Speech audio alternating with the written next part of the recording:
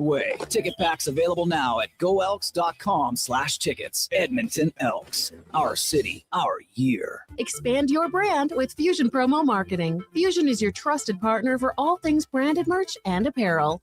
Thousands of products perfect for businesses, sports teams, and corporate events. Fusion with a Z. Promomarketing.ca. Are new McCafe crafted sodas just drinks or something more?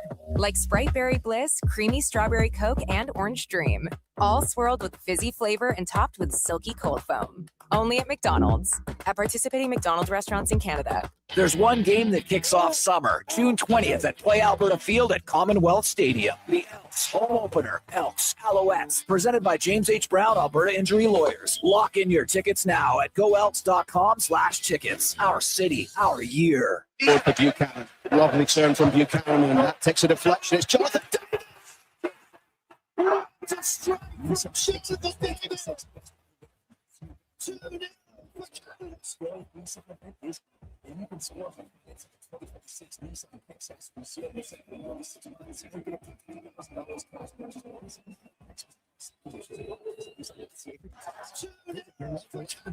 Nissan dealer for more information. Move home down rocky trails to build an off-grid cabin. But today, that powerful turbocharged engine just needs to bring home a new dollhouse. Buchanan back for Reliable power. Buchanan back for Johnston. This one in towards Laren at the $110 weekly for 60 months at 5.69% APR with $7,099 down. Hybrid available. Visit It's Saliba. It drops down for Jonathan.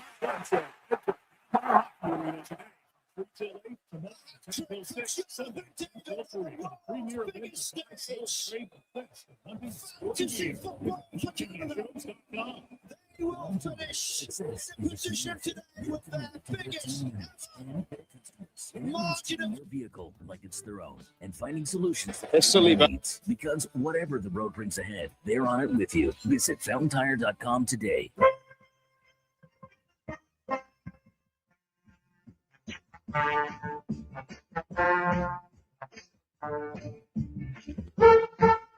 It's Saliba. The Jason Gregor Show. Ball for Buchanan. Lovely turn from Buchanan. And takes a deflection. It's Jonathan.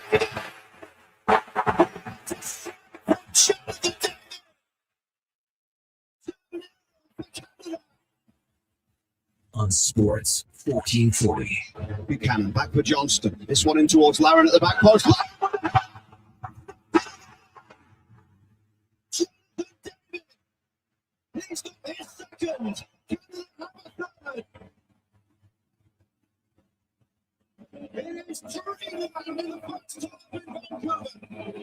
Presented by PlayAlberta.ca, Alberta's only regulated online gambling website. It's Saliba. And it drops down for Jonathan David. For Jonathan David on the world's biggest stage. Fantasy football for Canada. They will finish in a position today.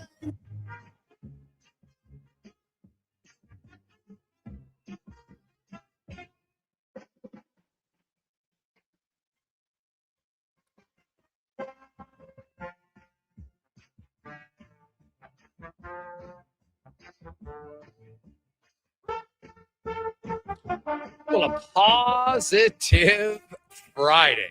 How are you? And welcome to the Jason Gregor Show on Sports 1440, sports1440.ca, YouTube, Facebook, X, Instagram. Thanks as always for listening. Thanks for watching the show. It was quite the performance yesterday for Canada. Really a record-breaking performance for multiple Canadians. Jonathan David gets a hat trick. Canada gets her first ever win. Ties it for the biggest margin of victory for a host team at a World Cup, 6-0. Pretty impressive. Pretty impressive, to say the least. Obviously, the Kone injury was the biggest negative in the game, but Canada is they're on to the second round. It's just a matter if they finish first or second. Okay, they're +6 in goal for differential. Qatar's -6, and Bosnia's -3. So the only way Canada doesn't make it is if they lose, and their loss, one of those other teams has to combine. If it's Bosnia, they would have to win. Canada loses by 2, then they're going to have to win by 8. It's not happening, okay? Canada loses by 1, they got to win by 7. Like, come on, they're through. I saw people say, "Oh, it's not guaranteed." Yes, it is.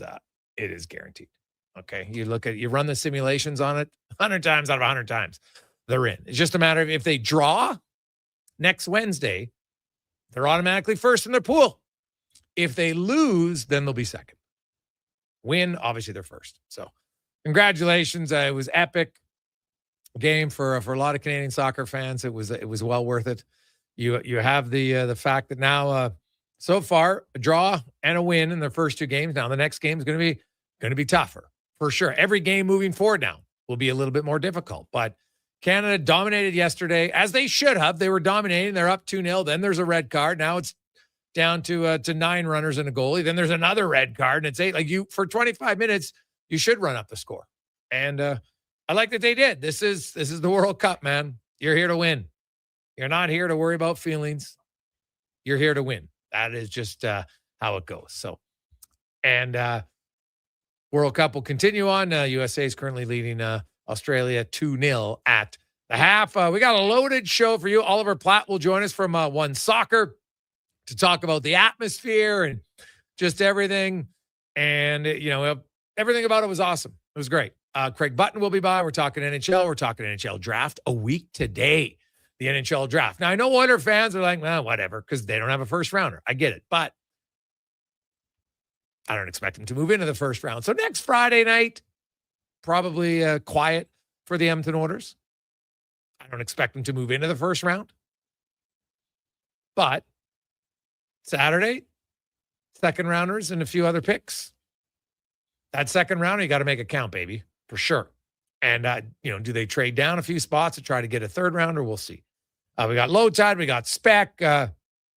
Marc-Olivier Bluet will join us, talk a little Alouettes in the 3 o'clock hour. We're going to hear from former Edmonton Eskimo, now Elks secondary coach, Aaron Grimes, will join us. The secondary is going to have to be on their toes because Montreal leads the league in passing yards. They have the top 2 receivers in receiving. It will be a good test for them. But good news for the green and gold in the fact that Tyrese Beverett, he's not going to play. That's a pretty big loss for Montreal. He is their best. I would argue he might be the best defensive player in the league. Like, this guy can play anywhere. Play linebacker, can play safety, can play halfback. He blitzes from all over the place. He's very good. He's an excellent communicator. Really kind of the quarterback of their defense. But he's banged up, and Cume's also gone. So, Montreal's still very good. Don't get me wrong, but they're a little bit weakened. And now you're the Elks. And if you want to go to the game, now remember, might rain. But we got a few family packs for you. Sets of 4. Now, hey, maybe your family's you and your kids. Maybe it's your teenagers. Maybe it's you and your buddies. But if you want to go, and you can go 100%, we don't like wasting tickets. There's nothing worse than giving tickets away, and you're like, well, it's raining, I'm not going. So that's fine, but then don't take them. I only want people who will go rain or shine. 4 tickets, take the fam, take your friends, go on a date, double date, whatever you like. We'll give some of those away. We got two sets of 4 to give away today on the show. It's Positive Friday, baby. You can be there for the home opener. Elks could be 2-0. And tonight in the CFL, you have the depleted BC Lions receiving core. I don't think I've ever seen that, Connor Halley. They got 4 injuries on their receiving core. They're all out. It's wild as they take on Hamilton tonight. Then the triple header in the CFL tomorrow. Toronto, Ottawa, Montreal, Edmonton, Saskatchewan, Calgary. Should be a fun weekend. I like it. So, bold prediction for that Lions game, Gregor. Yeah. One of the receivers tonight forces their way into the starting lineup. Someone gets the opportunity and runs with it. Oh, so you're saying they take advantage of the injury opportunity. 100%. Okay. 100% someone's going to be out there because I think receivers, there's so many of them now. You can find them all over the place. So one of these guys finally gets the opportunity, he'll find a starting spot. Okay. All right. Elks are an underdog at home. Fairly big underdog at home. I can understand why, but we'll see where they go from here. So should we at 833-401-1440, 833-401-1440. You can text us today. We got a lot of football talk, both through the air and on the foot. Of course, we'll talk a little hockey. We got Cam Tate as well as some stats of the day for you to digest, which I think you will like, and it's going to be a fun show. I'm looking forward to it. Hey, Greg's, what if the Elks win tomorrow? Does that make them a legit contender? Well, it's early on in the season. I've seen teams start 0-5 and win the championship. I've seen teams start 6-0 and lose and not be very good. So if they win tomorrow, I think you can look and say the Elks are no longer the bottom feeder in the CFL. Doesn't mean they're the top dog, but I don't think they'd be the bottom feeder anymore. That's how I would look at it. So we'll see.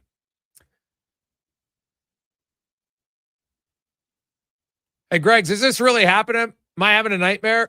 Fans get used to 130-point McDavid. Now it's going to be 80-point McDavid and still losing from Rowdy Roddy. I don't see McDavid not being a guy in triple digits unless he misses time.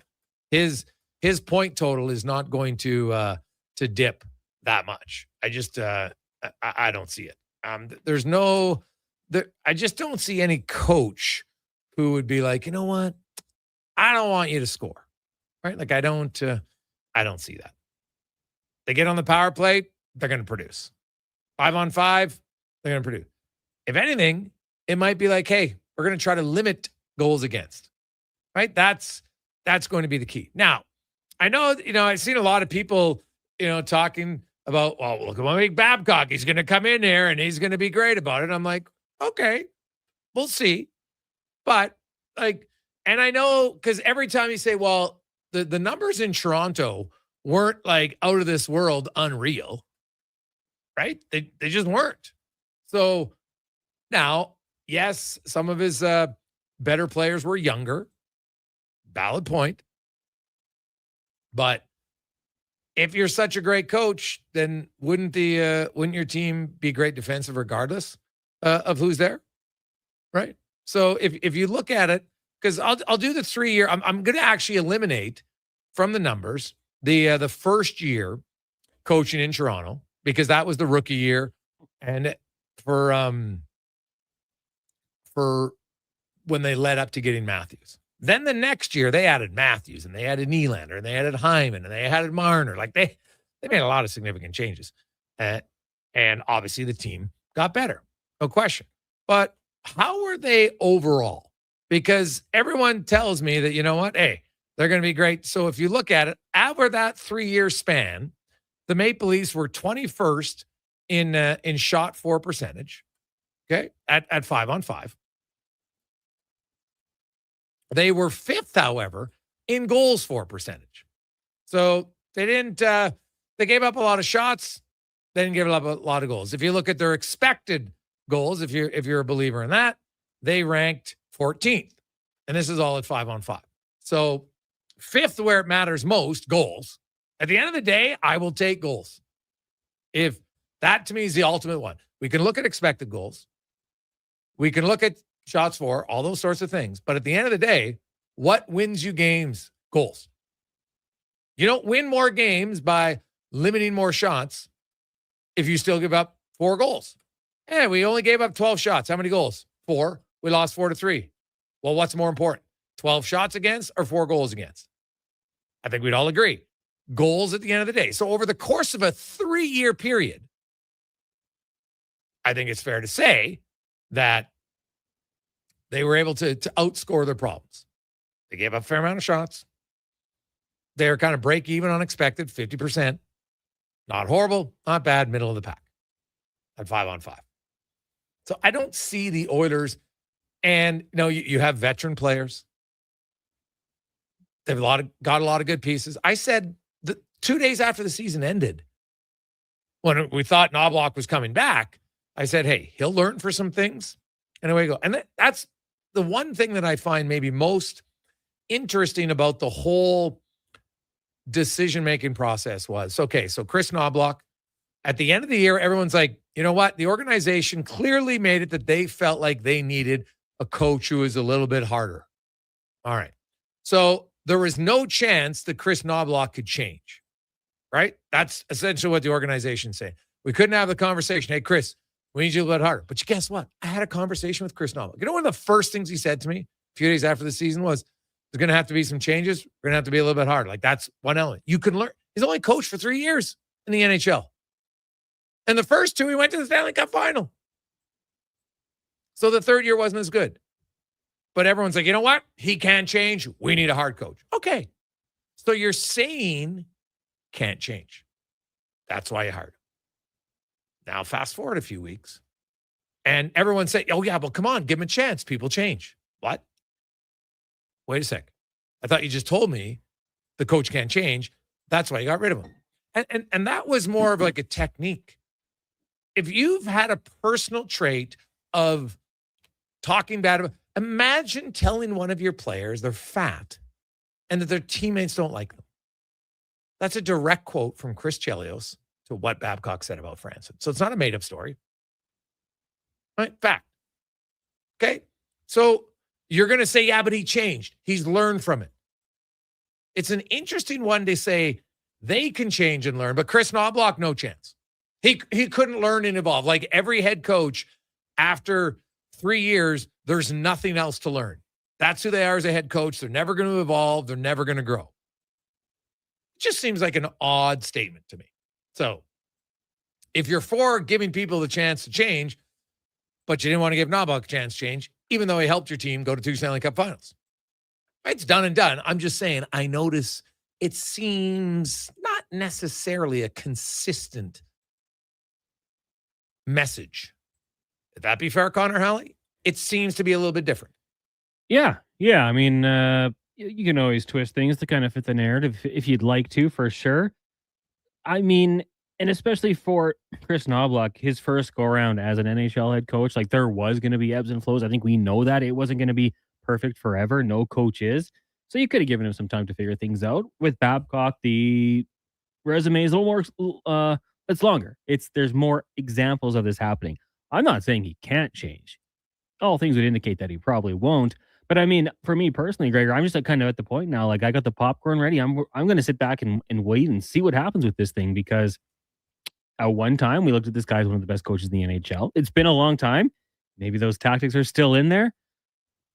But yeah, it's just so much to unpack for me. I'm at the point now where I'm sitting back. I can't wait for the press conference. Can't wait for the introduction to see how he handles it, how he speaks to everyone. Same for Stan Bowman. And then really going to be looking forward to how they look once they get on the ice, and how the bottom 6 looks. And all of a sudden, once again, the Oilers become a very polarizing team this year in the NHL, and I cannot wait for it. And it's not even July. Yeah. Here's the thing where I come on. I honestly believe the GM right now will have a bigger say in the success of the Edmonton Oilers next season. Because let's look at it. Connor Murphy, Jason Dickinson, Kasperi Kapanen, an acceptable trade for Darnell Nurse, goaltending. That's all on the GM. Those are the decisions the GM needs to make. What are they doing? Are they going to be able to re-sign Dickinson and Murphy and Kapanen? And at what contracts? Right. Well, because any coach will tell you. I remember Ken Hitchcock saying, "Man, you're only as good as you are as a coach based on your players. You need good players. Now you can help them in little tweaks here and there, sure, but at the end of the day, they're the ones making the on-ice decisions, the split-second decisions, and a lot of times, like think about how many decisions a player has to make in the course of the game that are like split-second. Get the puck in your stick, analyze, boom, I got to move it, right, or I got to carry it, and that happens over and over again. So you can help and coach, but at the end of the day, the players got to decide. I had a great conversation with David Beard today down at Play Alberta Field, the Commonwealth, about just, when you look at Montreal and you go through it and now they're not going to have their best player, does it alter what you do? And he's like, man, it's so much about film work. You have to know coming up. Okay, I come to line, look at the defense. There's 3 options they can play based on the sets they're running and everything we've studied for the whole week leading up. I come here. Now there's 3 options they can go, right? Sometimes there's 2 based on what they've ran in the past. You have to decipher all of that and then know it, call it out, and away you go. Coach can't help you in that moment. The coach has worked with you in the film work, but once the game is on, now it's up to you as the player to make those decisions, to make the right reads. And so ideally, if you have better players, you got a good chance to win. So the Oilers had pretty good players. That's why they went to the Stanley Cup Final 2 of the last 3 years. They're not suddenly void of talent. They got some holes to fill. And so that's why, honestly, for me, I think the GM right now and his decisions, how he's going to formulate this team, how he's going to provide a roster that he feels the coach can win with. To me, that's what has to happen. So what are you doing? I look like Murphy and Dickinson are super important. A good trade doesn't have to be a dominant, pull your pants down, win the trade. It has to be a good trade that doesn't set you back. Or if it's a trade where you're like, okay, it's just a salary dump, then we've got plan B and C to fill that salary properly. Because look at the Knicks. Jalen Brunson took a little bit less money. Then that got them Bridges. That got them Karl Anthony Towns, right? Sign Josh Hart. Extend OG Anunoby. So if you create space, then it's up to the GM to use it properly.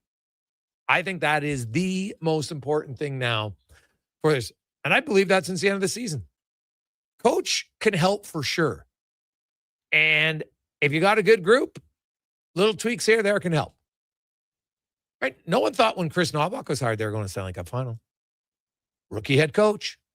Had no previous NHL coaching experience as a head coach, being an assistant coach for a few years. Right? And look what happened. He came in, little message change. It worked. But they also had good players. So now, get good players, Stan Bowman. That's your job. That's what you need to do. Take a quick break. We'll return. Hey, we'll talk about players. We'll talk about coaching. You gain more experience. How has our next guest changed and evolved from year 1 to year 2 in coaching? We'll find out next on the Gregor Show, presented by PlayAlberta.ca. Listen up, friends. Operation Pizza is a go at Papa John's. They're introducing new personal pizzas just in time to celebrate the premiere of Toy Story 5. These adventure-sized pies come in new exciting flavors like Sheriff's Roundup, Space Rangeroni, and Reach for the Pie. Or take your personal pizza to infinity and beyond by creating your own flavor just for you. Order 2 or more with Papa Pairings and get yours for only $9.99 each. New personal pizzas are ready for takeoff. See Disney and Pixar's Toy Story 5 in theaters June 19th. Summit Restaurant. Located in the heart of the Silent Ice Center and just minutes from South Edmonton Common, Summit is your destination for exceptional house-made pizza, delicious entrees, and expertly crafted cocktails. Experience the perfect blend of flavor and ambiance in a modern setting. Join us for a straightforward yet elevated dining experience where our commitment to quality speaks to every bite and sip. Make Summit Restaurant your next night on the town. Cheering on Canada, Mexico, Australia, France, England, Brazil, Germany, Spain, and the rest of the world at the Druid Irish Pub. Your World Cup headquarters. Wear your colors, cheer on your team, and enjoy $6.50 Heineken every game. Plus, your chance to win a ton of World Cup merch, including hoodies, jerseys, soccer balls, and more. The Druid Irish Pub, your World Cup headquarters. Bringing Edmonton together, one soccer game at a time. The Druid Irish Pub. Cheer with us in the Mercer Building across from Rogers Place and Ice District. And here comes Action Electrical Service Team sprinting onto the scene. These are your first responders for any electrical emergency. That's right. With their fleet of service vans and specialized gear, they assess, they service, and maintain electrical lighting and automation systems. They're all about rapid response. Quick diagnostics and repairs to restore power and safety fast.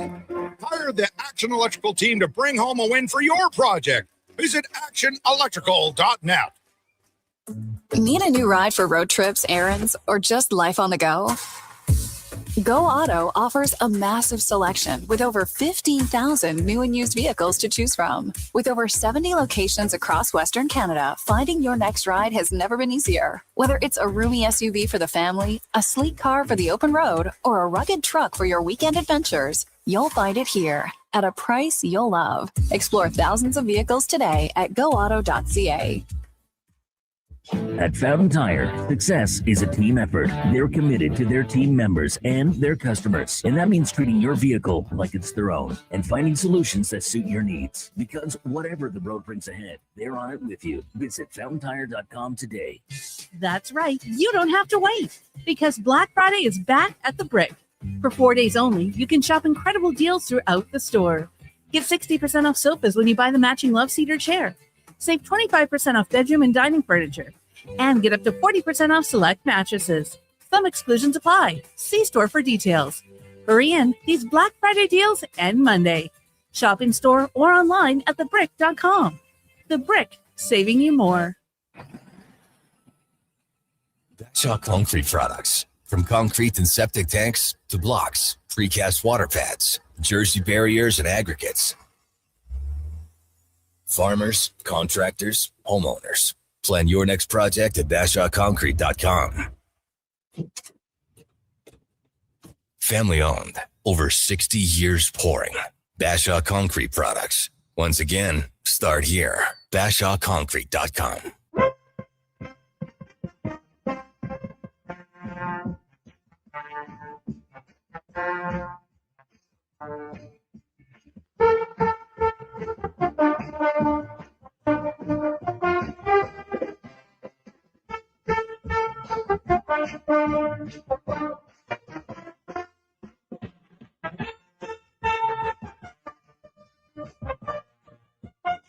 Portions of this hour brought to you by Mortgages to Go. Need cash and have equity in your home? Mortgages to Go has you covered. When the bank says no, they say yes, and they've been doing it in Alberta for over 23 years. Call 1-888-888-5998 or visit mortgagestogo.ca. He's not just another pair of glasses. It's the Jason Gregor Show. Thanks for checking out Edmonton Sports 1440. Presented by PlayAlberta.ca, Alberta's only regulated online gambling website.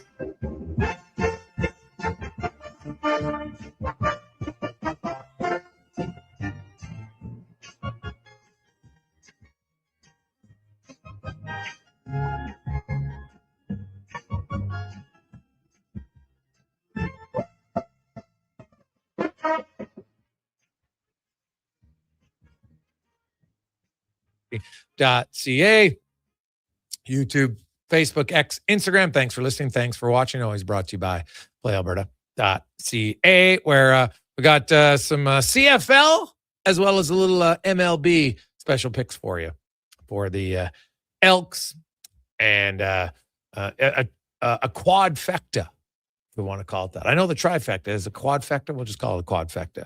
It'll play on all four CFL games, so it's coming up at PlayAlberta.ca. And tonight, one game in the CFL, and then tomorrow, a triple header, including the Elks in the afternoon. As we get to our Double E report, brought to you by Legacy Heating and Cooling, where the rates never change, no overtime charges. That's how you build a legacy. All of a sudden, furnace breaks down, AC conks out overnight on the weekend. Call them. They'll come in and fix it. No overtime. LegacyHeating.ca. As we are joined by former Grey Cup champion. He's now in his second year as a secondary coach for the Green and Gold. Aaron Grimes joins us. Aaron, welcome back to the show, man. How you doing? I'm doing good, Gregor. How you doing? I am doing excellent, man.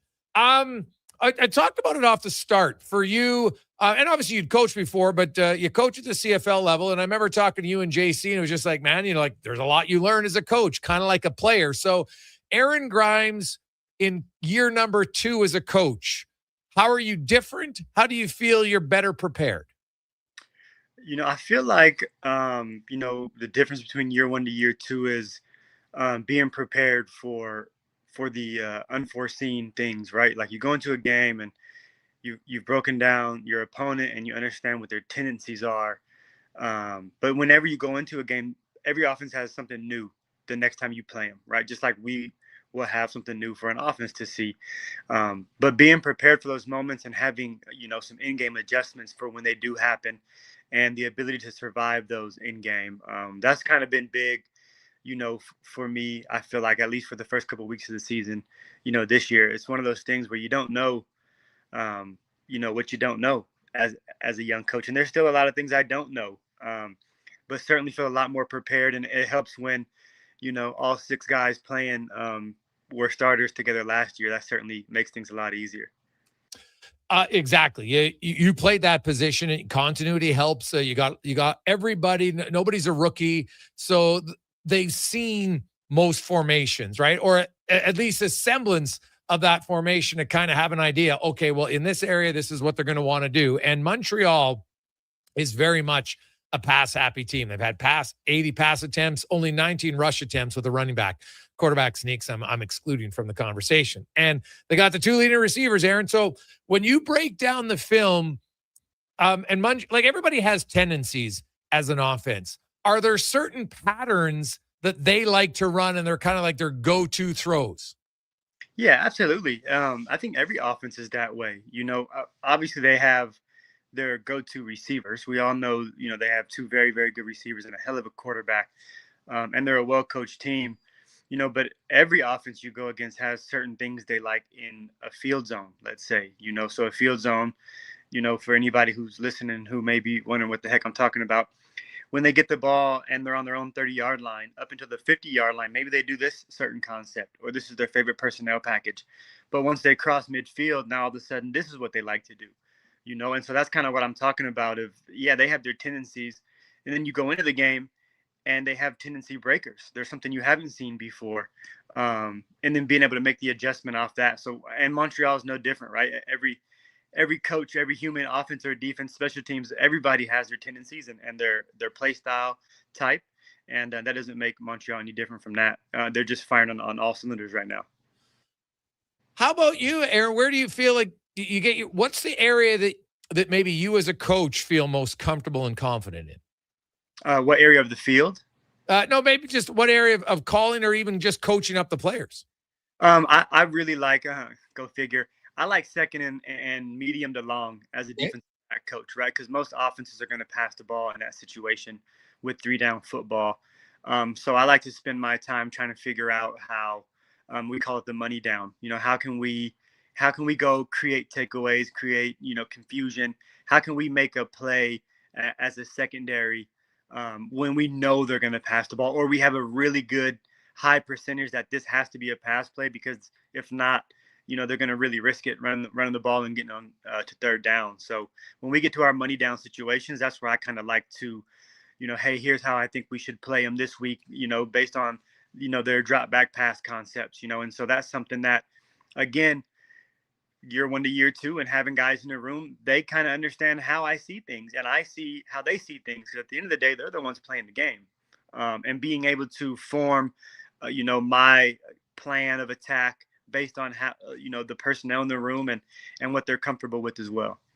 Aaron Grimes joins us, secondary coach for the Green Gold. Aaron, you were definitely a guy who was very comfortable in cover. That was, I think, maybe your biggest strength. Other DBs are maybe bigger. They're way more physical. They like to jam guys. Everybody has a different way that you play.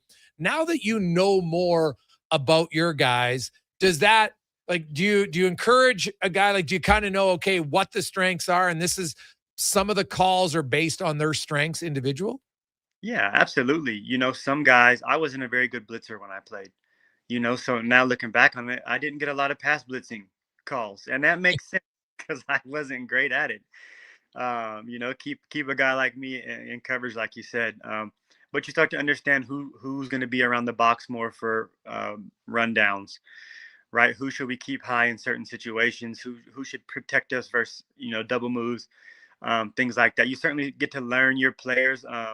You learn what they're good at, but also you don't let it handcuff you, because the standard is the standard anyway. So if you're a cover guy and you haven't tackled well in the past, well, we're going to work on you with that, because tackling is a non-negotiable. Effort's a non-negotiable. So you're going to fit in to the culture and what JC is bringing as a defense and what we uphold as coaches.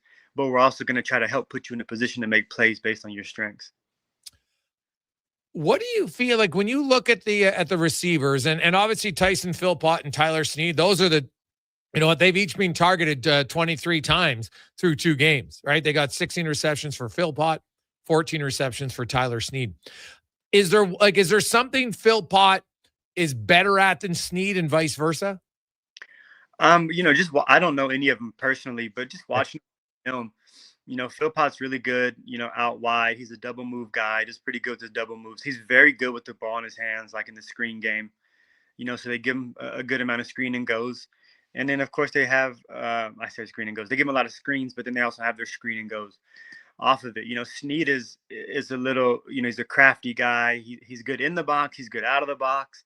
And then you've heard it over and over again, right? Him and Davis are roommates. So them being on the same page all the time and Davis feeling comfortable trying to find him when he's got to have a first down is very apparent when you watch the film.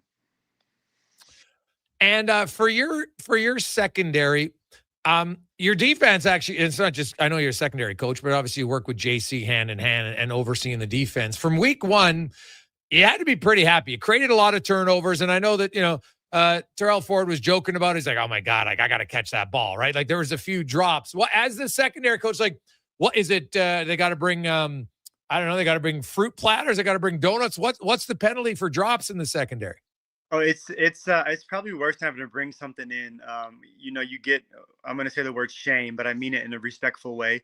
You get shamed, by the group for dropping it. And then we hold you accountable financially. So at the end of the year, we're going to have, a nice little meal as a defensive back room. And okay, the people who put the ball on the ground the most are the ones who end up funding most of the meal.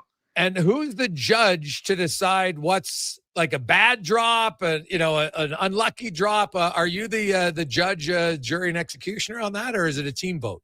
It's a defensive back thing. So they are the jury. Okay. The judges. We just hold whatever standard or accountability they want to come up with for themselves. We've let them do that, and we list and we say, okay, how much do you guys want to charge each other for dropped interceptions? Whatever you guys come up with is fine, because obviously I can't take the money from you. But once you say yes, all of us are okay with this number, then this is the number. So I don't care if you're wide open. I don't care if it hit both hands. If it hits a hand and it hits the ground, that's a dropped interception, because opportunities, they don't come very often for a DB. So we got to make them count. Yeah. Now, when it's raining, do you get an exception to that, or no? Rain or shine, you got to hold on. Absolutely no excuses for missed opportunities. Aaron Grimes, when you break down the film from week 1, Aaron, what impressed you most about your defensive unit? I think that our ability to fly to the football, and honestly, we play a physical game. So when you're looking at a defense and they put their body on the line to make a play, like some of the most impressive things that kind of go unseen are third down stops. When you got to be a yard off the ball and it's 3rd and 1, it's like a 90% success rate for an offense. So when you line up and you take and you become part of the whatever 7% of stops, like that's a team who's willing to sell out and make the play. The other one is, when you take the field a couple of times with just a couple minutes left, that means your back wasn't against the wall, but you took the field knowing that we need a stop to win this football game. And I felt like the players, all 12 people that took the field, felt like, let's go make a play to win this football game, instead of, oh boy, I hope we don't mess this up. And that was very fun to see. There was a lot of growth, I felt like, right there. Yeah. When you look at Davis Alexander as a quarterback, and I talked to Malik Carney today about when you have a quarterback, is one of his best assets is kind of making something out of nothing on broken plays. He's been very good in his career. Now, Malik kind of joked and goes, I know everybody's saying he's never lost. Pretty sure I beat him in the Grey Cup. So obviously he is beatable, but in the regular season, he's yet to be beat. But as a DB, when it comes to broken plays, Malik told me it's very important to be disciplined as a D lineman. You got to stay in your lane. What about a secondary? When it gets to a broken play, what do you need to see from your secondary guys? We call it plaster rules. So, the initial play breaks down, and a quarterback like Davis, who's very mobile, hamstring or not, to get the guys rolling. You have to plaster. So you find if it's zone, you find the nearest receiver to you, and now you are in the second phase of this play, and that is you follow him wherever he goes. Especially with the quarterback like Davis, who's got an absolute cannon for an arm as well. He's not scrambling just to check the ball down. He will get out the pocket and he'll throw that football 60 yards down the field. And so for us, it was very big all week to make sure we don't let our guard down. It's easy for a defense in practice to say, oh, well, the quarterback would have got sacked right there. We just can't hit quarterbacks in practice. Well, you go play a Davis Alexander, it's not guaranteed he does get sacked, right? The D-line is going to get there. They're going to create pressure. Now let's do our job and just make sure he has nobody to throw the ball to once he escapes that pocket, and give the D-line an extra second. Okay. What about on Aaron? I know that special teams. You're not the special teams coordinator, but as a second guy, do you work at all into those meetings? How does the special teams work with you? Yeah, I sit in the back of the meeting. I sit in the entire meeting because all DBs play special teams. You're not going to make this roster if you can't provide more than just some defensive back play. And I respect that. I love that. So I sit in the back of the meeting just so I can kind of know, whose role is what. And then I help out with some scout team stuff just a little bit during practice. So I don't have a huge role with special teams, but I am aware of what's going on. How does a skill set for a secondary guy on special teams help them on regular snaps on defense? How does it help them on defense to play? Is there content there's things you see on special teams that can help them be a better defensive player? Absolutely. Like when you look at a guy like Lenny Johnson, he's a defensive back and he's a key piece of our special teams. His ability to make tackles in open space is huge, because you got to be able to in open space as a DB on a 65-yard wide field. Your ability to defeat blocks on special teams is an absolute bar fight for 40 yards down the field. So guys who are scrappy and aggressive and can put their pads on people is huge for us defensively. We're a speed and violence kind of defense, that's what special teams is speed and violence, right? So you pair that with some fundamentals and some football IQ, and you got yourself a pretty good defensive player, in my opinion. I talked to Coach Killam earlier today, and he was kind of laughing. He didn't have a hat on in the monsoon in Ottawa last week or 2 weeks ago. And, it's supposed to maybe be a little rainy. It might rain tomorrow's game. So he's more prepared with a hat. You're at home, Aaron. How more prepared are you? What did you learn as far as attire for a coach if it rains on Saturday for you to be more prepared? If I'm being honest, I don't know, when it rains that much, there's not much you can do. Like I'm not gonna get one of those umbrella hats to go over my head. The difference is we're gonna be at home, so I guess at halftime I might have a couple more sweatshirts to switch out. But I mean, I was born and raised in Seattle, Washington. We played football in the rain growing up. So it feels a lot better when you're victorious at the end of the win. Now, what about, you got a big head of hair, right? Does that help, or is it worse in the rain? It's terrible. It makes it so much worse. You throw the hood on and you hope the hood stays on, but the hair usually pushes it off. And at some point, you're just like, you know what? I'm soaking wet. Like, let's get it. Like, we got to go call these plays. I can't talk about it anymore. Awesome. Well, Aaron, always good to catch up with you, and enjoy the game tomorrow, and see if you guys can remain undefeated. Appreciate your time. Thank you, Greg. I'll see you around. You betcha. That is Aaron Grimes. Was a great DB player and is working his way into being a coach. I talked to the players. Really good communicator. I always like to ask, what do you respect? What do you like about your coach? And what they feel. Grimes played the position, but he's very good because lots of guys know the game, but some guys aren't as good about communicating what they know at a way that the players can understand it. That's really communicate as much. It's not so much what you know, it's how you can share what you know in a way that the people you're sharing it with can understand. That is probably the most important part of coaching, for sure, because you can have the best ideas, but everybody learns different too. Some people are more visual learners. Some people are audio. Maybe some people need both, and it can definitely help. Quick break. We'll return. It's the Gregor Show presented by PlayAlberta.ca. With Play Alberta, backing the home team goes beyond the bets. That's because your picks have provincial impact. Play Alberta is the only app in the province that puts all revenue directly back into supporting programs and services that Albertans rely on every day. By investing in the General Revenue Fund, every play, bet, and buy made on Play Alberta helps make a difference across the province. Visit playalberta.ca/Gregor to learn more. That's playalberta.ca/Gregor. Must be 18 plus to play. If you gamble, use your game sense. Listen up, friends. Operation Pizza is a go at Papa John's. They're introducing new personal pizzas just in time to celebrate the premiere of Toy Story 5. These adventure-sized pies come in new exciting flavors like Sheriff's Roundup, Space Rangeroni, and Reach for the Pie. Or take your personal pizza to infinity and beyond by creating your own flavor just for you. Order 2 or more with Papa pairings and get yours for only $9.99 each. New personal pizzas are ready for takeoff. See Disney and Pixar's Toy Story 5 in theaters June 19th. Scott McGilvery here, HGTV host and renovation expert. The one upgrade I know homeowners will love: better, fresher Culligan water straight from the tap. Culligan's Aquasential reverse osmosis filtration system takes your water to the next level. With up to 7 stages of filtration and 14 filter options, they're certified to reduce over 90 contaminants. Your tap water is about to get a major upgrade: safer water that tastes great. Get started with a free in-home water test at Culligan.com.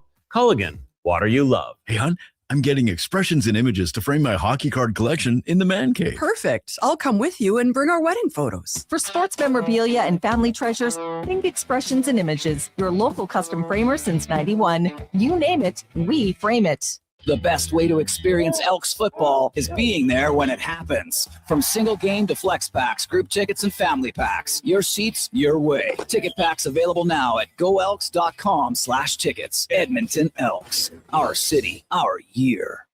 Well, get ready for a silly hockey fans. Your partner in power just skated onto the ice. EWEL.ca, the new e-commerce website for electrical wholesalers Edmonton, is ready for the Power Play 24/7, 365. UL skates to where the puck will be in 5 years. Now that's forward thinking. Killer selection, slamming products from the best brands, and legendary service. Don't sit on the bench. Get your account today at EWEL.ca and win that project. Plug into your partner in power. Get an EWEL.ca account today. The job isn't done until the last load is hauled, and having a semi-trailer out of commission is not an option.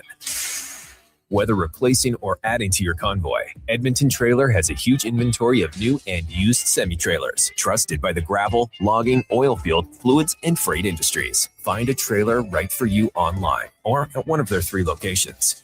For sales, service, parts, rental, and finance, when you're in it for the long haul, Edmonton Trailer. You don't just need property services, you need problems handled. HireGood provides cleanup, debris removal, site monitoring, and safety attendance across Edmonton. We reduce issues on your property, keep spaces safe, and take pressure off your team. We resolve real problems for businesses while creating real impact, because our team is built on second chances, and they show up every day ready to prove it. Visit hiregood.ca or call and mention Jason Gregor for a first-time discount. HireGood. Stable jobs create stable lives. Get ready, outdoor enthusiasts, for the Kalmar Gun Show. Head to the Kalmar Hockey Arena today from 3 till 8, tomorrow 10 till 6, Sunday 10 till 3 for the premier event to buy, sell, and trade the best in hunting and sporting gear. Visit huntmaniashows.com.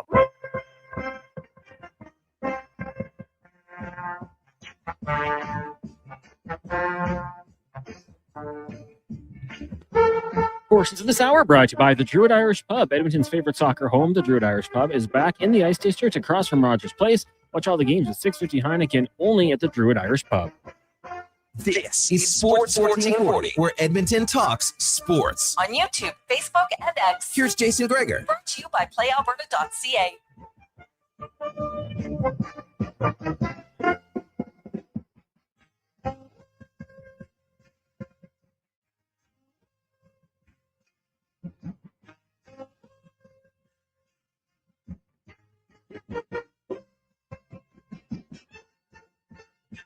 We roll through, speeding that through hour number 1. Jason Gregor, Connor Hanley, Sports 1440, sports1440.ca, YouTube, Facebook, X, Instagram. If you like it there, give a thumbs up to Declan Kruger. He'll appreciate it. Not a great day this afternoon for the Toronto Blue Jays, as they had an afternoon game going on against the Chicago Cubs, and oof. It's ugly, real ugly.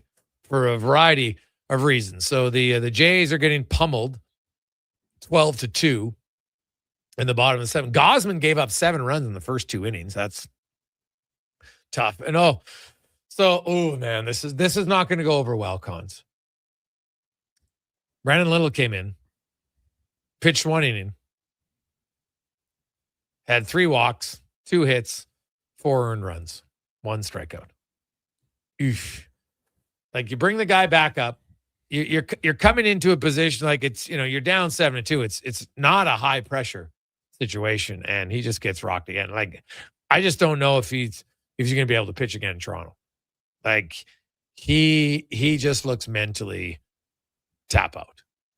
I don't see how that's going to end with a positive for him. And the other big concern for the Blue Jays was Vladdy Guerrero took a big swing and missed it, and then left the game. So that's no word yet on how serious it is, but looks like he wrenched his back, strained his back, so not ideal for him in any way. So we'll see. What when you look, Cons, at can you remember a guy like struggling as much as Little every time he comes up? Jeez. No. I'm trying to, in terms of baseball, I remember, if to bring it back home and in terms of being brought up, I always kind of had high hopes for Anton Lander to show that he could play at the NHL level and get it done. It never really worked. He wasn't terrible, but I think he was, never going to meet the expectations we had from what we saw at the AHL level. For Little, it's just not good, and I think I'm with you. I think a change of scenery might be best for everyone. Yeah. Wow. My God. I can't see teams going after him. And now the Jays are just dropping fly balls. So, geez. Sorry to interrupt you there. It's a tough one. It is a tough one right now. 833-401-1440, 833-401-1440. A bar fight for 40 yards. What a great line from Bill.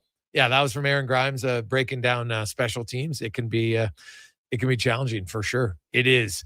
Man, if you've been on special teams and you watch special teams, I know lots of times people just watch the return man, and I get it. But you should watch the battles from guys downfield. It is wild. And you got to be relentless. You got to be fearless. You got to be strong. You got to be fast. It is tough. Really tough. And anybody who's played special teams knows it can be, some guys love it. They feed off of it, man. You're just frothing at the mouth. Let's go. And you go hard for 25 seconds. And then you get to rest for a long time. And then you go again. It's crazy. So, hey, Gregor, what does Pittsburgh have that the Oilers would want for Nurse? Have any names been out there from Brad? Well, Wotherspoon's name has been out there, which to me is not remotely enough. He makes $1 million, so that's just a pure salary dump. But I'm not even sure Pittsburgh can't just take on $8.25 million. So there would have to be some other pieces going. Edmonton's going to have to take someone. I can't see them just dumping Nurse as a pure salary dump. And honestly, I don't think that would be great. You're going to have to do do something here. If you're going to trade Darnell Nurse, I have no problem trading Darnell Nurse. I have a problem if the trade is just a giveaway. Because how are you replacing his minutes? With who? Darren Radish signed today in Toronto for 8 years, sign and trade. Tampa gets a 5th. Radish gets an 8-year deal at $8.5 million. And by the way, I know I've seen a lot of people, oh my God, he's making 8.5. Just remember that we do have to adjust everything. 2 years ago in 2024, salary cap was $83.5 million. It's not that long ago. And a $6.8 million defenseman, same percentage of cap was an $8.5 million defenseman has now. Right? So I'm just saying we're going to have to adjust when we see certain numbers. It's what? This guy got what? Well, because the salary cap was flat for a long time. It didn't really go up. So, really for a 5-6 year period, it went up minimal. And now it's jumping up massive. In 2025, at the end of the 25 season, the salary cap that year was $88 million. Now, so this is 26, 27. 27, the salary cap is going to be $104. Right? That's $16 million difference just in 2 years. And then in 2027, it's going to be $113 million. So it is, it's a significant difference.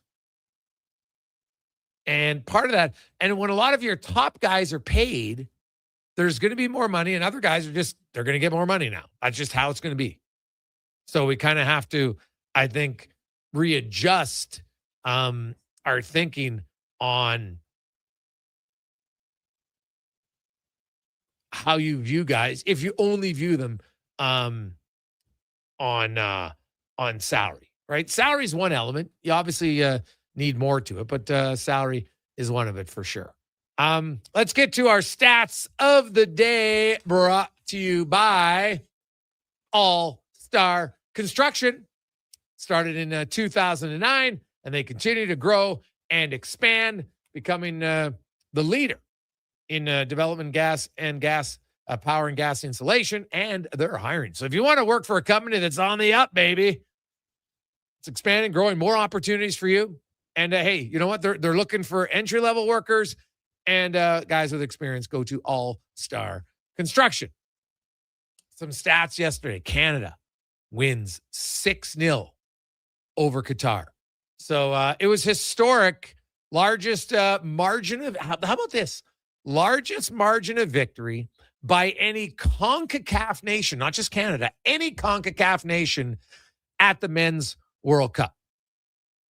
Jonathan David became the first player from CONCACAF to score a hat trick in the World Cup since 1930.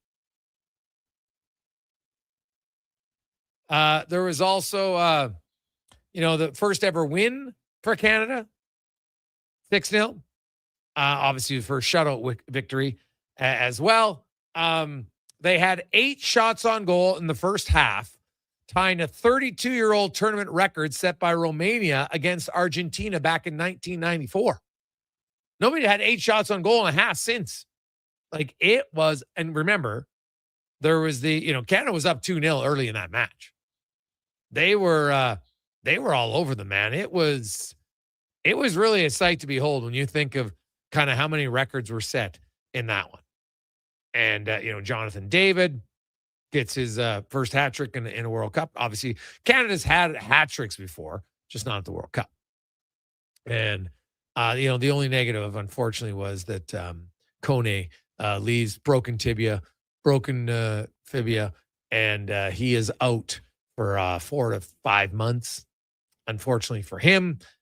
And Canada, that's just what they'll have to do. MLB, the Jays, don't look now. 16-2. And Chicago has scored runs in only 3 innings. 7 in the first inning, 4 in the 6th, and 5 in the 7th. They got 16 runs on 17 hits. Ouch. And if you look at it, the only Cubbies so far, Shaw doesn't have a hit, but he got walked a few times. The pinch hitter Confanto doesn't have a hit, but Kelly already has 6 RBIs, the back catcher, for the Cubbies today, which is setting a career high for him. That is some ugly numbers. Switching to the CFL, triple header on Saturday. Edmonton's in the middle of that, starting at 2:00 for kickoff, and then they'll end. It starts with Toronto and Ottawa, then it ends with Saskatchewan and Calgary. As we head into the third week of the season, there's only 3 teams that are undefeated: Saskatchewan, Edmonton, and Montreal. So at most there could be 2, because Edmonton and Montreal are both playing one another. Now, I guess they could get a tie, so they're undefeated, but that doesn't mean that they would be a perfect record. Saskatchewan takes on Calgary. Now this is an if, Edmonton beats Montreal, Calgary beats Saskatchewan, the green and gold would be in first place in the league, which has not happened in a long time. Heck, they haven't started 2-0 since 2019. And we'll see. Tonight, BC takes on Hamilton, 4 of the Lions starting receivers are out with injury. I honestly cannot remember that ever happening before for one team to have that many injuries in one game. There's our also we should mention today as well the men's U.S. Open ongoing at Shinnecock, and Wyndham Clark 4-stroke lead over Fitzpatrick. Schauffele, Sam Stevens is still on the course through 13. He is 3 under. Rory McIlroy 3 under through 8, and Max Grayson man is at 3 under through 7. Corey Connors had a tough back 9 today. He finished the round at +2, so he is +1, which has him in a tie for 25th, but not really in contention. And Scotty Scheffler is not. Well, I shouldn't say it. I guess there's always a chance, but does not look like Scotty Too Hottie is going to find his way in the winner's circle. He is a little ways off, but hey, I guess it's Scotty Scheffler. He could get hot for 2 days and make a massive comeback. He is only +1, so he's 8 strokes off the lead, and he's still on the course. But he would need a really good final. What is that? 11 holes to get closer. Wyndham Clark, though, 4-stroke lead. He had a 4-stroke lead after round 1. He's got currently a 4-stroke lead. Wiscombe guy still on the course if you're a big U.S. Open fan. Xander Schauffele, Cons. It's the only guy that I picked. What do we get? 3 picks, and I had Schauffele. So he's the only guy that even has a sniff for me. Let's take a quick break. When we come back, we'll get some hockey talk. And we're going to play, and we're going to allow you to play too. GM. Trades. Any team. Because I got a few. We had this topic earlier. Kind of like, there's matchmaker. What about trade maker? Legitimate ones. Don't come in here with, I'm going to give up my 4th line center, and we're going to get a 1st line center. No. If you got some legit ones, let us know on a Positive Friday. We'll discuss it. It's Gregor Show, presented by PlayAlberta.ca. As we get to the Conman Sports 1440 update, brought to you by Go Auto. Looking for vehicles this weekend? It's rainy. You want to go shopping? They got 73 locations, over 15,000 vehicles for you to choose from. Trust me. Did you know? On rainy days, get some of the best deals. Stop in goauto.ca. This is the Sports 1440 update. World Cup rolling on. U.S. leading Australia 2-0 with the 4th minute of extra time currently. Later today, Morocco and Scotland, Brazil, Haiti, and Turkey taking on Paraguay. In the majors, not a great day for the Blue Jays. They trail the Cubbies 16-2 in the top of the 8th. Later on tonight, you got Tigers, White Sox, Reds taking on the Yankees, Rays, Nationals, Padres up against the Rangers, Royals host the Cards, Angels in Sacramento taking on the Athletics, and the Mariners hosting the Boston Red Sox. CFL Week 3 kicking off tonight, Hamilton and BC. That starts at 5:30. The Elks have their home opener tomorrow afternoon at 2 o'clock with the Montreal Alouettes in town. Right now, it's the U.S. Open. Wyndham Clark leading the way, 7 under par. Matt Fitzpatrick, Xander Schauffele, Sam Stevens, Sam Burns, and Rory McIlroy. Max Grayson as well, all 3 under par. As for Canadians, Corey Connors will be the only one partaking in the weekend. Sudarshan Yamaraju, Nick Taylor, Ben Silverman, all going to miss. And from the NFL, Jeffrey Simmons agreeing to a 2-year contract extension with the Titans worth $105.8 million, making him the highest paid defensive tackle in NFL history. Coming up in hour 2 of the Jason Gregor Show, we'll be joined by our co-host, Wanye Gretz of Oilers Nation. We'll talk some soccer with Oliver Platt of One Soccer and hear about the Montreal Alouettes and Olivier Briette as the team's analyst. I'm Connor Halley. This has been a Sports 1440 update. 1440, a Stingray radio station broadcasting on Treaty 6 territory. Download the free iHeartRadio app and listen to CKJR wherever you go. Need a new ride for road trips, errands, or just life on the go? Go Auto offers a massive selection with over 15,000 new and used vehicles to choose from. With over 70 locations across Western Canada, finding your next ride has never been easier. Whether it's a roomy SUV for the family, a sleek car for the open road, or a rugged truck for your weekend adventures, you'll find it here at a price you'll love. Explore thousands of vehicles today at goauto.ca. Diamond Rides is one of Alberta's premier specialty charter companies. With our luxury motor coaches, we provide our customers with the safest and most reliable ground transportation services. Our seatbelt equipped, top-of-the-line motor coaches have become the preferred carrier for many local sports teams, tours, corporate outings, and other various travel needs across Western Canada. For more information and to request a quote, contact sales at 877-748-0991 or visit silentrides.ca. Listen up, friends. Operation Pizza is a go at Papa John's. They're introducing new pizzas just in time to celebrate the premiere of Toy Story 5. These adventure-sized pies come in new, exciting flavors like Sheriff's Roundup. It's a Friday. How you doing? Or taste Gregor, Connor, Halley, Sports 1440, Sports 1440.ca. Order 2 or more with Papa pairings and get yours for only $9.99 each. New personal pizzas are ready for takeoff. See Disney and Pixar through hour number 1, Jason. In theaters June 19th. Mr. Rooter buries evidence in the desert. Where do you choose from? I didn't mean to do it. I was forced into it. Yeah, forced. But now, no one will ever know. You've done well, Mr. Rooter. You did something awful, but you've covered your tracks. It's done. The last transcript that shows I did a semester of Christian school. Uncover evidence of the proudest plumber, Mr. Rooter. You see it? Fusion Promo Marketing can make it. Fusion makes high-quality, memorable promotional products for businesses, sports teams, and corporate events. From vision to reality, get noticed and remembered. Fusion with a Z.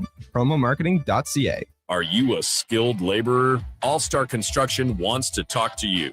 A heavy equipment operator with track hoe or backhoe experience? All-Star Construction wants to talk to you, too. With work in and around Edmonton for local land developers, All-Star Construction offers year-round employment. Whether it's power, gas, or telecom, developers rely on All-Star Construction to get the job done. So if you're a skilled laborer or a heavy equipment operator with track hoe or backhoe experience searching for work, search All-Star Construction on Indeed.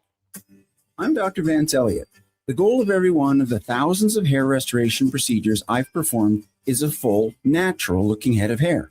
I work directly with my patients for the consultation, the procedure, and the follow-up, so we can achieve the best results possible. When people see what we accomplish, I don't want them to think, "Wow, great hair transplant." I want them to think, "Wow, great hair." Go to drvanceelliott.com and contact us today. The Lawnmower Hospital. If you've got a lot of grass to cut, or just a little, the Lawnmower Hospital and Toro make it a breeze. Handle your yard with an easy maneuvering personal pace Toro walk-behind mower. For commercial and acreage use, hop on a Toro My Ride Zero Turn with the comfort and performance you deserve. Plus, 0% financing available for up to 36 months. See Toro, the top name in turf, now at lawnmowerhosp.com. The Lawnmower Hospital.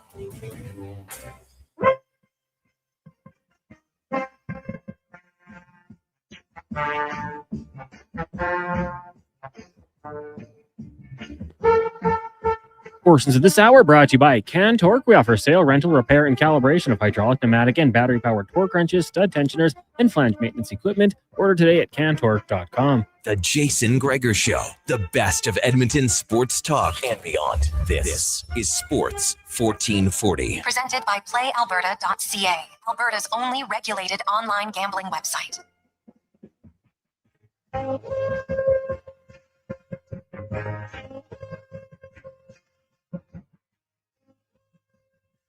.306.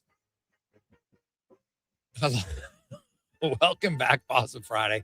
But I don't know why, but I always kind of like it when you see the position players come into pitch. Because you know the game's out of hand, and it's just kind of like, okay, here he's fun. He's just throwing some soft toss, not going to hurt his arm or anything. But Cons, how many pitches how many innings has Miles Straw? Is this his third appearance this year? Because I know the Jays have got waxed a few times this year. This might be his third appearance. Can you check that out for me for Miles Straw and which other guys have pitched for the Jays position players this year? I'm just kind of curious about that as we return to the Gregor Show presented by PlayAlberta.ca. Alberta's only regulated online gambling website where 100% of the revenue stays right here in the province at PlayAlberta.ca. And I know a lot of people wonder, like, well, why do you go to those guys? Because you don't want to burn out your arms of your bullpen. You're losing 16-2. It's game over. You can't forfeit. This is like the way to say, well, we're forfeiting without actually forfeiting. We're bringing in our position guys. And, and sometimes guys have a little fun with it. Anytime, if you're the team winning and your batter gets 2 strikes, guys in the dugout now are juicing like, oh my God. And if you get a position player striking you out, like both teams laugh about it. Because you got to find humor in it at some point, right? Like it's good to chirp. Like you're up 16-2. You can chirp your buddies if you strike out against Miles Straw. What do you do, Mel? You couldn't keep up to his 56-mile-an-hour curveball. What's going on here? But it is funny though, when you watch the position guys pitch and how slow it looks, but then they're still, it comes up on the radar, like it's still 70 miles an hour in some cases. It just looks like it's nothing because these other guys are throwing gas all the time. High 90s, 100s, there's lots of people now. It's like, oh, this guy only throws 93. You're like, what? Only throws 93. And Miles Straw, killing it, Connor. Killing it. Didn't give up any runs in that inning. It's a big win. It's a big win for Miles Straw. So versatility at its finest. Should have gone to him quicker. Gosh. Well, honestly. What's the wait? Right now they do better than Brendan Little. And that's, like I almost feel sorry for the guy at this point because he just can't do anything. As we welcome in Wanye Gretz to the show, who last week was like, I don't really know much about the World Cup. Suddenly tells me after last game, you're just like, oh, now I'm invested. Like, what happened to your Canada tattoo? Well, the Canada tattoo came off of the cheese grater. I am Canadian, it used to say. Remember, and that was hot? Everyone had those I am Canadian tattoos. Did a lot of people have them? Oh, yeah. What? For sure. How many, let's be honest, listeners, did any of you have an I am Canadian or still have an I am Canadian tattoo? I know 2 people that have I am Canadian tattoos like it said on the case of beer back in the day. Same font, the flag. Remember those ads? Well, I remember the ad. I remember the guy. They were hot. It stood up there, right? He has this whole speech. We loved it. Yeah. It was great, right? I took the words from that at my sister's wedding when I was the MC and kind of changed it all about that. Introduced myself that way. It was funny. But you almost had the tattoo. You were this close. No. But honestly, I've never seen anyone with the I am Canadian tattoo from that era. So please, any of our listeners, let me know. And hey, we accept pictures to show the proof. How many of you, because I don't discount that some people had it, but I don't think it was that popular. I'm just going to go on a limb and say I don't think it was that popular. It could be that I just know a subset. Yeah, like you have people. like this is normal human behavior is something that happens in our inner circle. We think, well, that's the norm, right? I got 4 friends who are divorced. You're like, everybody's divorced, right? I got 5 friends and they all got boys. Well, most kids have boys. No. It's so the text line is a negative. Really? On the I can Canadian. I can like name... we're getting a lot of people sending tattoos of like Canadian flags. Sure. That's adjacent. There's one here I'm looking up. It doesn't seem to be as common as I thought. There are people who actually have Molson bottles tattooed on them. That's gangster. Is it though? Well, is it gangster or is it bad decision? It's not the best decision. Maybe, you know what? I know weirdos. I'll be the first to admit it. Dude, I love talking to people who have tattoo regret. Oh, yeah. Because now I have virgin skin. I have no tattoos. Me either. I would never, at this stage of my life, it's like I could only think of one reason maybe, and I don't even want to think of the reason. So I never say it into existence, but people could probably guess what it'd be. And that'd be the only thing I could think of. Because like when my father died, I thought about it. And then I was like, my dad would be like, you idiot. Why are you doing this? You're not a tattoo guy. Because some people are tattoo guys, which is fine. I'm not a tattoo guy. But I wouldn't be opposed to a Stanley Cup tattoo for the Oilers. I would never regret that. If I got like the cup and then the year. Yeah, but where did you, because there like wasn't there a guy? Well, I remember, didn't the Bear Connor Halley? Didn't they have like the guy to get the Stanley Cup tattooed on his back, like big? Yeah, the really tough contest. I think he listens to the station actually. Wow, he's texted in before. Yeah, he's got the tattoo. Like I wonder, does it still look good? Yeah. Like, because like I know some tattoos they age poorly because of where they're located. Or the intricacy too. I think the detail fades over time. Right. Like Livingston's got a fair amount of his tattoos actually look pretty good. Like I'm not a tattoo guy, but I'm like, oh, like that thing's how long you had that for 20 years. I'm like, oh, it's aged pretty well. So I think it's definitely a choice of where you put the tattoo. I couldn't see myself being like, oh, I regret that Oilers Stanley Cup tattoo that represents the greatest thing to happen in my lifetime, including the birth of my son. A cup win, you'd never regret tattooing. This one. Hey, guys, I tell people about tattoos. You don't put a bumper sticker on a Lamborghini. Respect. Oh, hey, it's a compliment to the guy, right? The guy or the girl's like, oh, he thinks that my body's like a Lamborghini. So I can understand. Like, hey, I have no problem if people get tattoos, but I always love the story about the regretful tattoos. Like those ones, honestly, you get to a house party, you talk to people you don't know. So, hey, you got a tattoo? You ever have any tattoo regret? Dude, I'm telling you, it's led to some of the greatest stories. I just sit back because I don't have any, right? Like I got a lot of regrets, but none of them are tattoo regrets. So, but tattoo regrets, especially now for people, because tattoo removal is fairly common. And I know quite a few people that have had tattoo removals. And it is not an entertaining experience from the tattoo removal people. And I've always said, man, many years ago, like tattoo removal, great company to start. Absolutely. It's because funny. A lot of people are going to be like, oof. You know what? Especially the people who get the name of the person, like they're dating. I'm like, what? Married? Okay, I can get it. You feel in that moment that this is going to last forever. I'm showing you, like, I'm committed, right? For better, for poor, for richer and health, as long as we both shall live. I got Sally. And then suddenly Sally and Bob, they're done 2 years later. And suddenly you're left with not only maybe an emotional broken heart, but now you got a tattoo and you're like, ugh, the worst. The tattoo industry being $10 billion and then the tattoo removal industry being $15 billion is pretty hilarious. Yeah. Do you guys know anyone who has a barbed wire tattoo, like the wire on the arm? Because I remember, didn't Pamela Anderson have one? I think right. she made Or was that just in the movie? No, she did in real life for a while. Oh, okay. Oh, You, Connor? No, but I remember being in junior high and people thinking it was really cool. Because I think of Pamela Anderson. What was her TV show? Not Baywatch. Barbed Wire. Barbed Wire. That's the show, Barbed Wire. But then you'd always see wrestlers would have it too. So I thought it was cool as a kid. Never would go through with it. But that's another one I wonder people might have still. The tattoos I've wanted to get in my life, I've had appointments twice. And you backed out? I chickened out both times. And I'm so glad I didn't do it. Do you want to know what the first one was? Oh, let me guess. Jordan Eberle? No. Oh. Almost. The Tiger Woods logo. What? I was 17. All I did was, and you golfed all the time. All I did was play golf. Tiger was turning pro, had the logo come out, and I was like, you know what? What was it? I don't even remember. TW. I thought it was so cool. You're basically going to get a brand. Yes. Like you're a cow all of a sudden. People were getting property Nike. of TW. Yeah. Actually, it should be bah. That was cool. People were getting Nike swooshes tattooed at the time. Oh my. And I was like, this is going to be amazing. I'm so glad, given how history is unfolded. So what made you back out? I was just like, what if I think I honestly thought to myself, what if Tiger Woods did something terrible? And then it was like an embarrassment. I was like, that could never happen. Earl will keep an eye on him. Yeah. All right. Nostradamus. What was the second one? Superman logo. Can you imagine if I went through really life? Wish you would have got these. Every time I took so awesome. Every time I took my shirt off, I'd have to apologize to people. Okay, you're about to see grade 12's brightest idea. Sorry. So, Connor, you don't have a tattoo, do you? No, I don't. Declan? No. Oh, we got 4 skin virgins in the room. All right.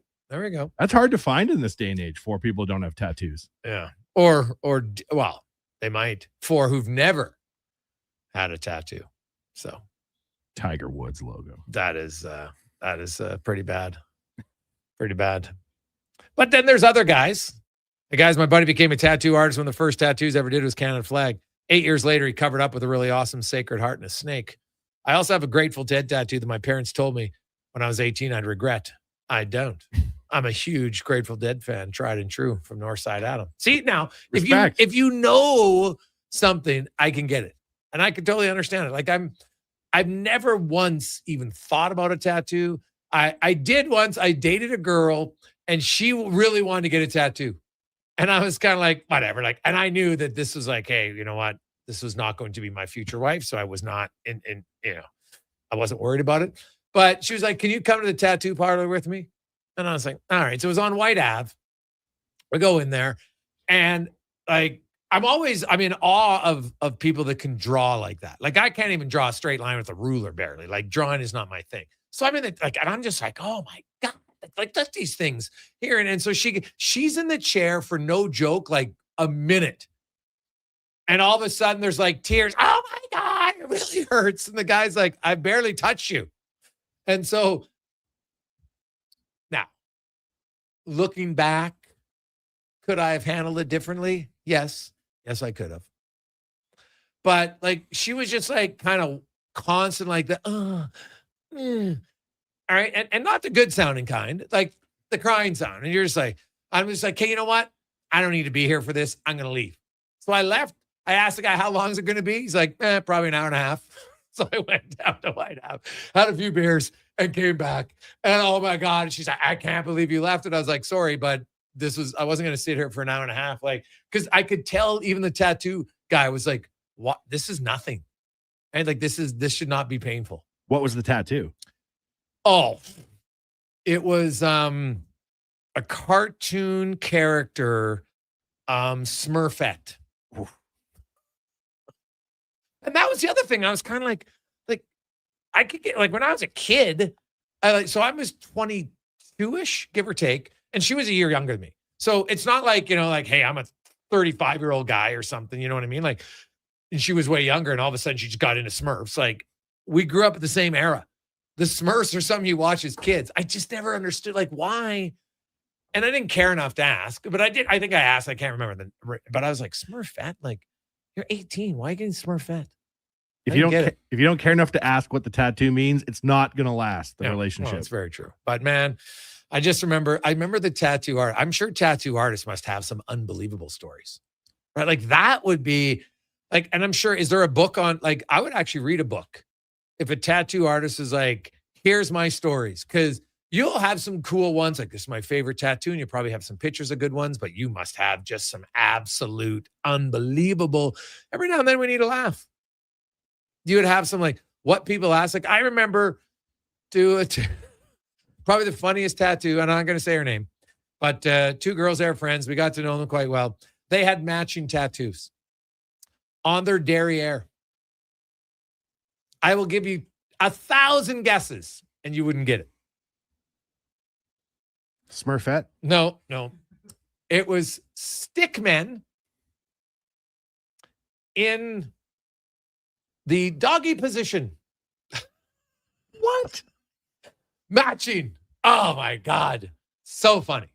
Two girls. And I was just like, what? Oh yeah. They thought it was the greatest thing ever.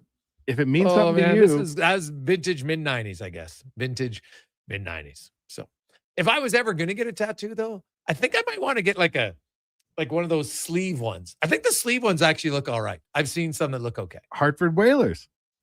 Yeah, but you couldn't have a whole sleeve of the Whalers. Like, that would look stupid. You could have the Captain Highliner guy come up. Well, that's the Islanders. Oh, yeah, you're right. No, not that guy. No, the Whalers guy. Isn't there a whaler? No, there's just a whale. Just the tail? Yeah, it's just a whale tail. Alternate logo guy? No. There's no... there's the little whale, but it's not, there's no human guy to it. You're confusing the underwater Islanders. Scene. You could go to a real good tattoo artist and say, I want you to make me a sleeve of the Hartford Whalers with but that would never happen. You don't love the Whalers that much? Brass Bonanza, all that? Oh, I love it, but just not that much, right? No. Do you love anything enough to get a tattoo that's fictional? Clearly not, because I don't have one. It's true. No. Like Pucky the Whale, I think was his name. Right? And for the Hartford Whalers, little Pucky. So there you go. Little Pucky. Mm-hmm. We have a lot of people now in with hey guys, I tried to convince my wife to name our boy Tiger. She vetoed that immediately. Smart lady. At the time, it's a great idea. No, it's not. Like, imagine, what's your son's name? Tiger. Pardon? Right? Like, there's some names that are like, oh, that's a unique name. I love it. Tiger? No. There's no chance that you'd be like, I'm liking that name. I remember thinking, like, he just got the Tiger Slam. There's no better time to get this tattoo. Oh, God, I wish you would have got that. That'd have been awesome. Like, that is a joke that would never get old for your friends. Like, ever. I'm sure there's people out there right now who know their buddies or girlfriends, friends, whatever, have a terrible tattoo. And it's like, oh, man, it's anytime you get the chirps going, that just comes out because it's a no-brainer. It's going to be a home run hitter every time. That's a question for the text line. What are the worst tattoos you've seen? Doesn't have to be your tattoo, God. but we've seen some doozies. Yeah, it could be a few for sure. Look at Pucky here. He's a real cute guy. Yeah, the little whale. Yeah. Let's take a quick break. We'll return on Positive Friday on the Gregor Show presented by PlayAlberta.ca. We'll talk a little. Speaking of positive, baby, that maybe might have been the most positive a country's ever been in sports in the last decade. Here on the Gregor Show presented by PlayAlberta.ca. Legacy Heating and Cooling is serious about cooling. In fact, we offer multiple ways to cool your home. So you better call Legacy. Call Legacy. If you're looking for traditional air conditioning, we got you. Call Legacy. Call Legacy. Or ask us about a heat pump to help you heat and cool. Call Legacy. Call Legacy. Cool with AC or cool with a heat pump. Cool your home with Legacy Heating and Cooling. Saturday, June 20th is the day to be at Harley-Davidson of Edmonton on the Yellowhead Trail. Come live the legend because the HD semi-truck is rolling in, bringing you the exclusive chance to test ride the powerful new 2026 models. All you need is your riding gear and Class 6 license to ride. Be there to enter to win a 2026 Liberty Edition Heritage Classic, door prizes, and more. Don't miss the ultimate ride event of the summer. Locally owned and operated since 1980. Visit Harley-Davidson of Edmonton on the Yellowhead Trail or at hdedmonton.com. Hi, I'm Colin Livingston, president of CanTorque. We've been tightening bolts and redefining our industry for 25 years. Yes, a quarter century, and we're just getting started. Check us out at CanTorque.com. Our tools age better than I do. Everything is going to be okay. If you're feeling the weight of too much debt, you have options. I'm Dan McDicken, a licensed insolvency trustee with Faber. Becoming debt-free is possible, and a personal bankruptcy or a consumer proposal will get you there. Schedule your free Faber Focus session at faber.ca today. You'll learn how a consumer proposal will eliminate your debt by paying a percentage of the amount owed without interest. At Faber, we've got your back. Are new McCafe crafted sodas just drinks or something more? Like Sprite Berry Bliss, Creamy Strawberry Coke, and Orange Dream. All swirled with fizzy flavor and topped with silky cold foam. Only at McDonald's. At participating McDonald's restaurants in Canada. For a Selly hockey fans, your partner in power just skated onto the ice. EWEL.ca, the new e-commerce website for electrical wholesalers Edmonton, is ready for the power play 24/7, 365. UL skates to where the puck will be in 5 years. Now that's forward thinking. Killer selection, slamming products from the best brands, and legendary service. Don't sit on the bench. Get your account today at ewell.ca and win that project. Plug into your partner in power. Get an EWEL.ca account today. You don't just need property services, you need problems handled. Hire Good provides cleanup, debris removal, site monitoring, and safety attendance across Edmonton. We reduce issues on your property, keep spaces safe, and take pressure off your team. We resolve real problems for businesses while creating real impact because our team is built on second chances and they show up every day ready to prove it. Visit hiregood.ca or call and mention Jason Gregor for a first-time discount. Hire Good. Stable jobs create stable lives. Albertans love to debate the best way to enjoy summer sports. No. Playing on the field is the best, man. No way. Watching from the sidelines, way more relaxing. You're both crazy. Checking out the game from the Bro Zone is where it's at. But there's one thing every sports fan agrees on. Wilhauk Beef Jerky. Wherever you catch the action, load up on Alberta's best beef jerky. Wilhauk Beef Jerky. Because you can't have summer fun with salad. Only available in Leduc.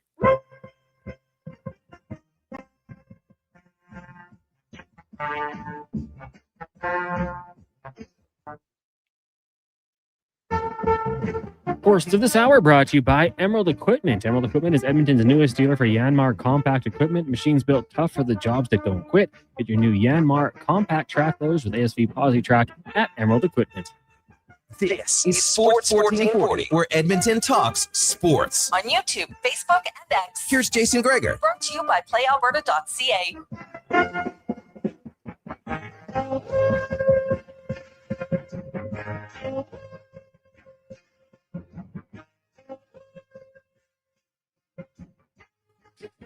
$326. Oddball sends us Ryan Kessler had a Superman tattoo with a K, and then he sends a picture, and I'm just like, Oddball, why do you have a Why do you have like a shirtless picture of Ryan Kessler? Are you a big Canucks fan? What's going on here? That is an odd looking one. So, guy was an odd dude, man. Odd dude. Not great.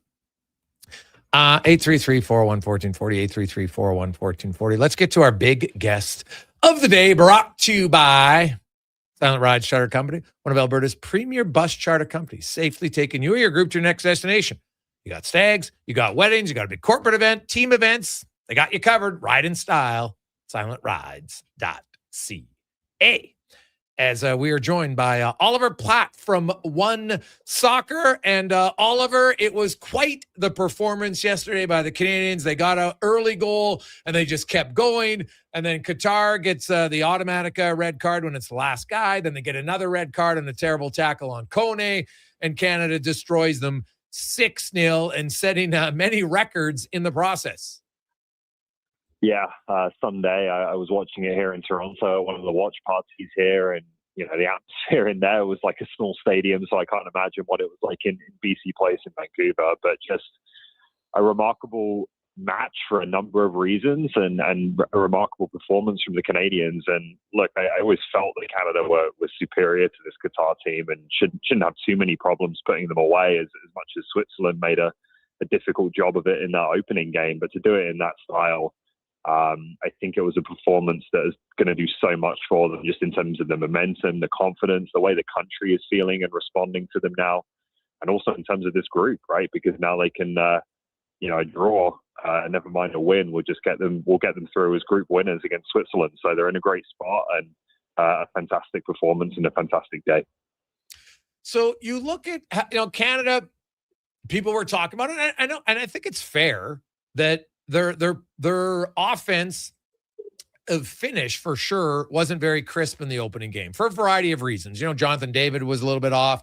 Coach even subbed him out earlier. I think it was fair to say that. And looking back, in some of the bigger moments here, Canada hasn't been able to finish, and they did. And they scored twice even before Qatar got into the red card problem. So I can't say it's just a red card. And then they made sure that they took advantage of it. But what did you see different maybe that led to Canada finally being able to break through offensively in that game? Well, they seem to like BC Place because they put 6+ Honduras there last year as well. So that's been a good omen for them, and hopefully they can stay there in the knockout stage. I thought throughout they looked like they had too much pace, too much intensity for Qatar. I think that was, probably maybe a bit of a product of some of the bad challenges, and the cards that Qatar were picking up was less malice and more just not being able to keep up with some of the Canadian players. I thought they were able to get more players into kind of dangerous central areas and really overload those areas. Adrian Buchanan in particular was a lot narrower, kind of attacking the box rather than staying quite wide on the wing.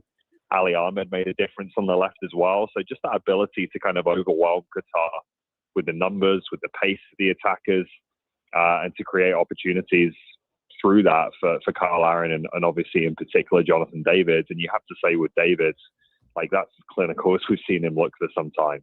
Those were not all easy chances to finish. But when he's at the top of his game, he has the ability to do that, and he showed it. So again, there's going to be more difficult tests to come here for sure. And this was the one where you looked at it and thought, this is the game to get the guys going, and particularly the attacking players. But they were really clinical in a way that, you're right, we haven't seen for some time with some of these Canadian attackers. Oliver Platt joins us. The Kone injury is obviously brutal. How give me your scouting report on Nathan Saliba, who likely came in, is going to be now, I think, a guy that's going to have to help out. Yeah, I'm a big fan of Saliba. I think he's really grown as a player in Belgium. I know people maybe haven't been seeing him week in, week out, but he's playing for a good team there, a big club. I think a move is in his future potentially to a higher level as well. And I think regardless of, whether it was an injury or just through the course of things, his time was going to come at this tournament. So it has come now, obviously, in a way that none of us would have wanted.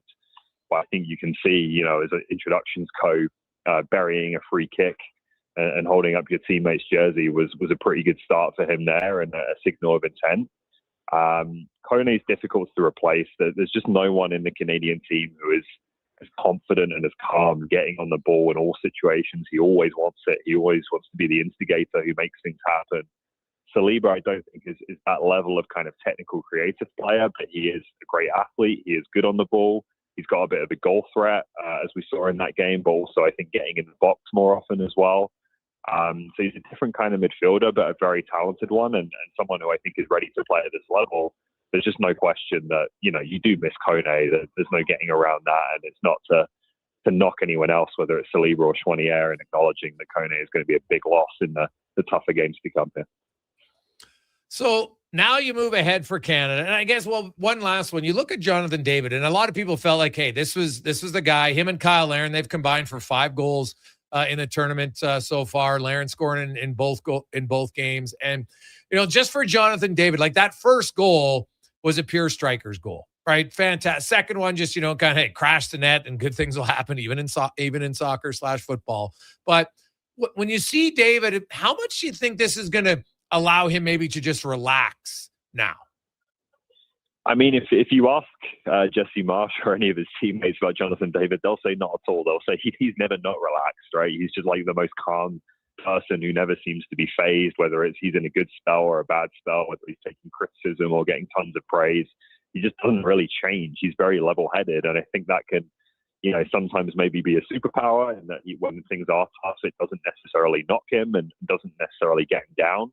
And then maybe at other times you say, well, you wish you saw a bit more urgency or a bit more kind of aggression from the player at times to make something happen. But in this case, it serves him very well. This is the highest level of scrutiny. He's going through maybe his most difficult time in a national team jersey, getting more kind of criticism than he's ever received before. And he comes out and scores a World Cup hat-trick. And I think that tells you kind of all you need to know about how just kind of, again, level-headed he is mentally.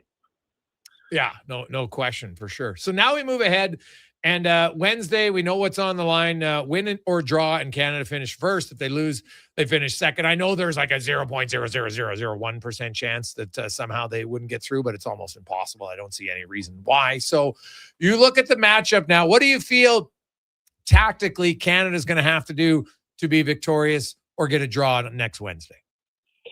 Well, you're going to get a Switzerland team, firstly, that can deal with kind of the pace of a top-level game, which Qatar didn't look like they could. You're going to get a team that's going to be good at holding on to the ball and potentially slowing the game down in periods when they want to do that. A very savvy, experienced team as well. They've had some of their own issues in terms of, finding enough attacking threat. They finally did late in that game against Bosnia with some of the substitutes, so you'd expect that will influence their selection as well. The one thing that's interesting with Switzerland is that I don't think it's impossible. I'm not necessarily sure it's likely, but I don't think it's impossible that they already have one eye on the next round here. Obviously, in theory, both teams will want to win the group, but I think it's more important to Canada than it is to Switzerland. And the worst case scenario for Switzerland is they empty the tank trying to win this game, and they need to win, obviously, and not just get a draw, and then don't get the result they need, and are playing 4 days later in the round of 32 as the second place team. And that's the big difference here is the second place team will play June 28th. The first place team plays July 2nd. It's a really big difference in terms of runway into that match. So whether they have half an eye on that and say, we could be okay finishing second. South Korea is probably going to be the opponent. It will be in LA and their base camp is in California. May not be a terrible outcome for them, and maybe choose to rest some guys as a result. I'm not sure, but it certainly either way will be Canada's most challenging test of the tournament so far. And, with Kone out, how do you see just the lineup adjusting, if anything, other than Kaliba? Like, coming off the bench, everything else. Tactically, what do you think changes? Yeah, I don't think too much. I think it will be Saliba in for Kone. I'd be surprised if it's anything else. Wanye is an option. He's a good set-piece taker as well, but I think they'll go with Saliba. Kyle Larin has 2 and 2. He's not coming out of the team. Obviously, no debate about Jonathan David anymore as well. So the only adjustments I think you could see more with the substitutions, again, it will depend on the state of the game, is did they try and get Alphonso Davies in and get him some minutes if he's ready for that? Do they try and get Moise Bombito in again to top up his minutes? But in terms of starting lineup, I'd be surprised if there's any changes bar Kone. Okay. Alphonso Davies was available yesterday. And I thought that word was very key. He was available, which and obviously once they got up early, there was no chance that he was going to play, but I'm still not sold he was going to play anyway. Do you think he starts the next game, or are they still going to try to rest him maybe until they get into the elimination round? Yeah, it's very difficult to tell, to be honest with you. Like, it seemed sudden that he was available because he had been only in training for like a couple of days at most. We hadn't seen all of the training sessions in full leading up to the game, so it's sometimes difficult to tell how much he is actually participating. But Canada Soccer had been telling us up until a couple of days before that he was still in the return to play kind of injury recovery protocol and just doing limited individual work. So he didn't seem to have much runway in terms of full training into that game. So I'm kind of with you. I wasn't expecting to see him, and I was a bit surprised when they announced he was available. Now he gets a bit more time, presumably, to train properly. It's a question of whether, how much value do you put on getting him into the game, getting him some minutes, allowing him to maybe adjust to, the pace of things and first team football again, versus giving him perhaps some extra time to be extra ready for the round of 32, particularly again, if you're in that July 2nd game and you've got a bit of a longer break going into it. So it's really difficult to tell right now. It's all kind of speculation from the outside as to how ready he actually is and what his role is going to be as a result. When you look at Switzerland, what are the biggest concerns that they will bring to Canada? I think, like I said before, it's the ability to kind of play the game on their terms and prevent Canada from, playing the Jesse Marsh type game they want of pace, intensity, lots of running, direct play, going to goals as quickly as you can. They have the kind of midfielders, when you look at Granit Xhaka, Robert Freuler, Fabian Rieder, some of these guys, they're very good at holding on to the ball and making you run. And if Canada gets into that kind of game where they can't get on the ball, they're kind of emptying the tank, trying to get it back, Switzerland is able to control the tempo of the game and then probably has a bit more off the bench to bring in to impact the game late on as well. That's the kind of game Canada wants to avoid. But on the other hand, sometimes Canada is okay not having the ball, playing on the counter-attack, playing in transition. That can suit them as well. So it's just going to be about, I think, finding that right balance between, when do we press, when do we go after them and really try to get the ball back, and when are we okay letting them have it, take a bit of a breather and wait for your opportunities, pick your moments. Oliver, really appreciate the rundown, man. Enjoy it. And I'll say one thing. The Canadians will come in with a boatload of confidence on Wednesday, and hopefully they can finish it off. Thanks, Jason. Enjoy it. There you go. Canada, of course, a huge 6-0 victory yesterday. That's Oliver Platt from One Soccer. Coming up, we go from football on your feet to football on your hands. On the Gregor Show, presented by PlayAlberta.ca.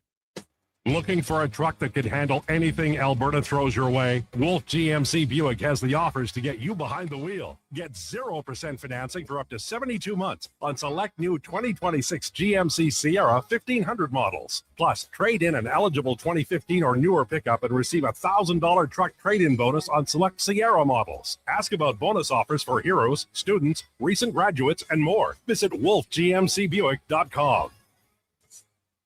With Play Alberta, backing the home team goes beyond the bets. That's because your picks have provincial impact. Play Alberta is the only app in the province that puts all revenue directly back into supporting programs and services that Albertans rely on every day.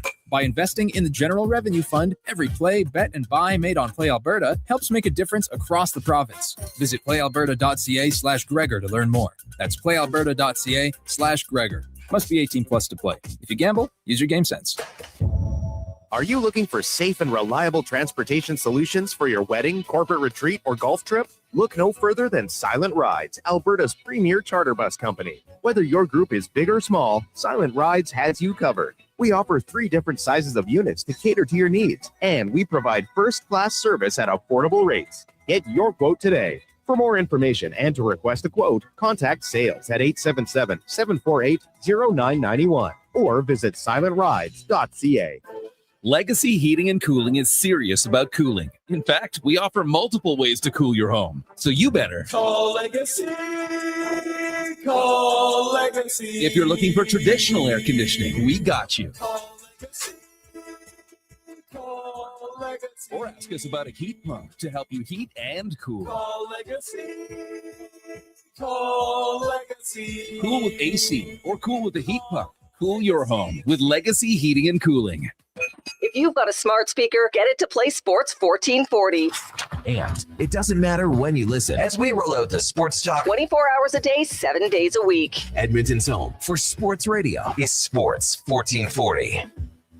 Shoulder pain. It can make even the simplest things like reaching up, lifting a bag, brushing your teeth, or sleeping frustrating. Rotator cuff strains, impingement, arthritis, they're some of the most common issues we treat every day. I'm Grant Fedoruk, and at Leading Edge Physio, our team brings postgraduate training, evidence-based technology, and just the right amount of humor and humility to help you feel better. Because we never forget the most important part, the gratitude we feel for every patient who allows us the opportunity to care for them. Because life shouldn't hurt. When it does, leadingedgephysio.com. Don't let equipment failure stop you cold. At AWS Welding in Nisku, our factory-trained service techs are on hand for all welding equipment repairs. We're a fully warranted center for Miller, Lincoln, and ESAB. And we service all makes and models. Proper, regular service extends the life of your gear and keeps it running at peak capacity. Don't wait for a breakdown. Book your service appointment today at 780-979-0470. AWS Welding. We make it happen. Hey, it's Jamie from Green Drop Lawn Care. They may be teeny tiny, but chinch bugs can completely devastate your lawn or garden. If you have yellowing grass that doesn't improve with watering, you may already have them. At Green Drop, we'll identify them, treat them, and help you recover from the damage before it's out of control. Stop chinch bugs cold with Green Drop Lawn Care, Canada's lawn expert since 1979. Find out more and get started at greendrop.com. Photographers, start your cameras. Vision Credit Union's annual photo contest is back. We're asking you to show us the people, places, and moments that made you glad you chose this rural life. Maybe it's the view from your farm, a walk down Main Street, neighbors pitching in, a weekend at the rodeo, or a sunset down a back road. Share your photo to show why life in rural Alberta is a choice worth celebrating. Enter and vote at whatsyourshare.ca. Hey, it's Jamie from Green Drop Lawn Care. You've known and trusted us as Canada's lawn expert since 1979. In all that time, the only thing we've loved to watch grow and flourish more than your lawn is our community. You've given us so much over the years, and we love to give back. Our community events crew is on the streets, at the festivals, and helping grow great causes and charities across the city. We love knowing your lawn is taken care of, and we'll help take care of the community too. Visit greendrop.com, and we'll see you out there. Portions of this hour brought to you by Papa John's. Looking for a tasty lunch? Papa John's has you covered. Get a small 2-topping pizza for only $9.99 with code S999 at papajohns.ca. Better ingredients, better pizza. Papa John's. The Jason Gregor Show, the best of Edmonton sports talk and beyond. This is Sports 1440. Presented by PlayAlberta.ca, Alberta's only regulated online gambling website.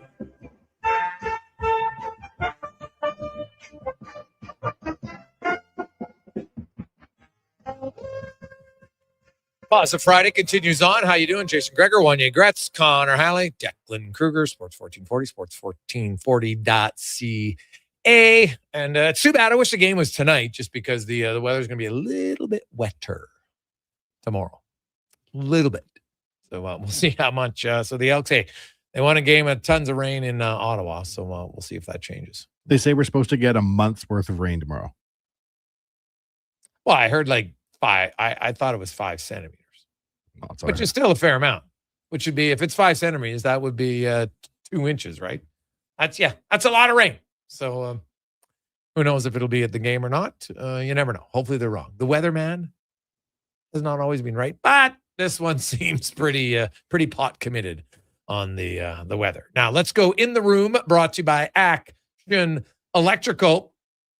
And if you've been thinking about it, you've been sitting on the fence wondering, do I do it? Do I not do it? Well, now's the time to act to get solar on your commercial building. You can Qualify for up to 30% federal tax credit plus accelerated capital cost allowance benefits. actionelectrical.net. And to break down a game of undefeated teams. I know it's early, but still, there's only 3 teams left, and 2 of them are going head-to-head in Edmonton on Saturday. The Montreal Alouettes are 2-0. The Green and Gold are 1-0. And to discuss it, Marco Badia, former player, now, of course, Al's radio analyst. Marco, welcome to the show, man. How you doing? Hey, thanks for having me, guys. Let's start with the unfortunate news for the Tyrese Beverette, who I think is probably their best defensive player. He is really good, and he is out. Can you describe how big of a loss this is going to be for the Als? Yeah, and I think we actually saw the effects of Beverette not being in the lineup last week, where he started the game after being questionable with a neck injury during the week leading up. And then after a couple of snaps, he was no longer out on the field. So there's some shuffling in that Alouettes linebacking core. And we saw them give up, over 400 yards of offense to the Toronto Argonauts in the absence of Beverette, who really is, the heart and soul of that defense, the kind of guy that can make plays against the run, against the pass. He can get after the passer. And whenever that defense needs a big play, usually Beverette's somewhere around it, either making that play or helping contribute to it. How do they replace him, Marco? Is it by committee? Because I know they move guys around to a lot of different positions. Well, that's the thing. In Northrop's defense, you're going to see a lot of different personnel packages. You're going to see some 3-down linemen, 4 linebackers, maybe an extra defensive back out on the field. But the good news is middle linebacker Jeffrey CanTorque, who took over for Darnell Sankey after moving on from the Alouettes in free agency, is doing a tremendous job in the middle of that Montreal defense. And in replacement of Sankey, they brought in Mika Awe, who's an absolute tackling machine. I mean, he's been averaging over 100 tackles a season over the past couple of years. So with the flexibility that CanTorque has, it was a simple move to have him slide over to that weak side linebacker spot occupied by Beverette and insert the veteran Mika Awe right in the middle there. So I don't think the Alouettes will skip a beat in that linebacking core. And the good news out of all this is that strong side linebacker spot, Najee Murray, back in the lineup after missing the game against the Argos last week. Offensively, the Als have been very good, and they pass the ball better than anyone from their quarterback. They got the 2 leading receivers. Davis Alexander, it was funny, Malik Carney, Alexander's never lost in the regular season. He goes, yeah, but I know how to beat him, because obviously they beat him in the when he was a member of Saskatchewan in the Grey Cup. But it's been an unreal start for Alexander. He can make any throw. He's really good on broken plays, is where I find maybe sometimes he's at his best.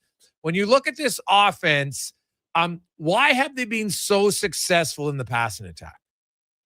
I think there's been quite a shift in the play calling philosophy since Anthony Calvillo took over for this 2026 season. So far in these 2 games, I haven't seen what I was expecting to see. I was expecting to see traditional Montreal offense that we've seen over the past couple of years, some throws at or behind the line of scrimmage, lots of wide receiver screens, nothing too high risk. But in these 2 first games, I mean, they are airing it out. They are letting Davis Alexander and those receivers run wild down the field, looking for that big play, very aggressive with throws down the field. And I think with the chemistry that Alexander has with Tyson Philpott and Tyler Snead, 2 of the most dynamic receivers in the CFL, we're just seeing the results of a mix between that chemistry, the talent, and the aggressive play calling from Calvillo and this Montreal staff. Yeah, what have you noticed different maybe in Calvillo's play calling from Moss? That right there, that they're really going to try to stretch the field vertically, running the ball a little less, which, I don't know how I feel about that. I would like to see some of those running backs get some more carries. I know in the first game, Travis Tice got injured early against the Ticats, so rookie Shamari Lawrence had to handle most of the load, got some carries late in that 4th quarter, and did very well with the football in his hands. Now, once again, for tomorrow afternoon's games, it'll be Tyson Lawrence in the backfield as Stevie Scott is still not ready to go for the Alouettes this season. But, when Tice gets going and the physical type of runner that he is, if he can get those yards in the middle, those physical yards, get that offensive line firing off the football. I think that'll help this offense, and that'll open up even more things for Anthony Calvillo, especially in that play action game. Yeah, it's been interesting to watch just kind of the evolution. You know, Jason Moss goes to Montreal, has had boatload of success.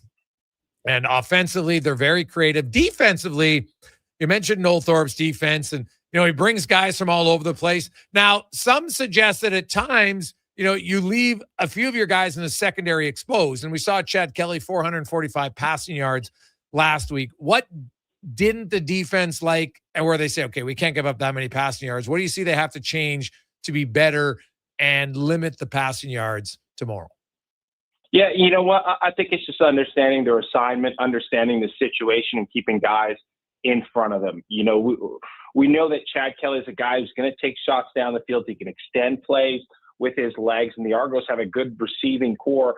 And I think the Alouettes defense in the secondary especially may have lost sight of that. And I think that group is out to prove something this weekend, is that they've had a little bit of a slow start to the season compared, you know, to the Montreal defenses of the past couple of years. You're talking about giving up nearly 400 yards of offense a game, only 2 sacks, nearly 30 points a game that this defense has given up. That's not a Montreal Alouettes defense. And so tomorrow's an opportunity for them to try to get back where they were these past couple of years, where they were really the dominant unit of this football team. If you're defending against Rankin, how are you doing it? Oh, gosh, after what he did in week 1, I'm not sure if I have an answer for that. You know, I think the focus for this Montreal defense is going to be to run to the football, no matter where you are on the football field.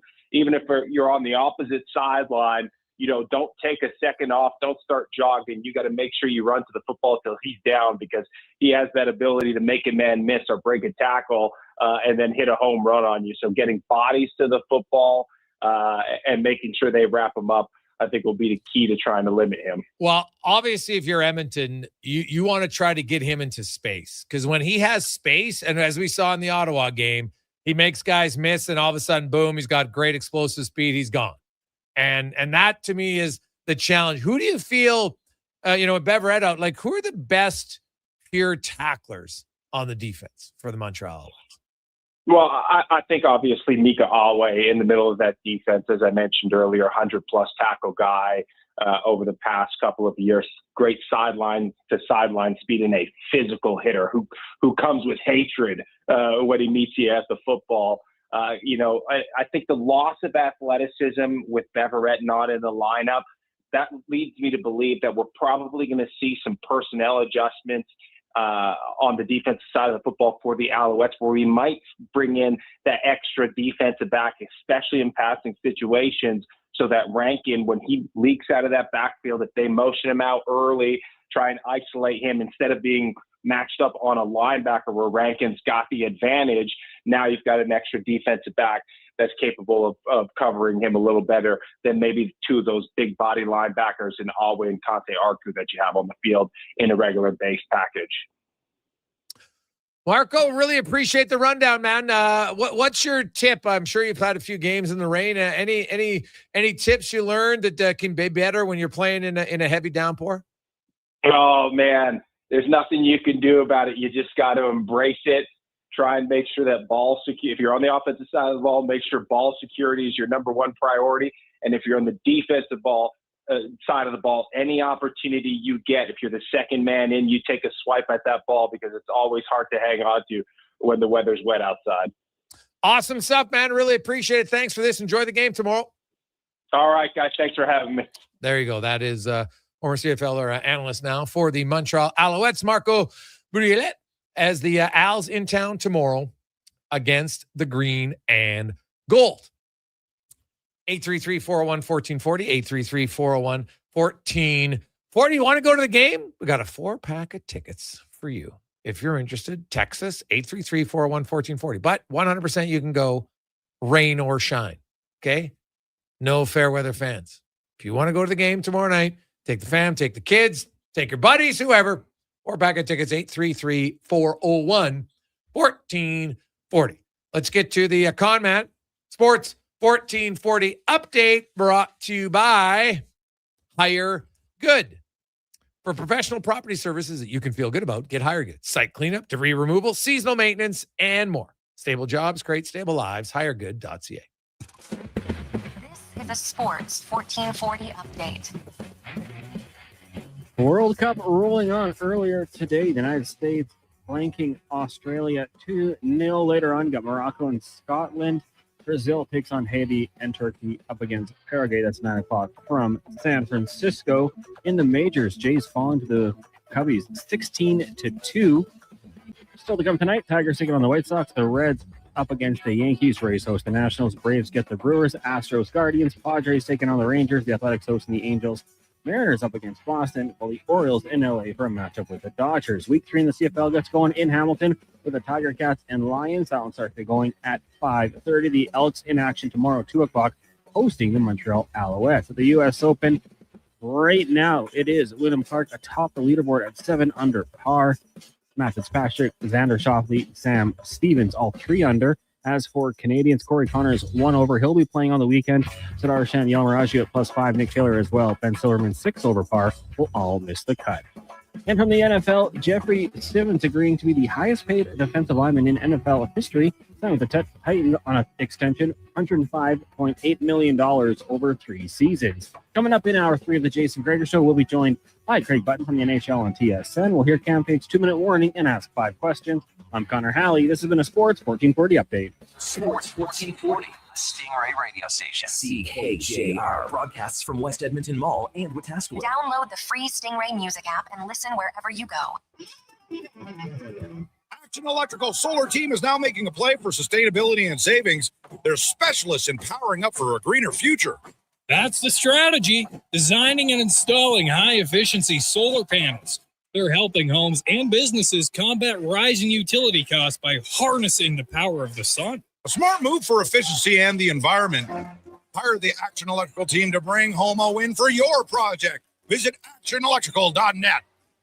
Whether you're a craft beer connoisseur or more of a wine aficionado, there's always something new to discover at Sherbrooke Liquor, a unique, family-owned, independent liquor store. The selection, incredible. The non-alcohol section is also very impressive. Sherbrooke Liquor, expert, knowledgeable staff with a passion for unique finds. More than just a liquor store, we're a community. Alberta's best, the one and only Sherbrooke Liquor. Wine, spirits, and oodles of beer. Visit SherbrookeLiquor.com. Okay, new strategy. I'll just live in the freezer till October. It's spacious in here.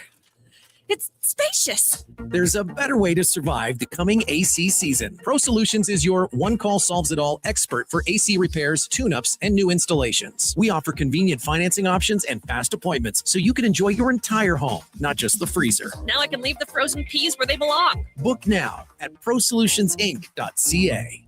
Wondering what you can afford? Let Go Auto do the math with our free car loan calculator. No pressure, no awkward convos, just quick answers on your budget and payments. Bad credit, no credit? We got you.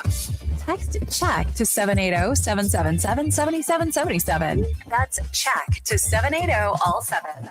Find out what you qualify for and start shopping with confidence. Go Auto. Drive what you love with payments that make sense. Come for Canada's largest trade shows, the biggest names in entertainment, exhilarating sporting events, and more. And stay for the experience at the Edmonton Expo Centre. Looking for the perfect place to host your next big event? From trade shows to galas, meetings, and concerts, the Edmonton Expo Centre has the space, event expertise, and service to make your next event unforgettable. With over 522,000 square feet of flexible event space, in-house catering, and operational expertise, they bring your biggest vision to life. Learn more at EdmontonExpoCenter.com today. Novo Blinds is your home ice advantage for window coverings. Edmonton's own custom manufacturer with over 300 5-star reviews from homeowners, builders, and commercial contractors. Book a free in-home consultation at novoblinds.ca. Say hello to your new favorite drinks. Introducing new McCafe Refreshers. Icy cool, undeniably refreshing, and available in 3 flavors. Strawberry watermelon, mango pineapple, and blackberry passion fruit. Only at McDonald's. You've got better things to do than wait for an oil change. Jiffy Lube gets you in and out fast. No appointment necessary. All you have to do is roll into a location near you, and we'll take care of the rest.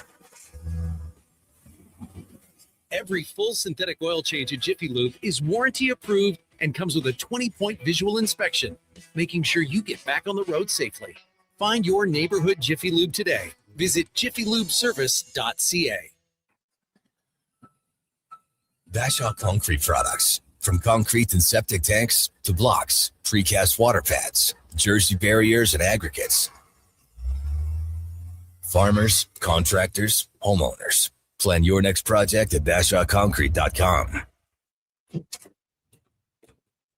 Family owned, over 60 years pouring. Bashaw Concrete Products. Once again, start here. BashawConcrete.com.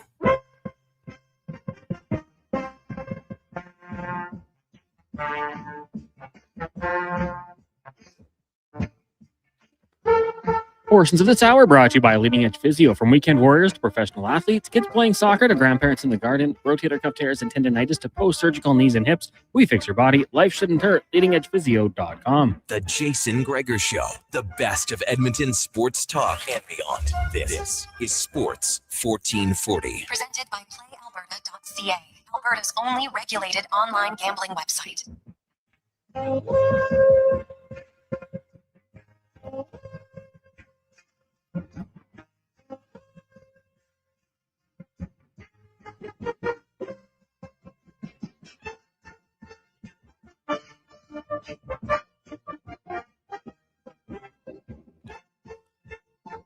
It's after 4 o'clock. Congratulations, Mark. He's going to the game.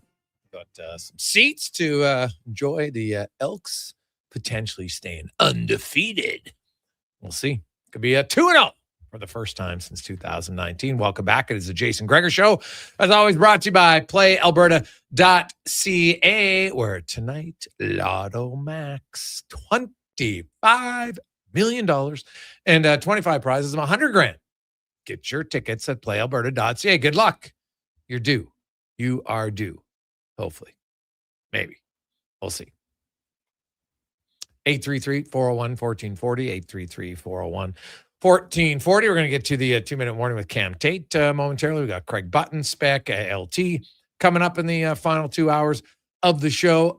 If you missed it earlier today, the Toronto Maple Leafs acquiring Darren Radish, and in a sign and trade, it was an 8-year deal at $8.5 million. They gave up a 5th rounder to Tampa Bay. So there's two sides of this to look at.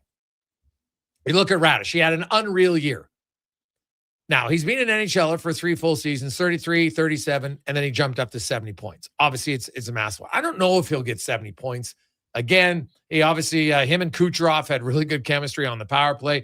Now, in the last 5 years, there's only 3 NHL defensemen who have had 10 or more goals in the power play. Radish had 10 this year. Makar had 11. Yossi had 11. Makar had 12. Now, Makar and Yossi each had 9 a few times. So those guys have done it. Now, Darren Radish has an absolute bomb of a shot. And can shoot it from, and he's accurate. That's the other thing. He led the NHL this year with 96 shots of 90 to 100 miles an hour. Most in the NHL. Second most, Evan Bouchard, 51. Bouchard had led the league the previous 2 years. But Bouchard's, it's interesting to look. He had I want to get the exact number on it, but it is something that I'd be curious about to talk to Evan about, because we saw a pretty big reduction in his shot velocity, at least the number of shots the last few years for Evan Bouchard when it comes to shot speed. So as I mentioned, Radish had 96, Bouchard had 51. In 2024, Bouchard had 110 90 to 100 mile an hour shots. In 2025, he had 74. And then this past season, it went down to 90 to 51. So now I'm looking at, from 80 to 90 miles an hour, Bouchard had 127. A few years ago, he had 100 and 108, but he had more of the higher ones. And then he had 139, right? But it's a pretty big drop, almost in half of his 90 to 100 mile an hour shots. Now, is that because he's just not teeing it up as much? Not really. I looked at his total shots. So It is something to, did he have a little bit of an ailment? And maybe the rest will help. That'll be something to watch for next year. But Radish can shoot the bomb. There's no doubt about that. People get the $8.5 million. That's just having to readjust. When you look at the cap, when you look at percentage of cap, 8.5 this year is equivalent to a guy who made 6.75 in 2024 when the cap was only 83.5 million. And next year the cap goes up to 113. So it'll alter. It's the term. 8 years, that's the concern. Now, is it a concern for the next 4? Probably not. Maybe not even 5. But the last few years of an 8-year deal, there's a reason why starting September 15th, no more 8-year deals. Only 7 years if it's a player that you have, like Tampa sign him, then they can trade him. So you could do it 7 or 6 for free agents, right? Like there's a reason why teams are doing it because there's too many. It's not the AAV, it's the term that usually bites you in the ass. I don't mind this deal for Toronto, but I'm curious, Tampa Bay, when I see them make this trade in their division. Now, some will say, Gregor, if they don't make it, then Toronto just gets them anyway. Maybe. Or do other teams get involved? But either way, I just find it like Vegas says, you know what? Edmonton's our biggest rival. We're not allowing you to talk to our coach who's not even on our team. Tampa Bay says, you know what? We'll take a 5th rounder and you sign Radish. Now, you could have just let him walk for nothing, but maybe other teams sign him. Like, part of me wonders if Tampa looks and says, you know what? We just don't view Toronto as a legit challenge to us. We look at Tampa Bay. We look at Buffalo. We look at Montreal. I wonder how much that plays into it. Oilers fans who are getting ready to run Darnell Nurse out of town, think about the salary cap implications of what his contract looks like in 2 years when these bigger totals are hit. Yeah. It becomes much more palatable as time goes on here when people are going to be handing out crazy contracts. Yeah. So, hey, Gregor, Hedman not playing was why he got the contract. No. It was because he took advantage of it. There was an opportunity and he crushed the door. That's what it is. You know what? Hedman being injured, if Radish doesn't produce, Hedman's still injured. Radish produced. And not every player does that. Just because you get a good opportunity doesn't mean you're going to produce. And I give him credit. He produced, man. He came through, and not a lot of guys do that. That is, that's a big win for Radish. A guy who hadn't made a ton of money in his career. He had he worked hard. He improved his defensive play. He became way more accurate with his shot. And it led to a life-altering payday. $68 million. Like, good for him. I never get mad at the player ever. Right? Just somebody out there, you know what? You get a good payday. You worked hard for good for you. I would never feel jealous for him. I'm like, hey man, they put in a lot of work. I don't know what he had to do on his path. I have no idea. So I see what happened when he played. Great. But you don't know the sacrifice and the work ethic they put in. So good for anybody who can do it. And that's late in the game to cash in and get the bag too. Oh, right? Yeah. So he's probably had a lot of seasons being like, man, man. Well, prior to this, I think he'd made $2.9 million in his career. And now he cashes in at 68. Like that's life altering for him and his family for the future. So good for him. Probably inspires other older players too that are still grinding away on lower AAVs, right? Well, I think a lot of players, they feel like, you know what? Can I be a difference maker? Because a lot of people say, I just need a chance, right? Like, it's funny how many people say, oh, yeah, I play. Oh, you know what? Yeah, my coach never liked me. That's why I didn't go to the higher level. And I'm always like, the coach might have limited your ice time, but if you had the skill, then someone else would have given you a chance. It's okay, because it's easier for some people to say that rather than be like, you know what? I wasn't good enough, which I've never really understood. Like, it's hard to be an NHL player. You could be a really good university player. You could be a really good WHL player. You could be a really good junior A player, junior B, whatever. That's the level you play at. Be happy with it. Doesn't mean you're less of a human. Just someone might be better at hockey. Who cares? Do you think there are instances among NHL players, though, where having the wrong coach altered the trajectory of their career? Or do you think they always overcome usually? No. I think there's lots of players. Well, you start to lose confidence and sometimes you never regain it. Now, Darren Radish, this guy undrafted player, spent 6 years in the American League, just grinding it out, working on his game. Wasn't drafted, so he's probably thinking, hey, man, make the most of it. Then he got to the NHL. Took him 6 years. That's a long time. But he kept working on his game. didn't use the fact that he was in the AHL as an excuse not to keep working hard. And he got rewarded, right? Hey, just being in the NHL, that in itself was probably a big reward, but then you cash in like this. Hey, good for him. So I like it. I always like those stories like that. Now, let's get to the 2-minute warning with Cam Tate, brought to you by Legacy Heating and Cooling. Home with the no payments, no interest for 1 year on your AC unit, or you can bundle it up with your furnace and save even more. LegacyHeating.ca. Cam Tate, longtime journalist in town. Cam, born with cerebral palsy. He's in a wheelchair. And despite his disabilities, never let him slow him down. 45 years as a reporter in town. He's always wanted to be in radio. And now he is. Through the wonders of technology, Cam's words come to life in the 2-minute warning. And on Friday, I get the honor of reading Tater's 2-minute warning. Connor, cue the music. All right, Gregor. I'm playing your game of being Oilers GM. I want the GM job right now, today. I got a notepad, a bad knee, and zero patience for nonsense. Let's talk net. I'm calling Vegas. Aiden Hill, good goalie, solid, quiet. Post an .871 save percentage, which in Edmonton terms means he stops the puck more than the Henday stops traffic. Not always, but more. Here's his contract clause. Hill gets his save percentage up to .950, gets a piece of 3 Edmonton investments, a stake in the Kingsway parking lot, a silent partnership in White Avenue pierogi truck, and a timeshare 1 week per year on the West Edmonton Mall submarine. He'll be the wealthiest man 40 feet underwater. Good for him. Defense, I need a puck mover. Not a puck toucher, not a puck watcher, a mover.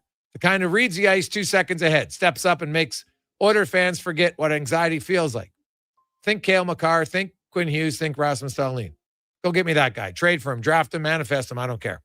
And up front, I want a tough guy, a real one. Someone who drops the gloves, sends a message, and makes the other team nervous on the bench. Tom Wilson, Ryan Reeves, that type. Kind of forward who reminds the other team this isn't a figure skating competition. Edmonton's got skill, I know that. But skill without grit is just a highlight reel. Give me both. Now, contracts, 3 years. That's the rule. 3, not 7, not 8, not the kind of deal that outlasts your dentist. 3 years. You want to wear the orange and blue? Prove it. Every shift, every period, every game at Rogers Place with 18,000 people who drove here in -30 because they actually believe. You don't want to be here? I see it. I always see it. And I'll be traded faster than a city crew fills a pothole on 97th Street, meaning I won't, actually, but I'll try. Now, the part that matters most. Every home game. A warrior of the game, a Canadian veteran, decorated real, someone who signed up, shipped out, and came back changed. Before the puck drops, that veteran walks into the room. No PR handler, no talking points, just them and the team. They give the pep talk. Because if these players, good players, can't find something inside themselves after hearing from someone who bled for this country, we don't have a hockey problem. We have a soul problem. Hire me. I'll bring the notepad. Cam Tate, 2-minute warning. Sports 1440. Ooh, little motivational speak from Cam Tate. No long contracts.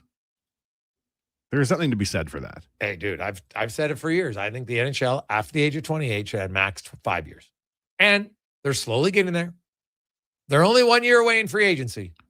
Starting, this is the last summer that free agents can get 7-year deals. Next year, it's down to 6. And on the next CBA, I won't be shocked if it goes down again to 5 and eventually gets there. Other leagues have it. I don't see, first of all, 9.6% of players have 8-year contracts right now. It's a small percentage. And some of those guys, remember Nathan McKinnon? It's not great to be the best value contract in the NHL, right? Because he signed for 8 years. Imagine if he only had signed. Now, he was younger, so a little bit different. But his point to me makes sense. And if you're a superstar player, you sign for 5 years, and you keep superstars usually maintain it. Guess what? They're still going to get paid. It's not going to matter. It's more so going to be the guys who have a lower percent chance of maintaining the play to make their contract fair value in the final 3 years of the deal. Because those are the contracts, and there's a long list of them that have bit teams in the ass time and time and time again. Now, they don't have the wherewithal because it's like, well, geez, if we don't do it, Chris across the street's going to do it. It's true, but a lot of GMs, they're not with the team for 8 years. So they're not even worried about, well, you know what, the last 3 years might suck. Well, I can't worry about that because I might not be here, right? Right or wrong, that's how they view it. So I'd be all over it for, you're never going to get 3 years, but 5 years for after the age of 28, I'd be all for it. So Whether or not it ever happens, we shall see. Hey, Greggs, I hadn't really thought about your point. Everybody's so focused on the coach. I do agree. There's way more on the GM. Well, think about it. Look at the Oilers roster today. The coach isn't going to alter it that much. Hey, I like this guy. Doesn't mean you'll get him, right? So the GM's got to negotiate with Connor Murphy's agent. The GM's got to negotiate with Dickinson's agent. Kapanen's, if they're going to sign him or not. And we'll see. And then the GM's making the Nurse trade. The head coach isn't making the trade. It's the GM making the trade. So, yes. And it's not the coach who's going to come in the room. Hey, I want this goalie. Well, great. Doesn't mean you'll get him. So, you can have some input, but the coach has been out of the league for 7 years. I don't know how closely he's followed. I have no idea. Like, what's his scouting assessment on other players? He can have an idea. The coach will say, hey, I want to play this style of play. That's where you got to be in unison with your GM. Like, don't get guy who can't forecheck if you want to be a hard forechecking team, right? That would be a terrible connection. So don't do it. So they got to find out, and he'll know what style he wants to play. We all know that the Oilers would like some defensive responsible players. That's why they went out and got Murphy and Dickinson. Right? They got bigger body and Doc who can skate. It's got sneaky good hands around the net. So they got pieces, but to fill in the pieces, to me, I think there's more emphasis right now on the GM than the head coach. Right? Well, soon to be head coach. Not official, but unofficial, if you know what I mean. When we come back, a former GM, and we're going to talk to him about that. Greg Button next on the Gregor Show, presented by PlayAlberta.ca. Legacy Heating and Cooling is serious about cooling. In fact, we offer multiple ways to cool your home. So you better Call Legacy. Call Legacy. If you're looking for traditional air conditioning, we got you. Call Legacy. Call Legacy. Or ask us about a heat pump to help you heat and cool. Call Legacy. Call Legacy. Cool with AC or cool with a heat pump. Cool your home with Legacy Heating and Cooling. Good to go. With Mortgages to Go, you'll be good to go. MortgagesToGo.ca says yes when the banks say no. That's why Alberta has trusted Mortgages to Go for over 23 years. If you need cash and have equity in your home, you're approved instantly, guaranteed. Call 1-888-888-5998. That's 1-888-888-5998. With Mortgages to Go, you'll say, good to go. The job isn't done until the last load is hauled, and having a semi-trailer out of commission is not an option. Whether replacing or adding to your convoy, Edmonton Trailer has a huge inventory of new and used semi-trailers, trusted by the gravel, logging, oil field, fluids, and freight industries. Find a trailer right for you online or at one of their 3 locations. For sales, service, parts, rental, and finance, when you're in it for the long haul, Edmonton Trailer. Our new McCafe crafted sodas just drinks or something more. Like Sprite Berry Bliss, Creamy Strawberry Coke, and Orange Dream. All swirled with fizzy flavor and topped with silky cold foam. Only at McDonald's. At participating McDonald's restaurants in Canada. Cattail Crossing Golf and Winter Club. Fun and friendly with morning rates Monday to Thursday. Just $65 for 18 holes with cart. $55 for seniors. Includes a $5 food voucher for dining at Cattail's Out of Bounds restaurant. There's early bird golf Saturday and Sunday. $50 for 9 holes with cart and snack voucher. 9 and dine Fridays after 4. $130 per pair for 9 holes cart and a $40 Out of Bounds gift card. Plus, Glow Golf every second Friday and bring your dog golfing on Mondays. Visit cattailcrossing.ca. Looking for a solid 4x4 that checks all the boxes? The 2026 Jeep Compass is in stock now at St. Albert Dodge, and this is a great value, starting from just $36,900. It's a Jeep, so you've got 4x4 capability, plus features like an 8.4-inch touchscreen, Apple CarPlay, active lane management, a Park View rear backup camera, and more. Over 30 in stock right now in just about every color you'd want. Head up the trail and see how easy it is to do business at St. Albert Dodge. Say hello to your new favorite drinks. Introducing new McCafe Refreshers. Icy cool, undeniably refreshing, and available in 3 flavors. Strawberry watermelon, mango pineapple, and blackberry passion fruit. Only at McDonald's. Get ready, outdoor enthusiasts, for the Kalmar Gun Show. Head to the Kalmar Hockey Arena today from 3 till 8, tomorrow 10 till 6, Sunday 10 till 3 for the premier event to buy, sell, and trade the best in hunting and sporting gear. Visit huntmaniashows.com. Hi, Edmonton. Fuel prices are climbing, and Subaru fights back with the all-new, all-electric 2026 Trail Seeker. With up to 444 kilometers of range, fast charging, legendary Subaru symmetrical full-time all-wheel drive, the Trail Seeker is built to help you go further. And when summer adventure calls, it's ready with towing capacity of 1,587 kilograms. Test drive the all-new Trail Seeker. Visit your local Subaru dealership today and seek every trail. Welcome to Uncommon. It might have been scraped by the snowblower, dented while door crashing, or crunched at the company Christmas party. At some point over the winter, your car was damaged and it's been hiding under a coat of winter grime. Then come and see Robertson Body Works. We can take care of the damage and the dirt. This week only, call and book a repair and get a complete auto detailing absolutely free. But you have to book your appointment before the week is up. Go to robertsonbodyworks.com. I'm Tim Robertson, and I fix cars. The Lawnmower Hospital. Whatever the job, consider it done with the Lawnmower Hospital in Ego, the top-rated brand in cordless outdoor equipment. Their universal battery platform takes you from mower to trimmer into the mini bike with just one battery. They keep the party going with the Ego misting fan on those hot summer days, and then keep the party going with the Ego Bluetooth speaker at night. Check lawnmowerhosp.com now for stock and pricing. The Lawnmower Hospital.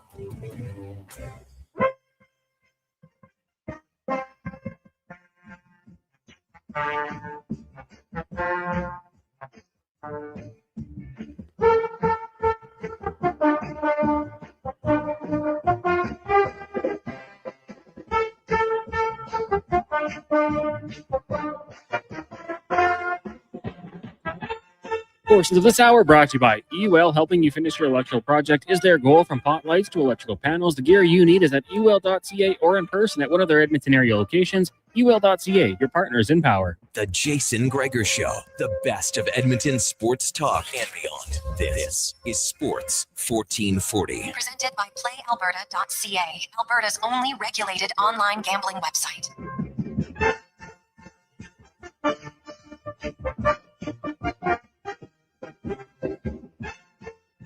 423 as you make your way to the end of the work week. Thanks as always for joining us. Jason Gregor Show, Sports 1440, sports1440.ca, YouTube, Facebook, X, Instagram, Twitch. Thanks for listening, watching. Hey, hit the subscribe button, a thumbs up, say hello to Declan. Ask him some football questions. He would like it. There you go. Gregor Show is always brought to you by PlayAlberta.ca.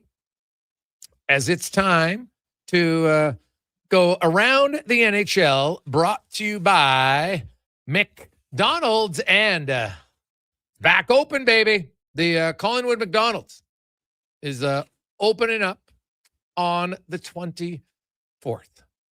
So you got about 4 more days. Don't worry, you can set out to the Westgate one on 90th Avenue, but the countdown is on 4 days, and they will reopen at Collingwood's McDonald's. Former NHL general manager, Stanley Cup winner, scout, ace analyst and scout for TSN, Craig Button, joins us. Butts, how you doing, my man? I am doing really good. I don't know if you heard, but Satina Nation here, which does so many great things in the community, but they're opening up a McDonald's right on their land, which is just around the corner from me, and they're going to make it like the theme of their nation. So it's going to be pretty cool. These different themes that are representative of not only a community but of cities. It's really cool. Oh, nice. All right. Yeah. I like it. Give me your thoughts on the Radish sign-in trade that came down today. Well, it's interesting. So, people go, oh, geez, 8 years, $8.5 million. And the way I look at it, Jason, is this way. There's a price to do business. And you can rationalize any decision you make when you use, it's the price of business, and whether you think it's good business or bad business. But here's the business of the Toronto Maple Leafs. It's about next season. It's about the year after. And it's so much about what does Austin Matthews believe the Toronto Maple Leafs are capable of. So can we look at it and go, okay, 8 years, you might say it's a little bit too long, but that's not the mandate that John Chayka is under. He's under a mandate that says we need to get our team improved. We need to show Matthews and Nylander, key players, Matthew Nyes.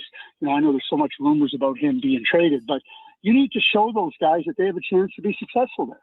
Because what we're seeing around the NHL is if players don't feel they have a chance to have success in a particular market, they're going to ask to be out. That's as simple as that. And I think that for the Toronto Maple Leafs, big market team, big entity in the sports world, that's what it is. So you need to improve your power play. You need that type of a defenseman. I bet you if you put John Chayka to the truth serum and ask him to be he'd like it to be less term. He'd like it to be a little less dollars, but this is the price of business. And the price for business for the Toronto Maple Leafs right now is exactly what I outlined. And I think you can rationalize it as being good business right now. Yeah, the one thing that I was interested in is now some would say, well, they could have got him anyway. And that could be true that, no other team was willing to match what Toronto was offering, but you don't know that till you get to free agency. And it was an 8-year deal, instead of only 7. So to me, for Tampa Bay, you give, I look at it this way, Craig, and I might be wrong, but I think Tampa Bay making this trade with Toronto is a kind of a little bit of a sign that the organization in Tampa doesn't view Toronto as a real deep threat, because you kind of help them by allowing them to get Radish earlier, only for a 5th-round pick, and they get him for an extra year. Yeah, I think that's sound reasoning. And, you're always assessing your competition, whether it be in the division and certainly within the conference. I don't think you can start looking outside your conference to really assess where you fit in competitively wise with other teams, but certainly within your division, within your conference, I think that's a very rational thought. And certainly I think it's one that's accurate. Why would Tampa Bay see Toronto as a threat to them? Yeah. You look, we got 2 official and one is as close to official. Press conference is going to either be Monday or Tuesday for Mike Babcock. You got Hiller in Toronto, Craig, and then you have Ryan Craig in Vegas. What do you make of the 3 coaching hires this week? Well, how about can I just say, we go this week, how about if we stay in the Pacific Division? Manny Malhotra, new coach, Peter Laviolette, new coach, Ryan Craig, new coach, and a new coach in Edmonton. Hey, Jim Hiller's in Toronto and wonderful and everything, but the Pacific Division is going to have 4 new coaches at the beginning of the season. And I think that's really interesting. We saw where Vancouver was at. They felt there was time to make a change. Edmonton is looking to, they have an immediacy and an urgency to their situation. Ryan Craig, Kelly McCrimmon's words, he's one of us. He's grown up with us. And certainly Peter Laviolette to LA trying to find a way to move forward. So I find it fascinating how close the league is, how teams recognize, okay, I don't think that anybody in Edmonton, anybody in the ownership or the management group would say Chris Knobloch wasn't a good coach.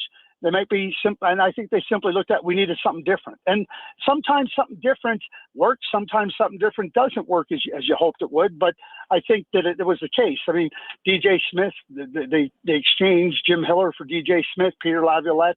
I think, Jason, you asked me this question. I'm just going to kind of digress for a second, but you asked me this question last year. What 100-point team did I think would have less than 100 points this year? One of the teams I said was the LA Kings. Mm-hmm. Well, I'm going to go one step further. I don't think they make the playoffs next year.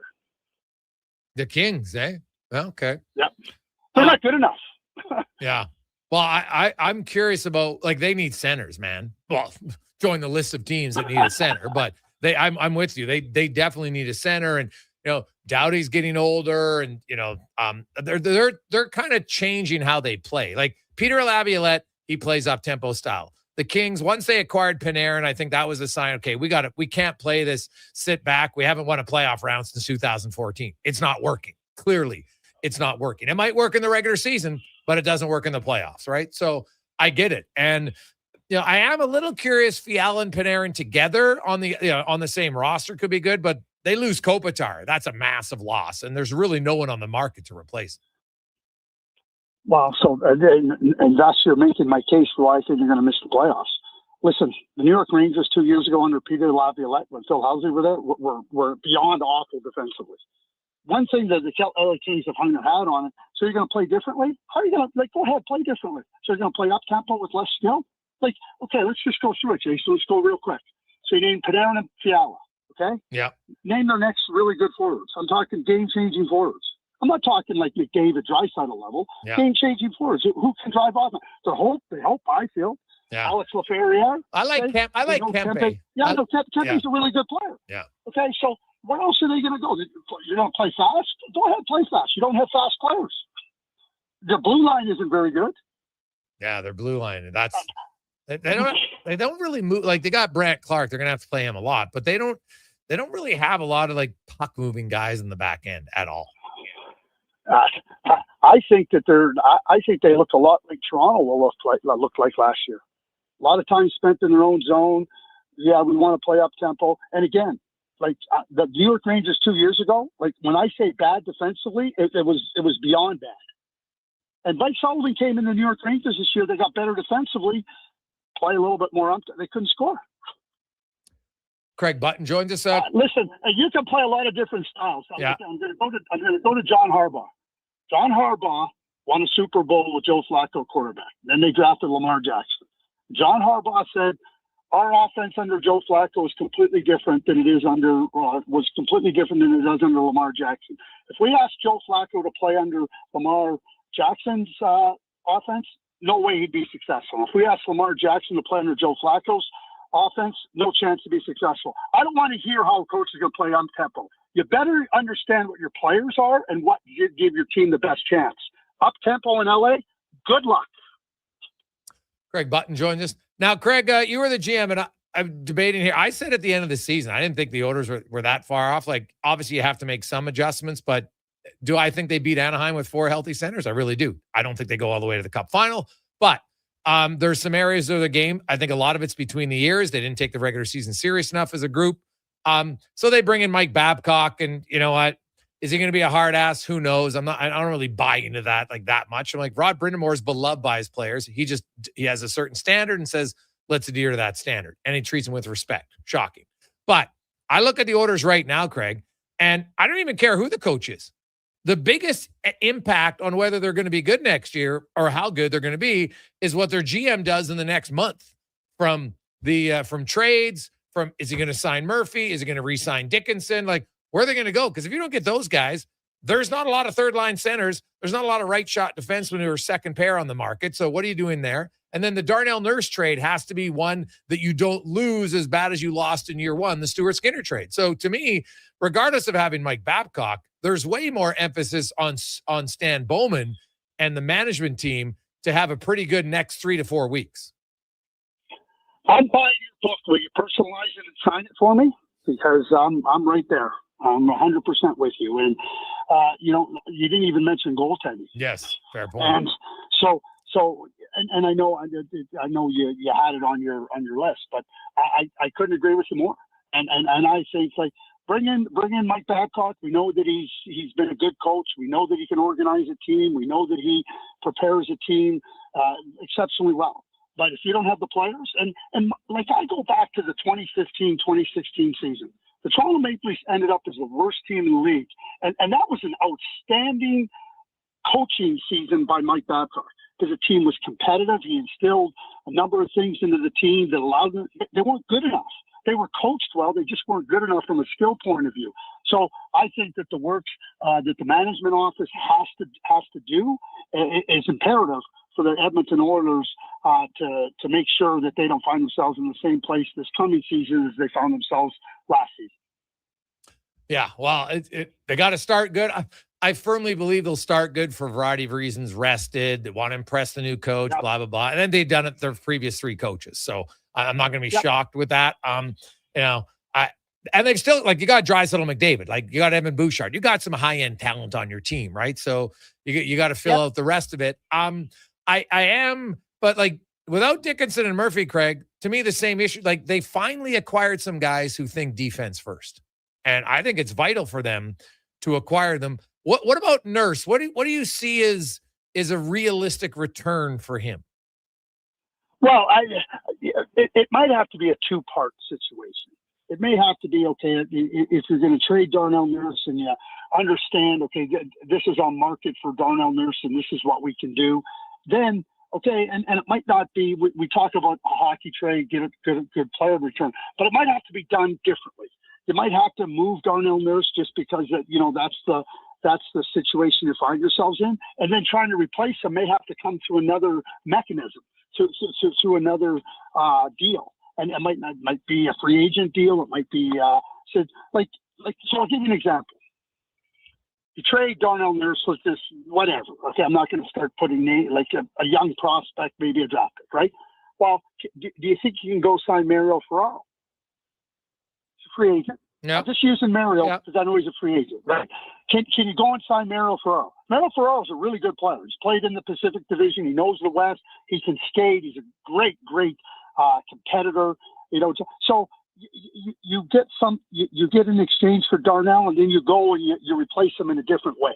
That's what they may have to do, and I think you have to explore all those options. It might not just come in a straight exchange for Darnell Nurse. If it does, okay, that's fine, but you have to keep your avenues open to how you execute that deal, both from what's the return going to be for Darnell and what's the replacement going to be for Darnell. Two different. They could very well be two different things. Yeah. Oh, very true. Right. And to me, if you make a Darnell Nurse trade to free up cap space, you have to have a subsequent move already planned. You can't just, okay, we created cap space. And then have no plan for the cap space, because it's not like there's a ton of free agents out there. Or now you have to give up even more assets to fill in to get the cap space, right? That's, to me, the challenge. Yeah, and it is a challenge. But every GM in the league has different challenges that are presented to them, and it's up to the GMs now to find a solution to what confronts them to try to get their team into a competitive spot. Now every team is in a different place. Oilers find themselves in a different place, but if you trade Darnell and you don't have a player to step in there, and again, Brett Kulak's a free agent. Can Jake Wallman be a second pair defenseman and Kulak settles back into a third pair again? Those are the things you have to consider. Yes. Yeah. Well, for sure. Lastly, Craig, you look at now we're a week away from the draft.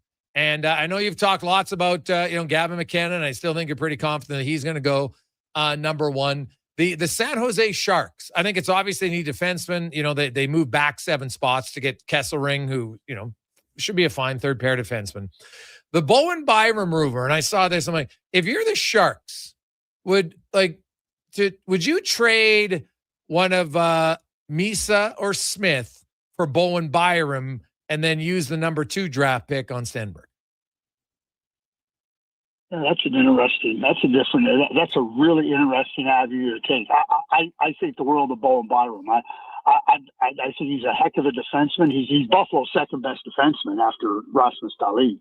And, he's young, he's 25, we've seen what he's done. We see how he functions and really performs in a really good environment, winning a Stanley Cup in Colorado.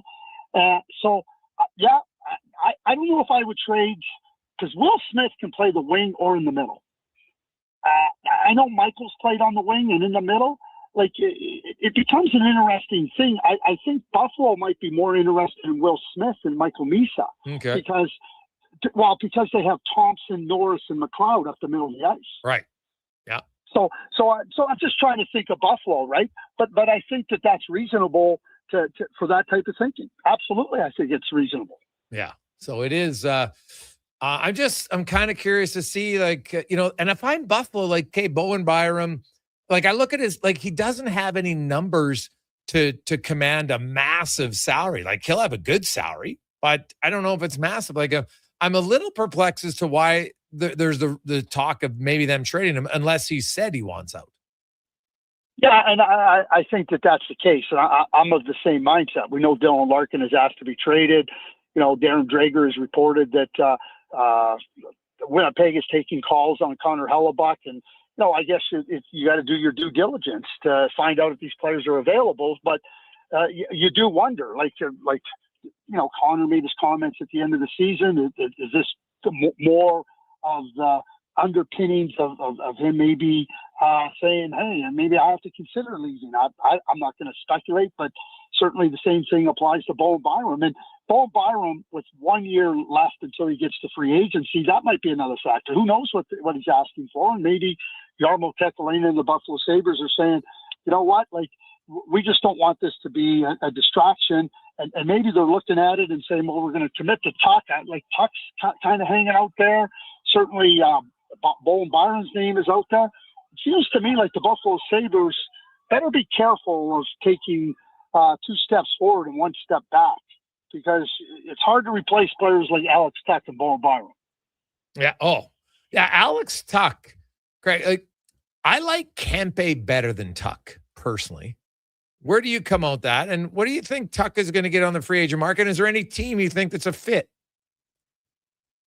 Listen, I love Adrian Kempe. I think Adrian Kempe's a heck of a player. I think he's a frontline player.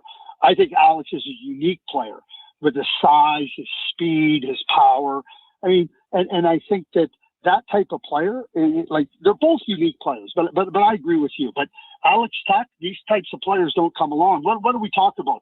Strength and speed and power and skill. Check every box beside that for Alex Tuck. So a unique player like that, teams that are looking for that type of player, I don't have any question.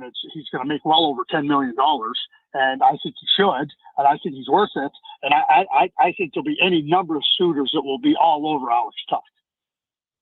Oh, yes. I would think there'd be a few of them. And it will be fascinating to see what happens, even though it's not a very deep free agent pool, Craig. All it takes is one to get somebody a big contract. And we saw it. I'm going to ask you a question. Sure. I'm going to ask you a question. Should the Edmonton Oilers go after Alex Tuck if he hits free agency on July 1st? Ooh, good question. Probably going to cost you. You don't have to answer it. You can mull it over. It's going to cost you probably, what, 10 mil? Yeah. Yeah. Well, Darnell cost you 9.25. Yeah. I guess, yeah, if you're just going to trade him away for nothing. But then you know what, Craig?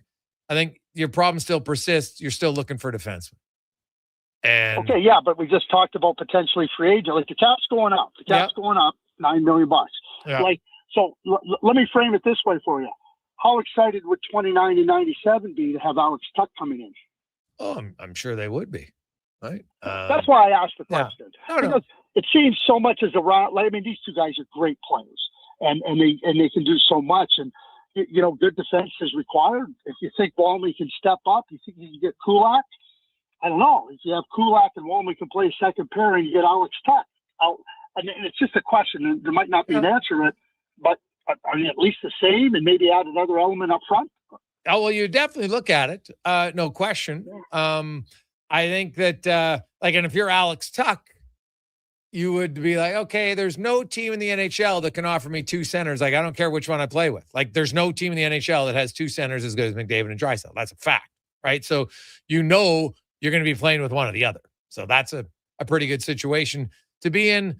I don't know if I want to pay Alex Tuck $10.5 million. That's my only concern. I don't know why. I don't know. I can't wrap my head around that number for him. Price of business. Yeah. No, you're right. You're totally right.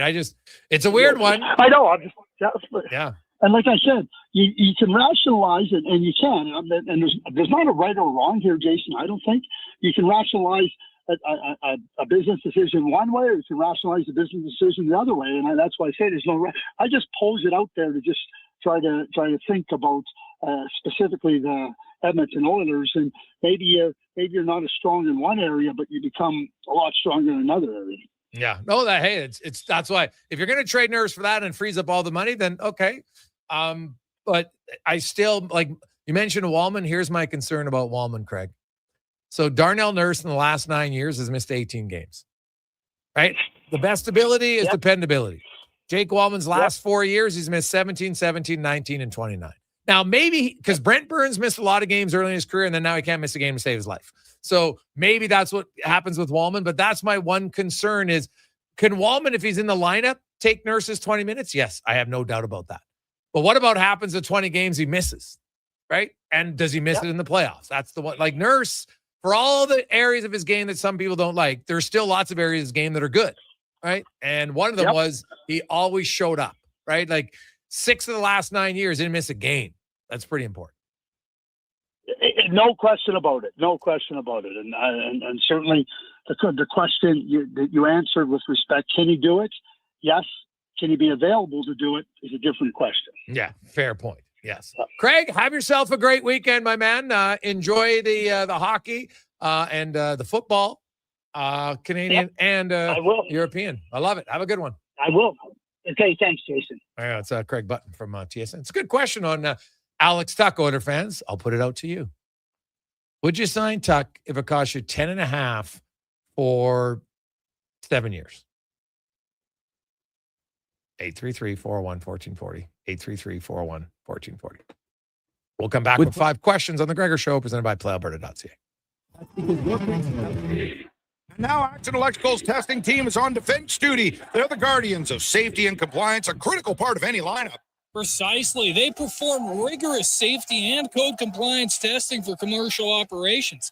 Think of them as the referees, ensuring everything is up to standard before disaster strikes. Their preventative plays are legendary, spotting faults early. Hire the Action Electrical team to bring home a win for your project. Visit actionelectrical.net. With Play Alberta, backing the home team goes beyond the bets. That's because your picks have provincial impact. Play Alberta is the only app in the province that puts all revenue directly back into supporting programs and services that Albertans rely on every day. By investing in the General Revenue Fund, every play, bet, and buy made on Play Alberta helps make a difference across the province. Visit playalberta.ca/Gregor to learn more. That's playalberta.ca/Gregor. Must be 18 plus to play. If you gamble, use your game sense.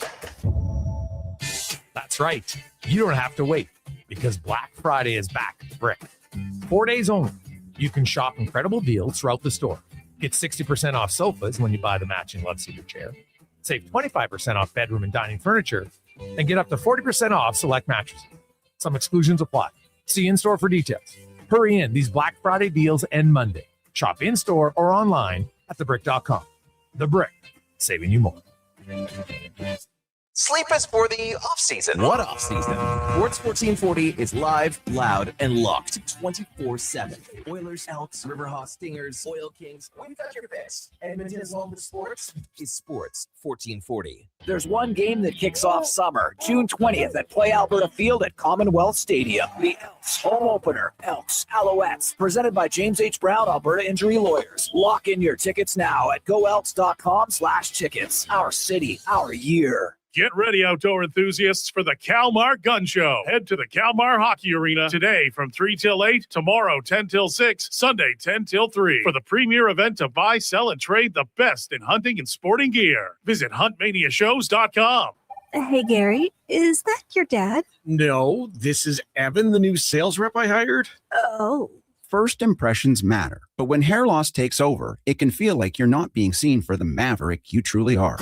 Hi, I'm Dr. Vance Elliott. At Advanced Hair and Skin Surgery, we know that hair loss is more than just a cosmetic issue. It's personal. Let's discuss all the cutting-edge options available so you can make a great impression every time. Book a free consultation today at drvanceelliott.com. What's it like to score a winning deal at Car West Leduc? Like raising the cup in your hometown on your birthday. Feel it now at Car West Leduc. Experience a vast, uncompromising selection of top-quality used vehicles with no extra fees. Trucks, sedans, vans, SUVs, and more. Backed by family-run service and top dealer ratings on Google. So when the final siren goes, you go home with a deal you'll never forget. Car West Leduc, 6514 Sparrow Drive, Leduc, or at carwestautosales.com.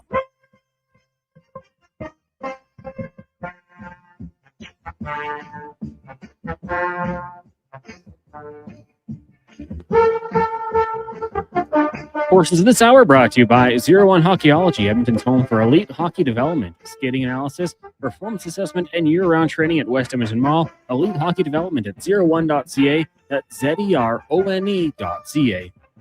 The Jason Gregor Show, the best of Edmonton sports talk and beyond. This is Sports 1440. Presented by PlayAlberta.ca, Alberta's only regulated online gambling website.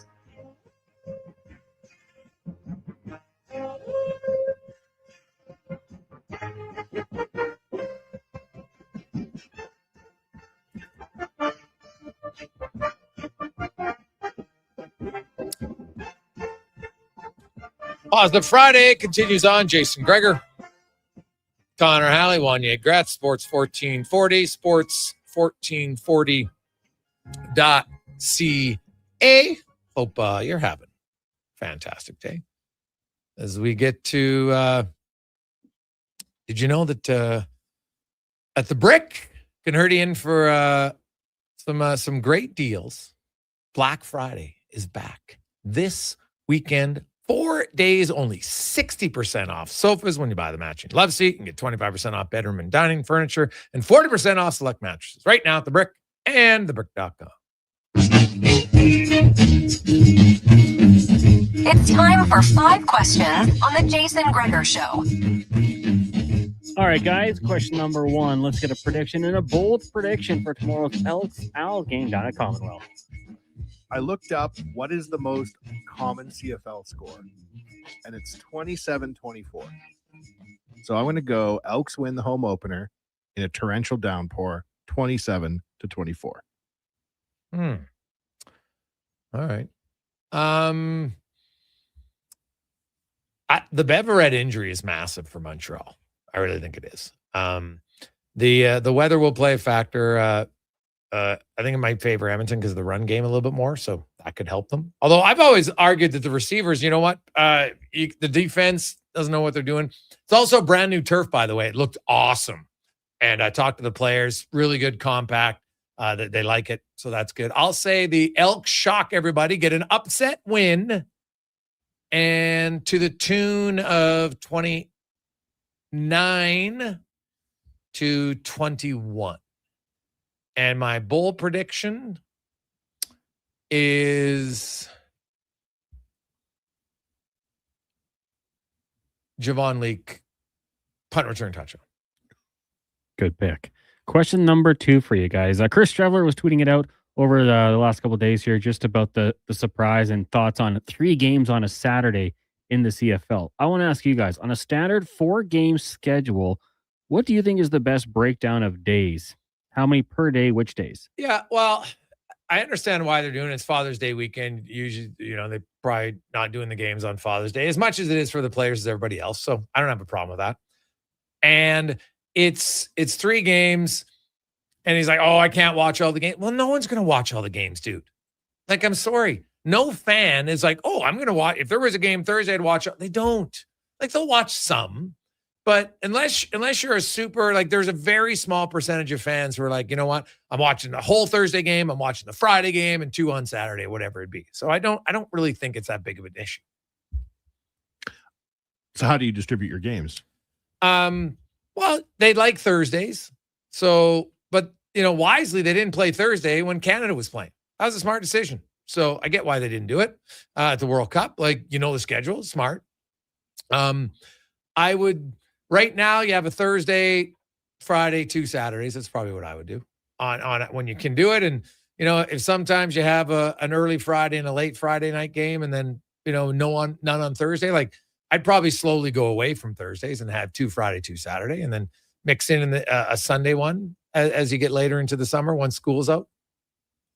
I think Friday night and Saturday night's good, Connor. I don't know that the weekday games necessarily have the same draw. A nice Friday night game, go have a few beers, What would you do? I think I'm a fan of 2 Friday, 2 Saturday. If you can do that and make it work, I'm a fan of that. I don't love Thursday. And truthfully, I don't love Sunday. If it's away and I'm watching it on TV, I'm okay with Sunday, but I don't love going down for me personally for Sundays. Question number 3. Radish gets the 8-year deal. I want to ask you guys, do you think he'll play out the whole contract at an elite level, or do you think we get to a year, and if so, which year, where you think the Leafs will not be loving that they signed the deal? This contract's touching 2034 hockey, Connor. Yeah. He'll be 38. That's deep in the game. I think it's very unlikely you can predict how someone's going to be playing at 38 years old. I think that last year, maybe the last 2 years, either bought out or regretted. Yeah. Is he going to play out all 8 years? That's tough. I don't think he'll get bought out, but I could see him maybe getting traded later in the contract. I'll say that. Like, I don't think he's going to get bought out. Question number 4, Jonathan Taves, official retirement. What do you guys say? First ballot Hall of Famer, or Hall of Really Good? Where do you have him? Shout out Hall of Good on Instagram. by the way. Hilarious account. I think he's in the Hall of Fame, Connor. Do you? I do, yeah. He's done virtually everything there is to do. Mm-hmm. Yeah. He'll get in because he won all the cups and everything. I like Taves as a player. I always chuckled when people were trying to say he was better than Crosby. That might have been the most overhyped time of his career. It was ridiculous because, you look at his career and really solid player. Never he had one season of over 70 points. He had 2 years of over 30 goals. But because he won cups, multiple cups, that's going to do it. And that's fine. So yeah, he'd probably be, he'll be in there, but I don't think he's I don't think he's like an automatic first ballot Hall of Fame, but he probably will be because of the cups and the hype. I just thought it was ridiculous when people would say Jonathan Toews is as good as Sidney Crosby. I'm sorry, it wasn't close. Yeah, that's a crazy take for me, but I'm Hall of Famer. The Olympics don't hurt him either. Big fan of his as a player. Question number 5 for you guys. On this day in 2013, sadly, we did lose actor James Gandolfini, who famously portrayed Tony Soprano. In honor of that, who are your top 3, I'll say movie or TV, gangsters, criminals, mobsters of all time? 13 years since James Gandolfini passed away, Connor. R.I.P. Some of those anniversaries don't seem right. My top three would be Nucky Thompson from Boardwalk Empire. Don't know if you ever watched that. Unbelievable character. Thomas Shelby, the Peaky Blinders guy. He's great. And then Bane and Batman, the old classic. Ooh. Go ahead, Cons. Mine would probably be, and there's room for probably moving these around, but I liked Frank Lucas.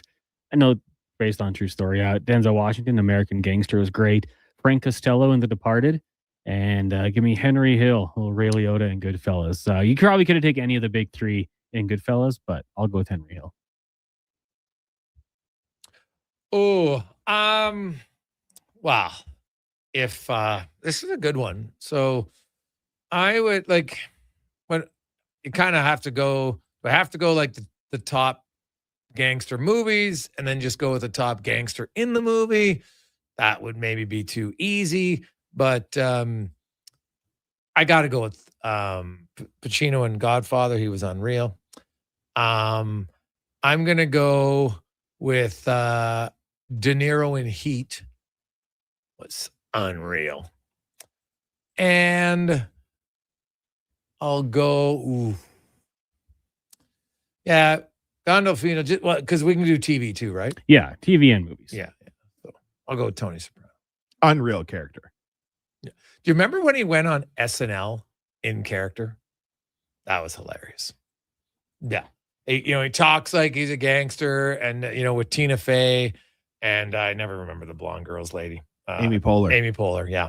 And it's hilarious how he delivered it like he was Tony Soprano giving up like news updates. It was pretty funny. So I'd recommend that, especially when he's kind of chirping Poehler because she's the mouthy one. So it was pretty good. So yeah, like Gandolfino played that role incredible. And actually, you know what? Another guy like Joe Pesci is unreal in gangster movies. Like he's awesome. Joe Pesci in anything. Yeah, that's true too. Yeah, trying to think if there was I'm sure there's one role that you're like, oof, bad. But I just saw a clip the other day of My Cousin Vinny. So good. Yeah, like he's funny. But like he was great at just being ruthless. Right? That's what I kind of liked about him. He was awesome at it. Now, of course, he was a tiny little guy, but he played the role quite well because there's lots of tiny little guys in the gangster movies, right? You're Italian, no offense, Italians, but there's some guys a little bit smaller. Just kind of how it goes. Those are some of the best gangsters because they got a chip on their shoulder. Yeah, well, plus they can get in and out of the cars quick. You can't see them. Who's driving? I can't even see his head. Well, what's going on here? Is there anybody driving that car?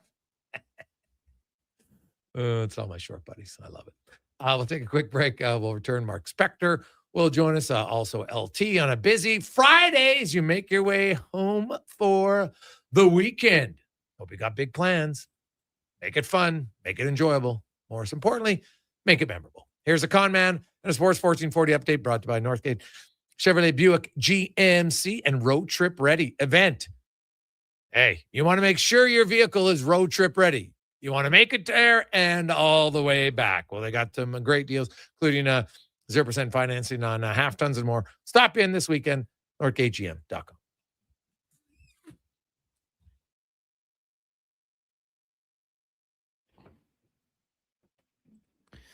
The World Cup rolling on earlier today from Seattle. United States blanks Australia 2-0.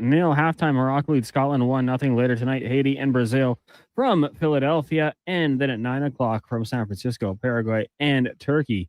Major League Baseball, Jays falling to the Cubbies today, 16-2. Right now, Tigers up on the White Sox, 2-1 in the second. Later on, you got the Yankees and Reds. Giants take on the Marlins. Braves host the Brewers. Rangers, Padres. Pirates up against the Rockies. Angels in Sacramento to take on the Athletics. And the Dodgers will host the Orioles. Red Sox in Seattle. CFL Week 3 gets going in about 30 minutes. Hamilton and BC in Ontario at the U.S. Open. Round 2 action. Wyndham Clark atop leaderboard, 7 under par. You've got Matt Fitzpatrick, Xander Schauffele, and Sam Stevens tied for second at -3. When it comes to Canadians, only one participating this weekend. Corey Connors 1 over par. Sadar Shen, Ilham Raju +5, as is Nick Taylor. Ben Silverman 6 over. The 3 will not play tomorrow and Sunday. And from the NFL, Jeffrey Simmons agreeing to a 3-year, $105.8 million extension with the Titans, making him the highest paid defensive tackle in NFL history. Coming up in hour 4 of the Jason Gregor Show, we'll be joined by Mark Spector of Rogers Sportsnet and Alan Mitchell, the host of The Lowdown with Lowtide. I'm Connor Halley. This has been a Sports 1440 update. Sports 1440 in West Edmonton Mall and Wetaskiwin. CKJR is a Stingray radio station. Download the free radio player app and listen wherever you go. When your project can't afford downtime, call Japa Equipment Rentals. From excavators and wheel loaders to compaction equipment, Japa has the machines you need. Trusted since 1972. Visit japaequipment.com or stop our Edmonton or Calgary locations. Hearing on Canada, Mexico, Australia, France, England, Brazil, Germany, Spain, and the rest of the world at the Druid Irish Pub. Your World Cup headquarters. Wear your colors, cheer on your team, and enjoy $6.50 Heineken every game. Plus, your chance to win a ton of World Cup merch, including hoodies, jerseys, soccer balls, and more. The Druid Irish Pub, your World Cup headquarters. Bringing Edmonton together, one soccer game at a time. The Druid Irish Pub. Cheer with us in the Mercer Building across from Rogers Place in Ice District.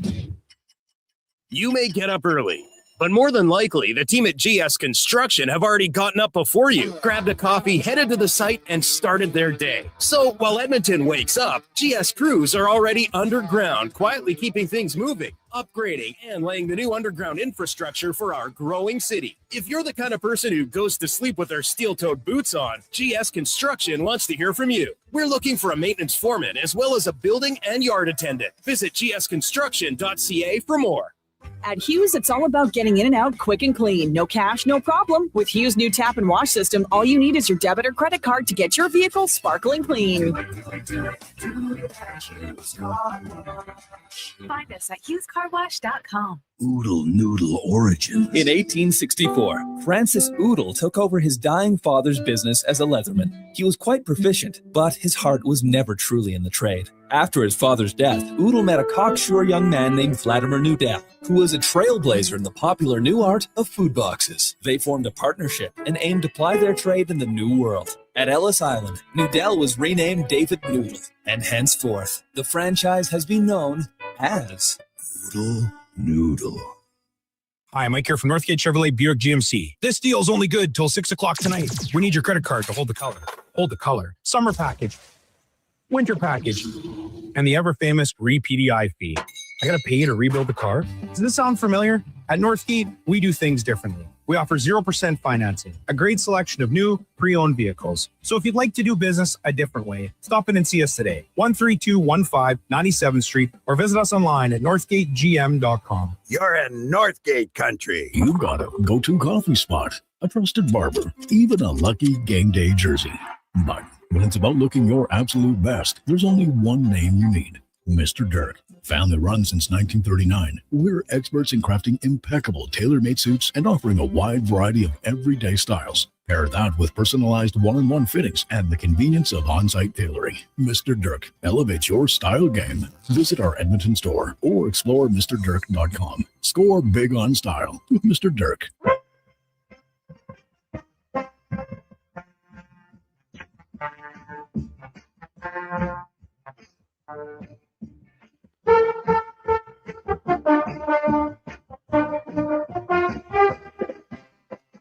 Portions of this hour brought to you by Crystal Glass, your clear choice for residential windows, locally manufactured and installed. Crystal Glass provides a beautiful product and incredible customer services for all of your residential needs. Call 310 Glass or visit crystalglass.ca for a quote. The Jason Gregor Show, the best of Edmonton sports talk and beyond. This is Sports 1440. Presented by PlayAlberta.ca, Alberta's only regulated online gambling website.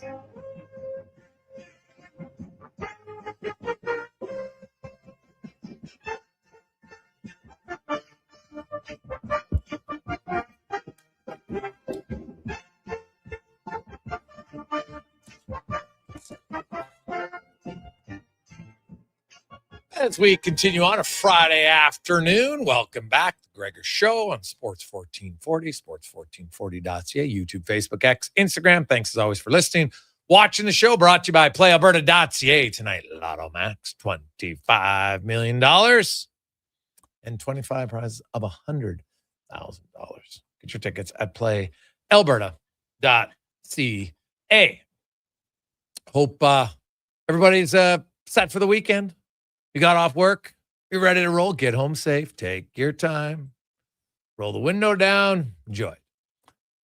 Now, let's get to the spec report brought to you by GS Construction. They're underground infrastructure specialists as they are continuing to work all around the city. You see them on the L-Head, you see them on the ND, wherever you see them, ask you to just take a little extra time going through construction zones. Those construction workers, just like you, they all want to get home safe.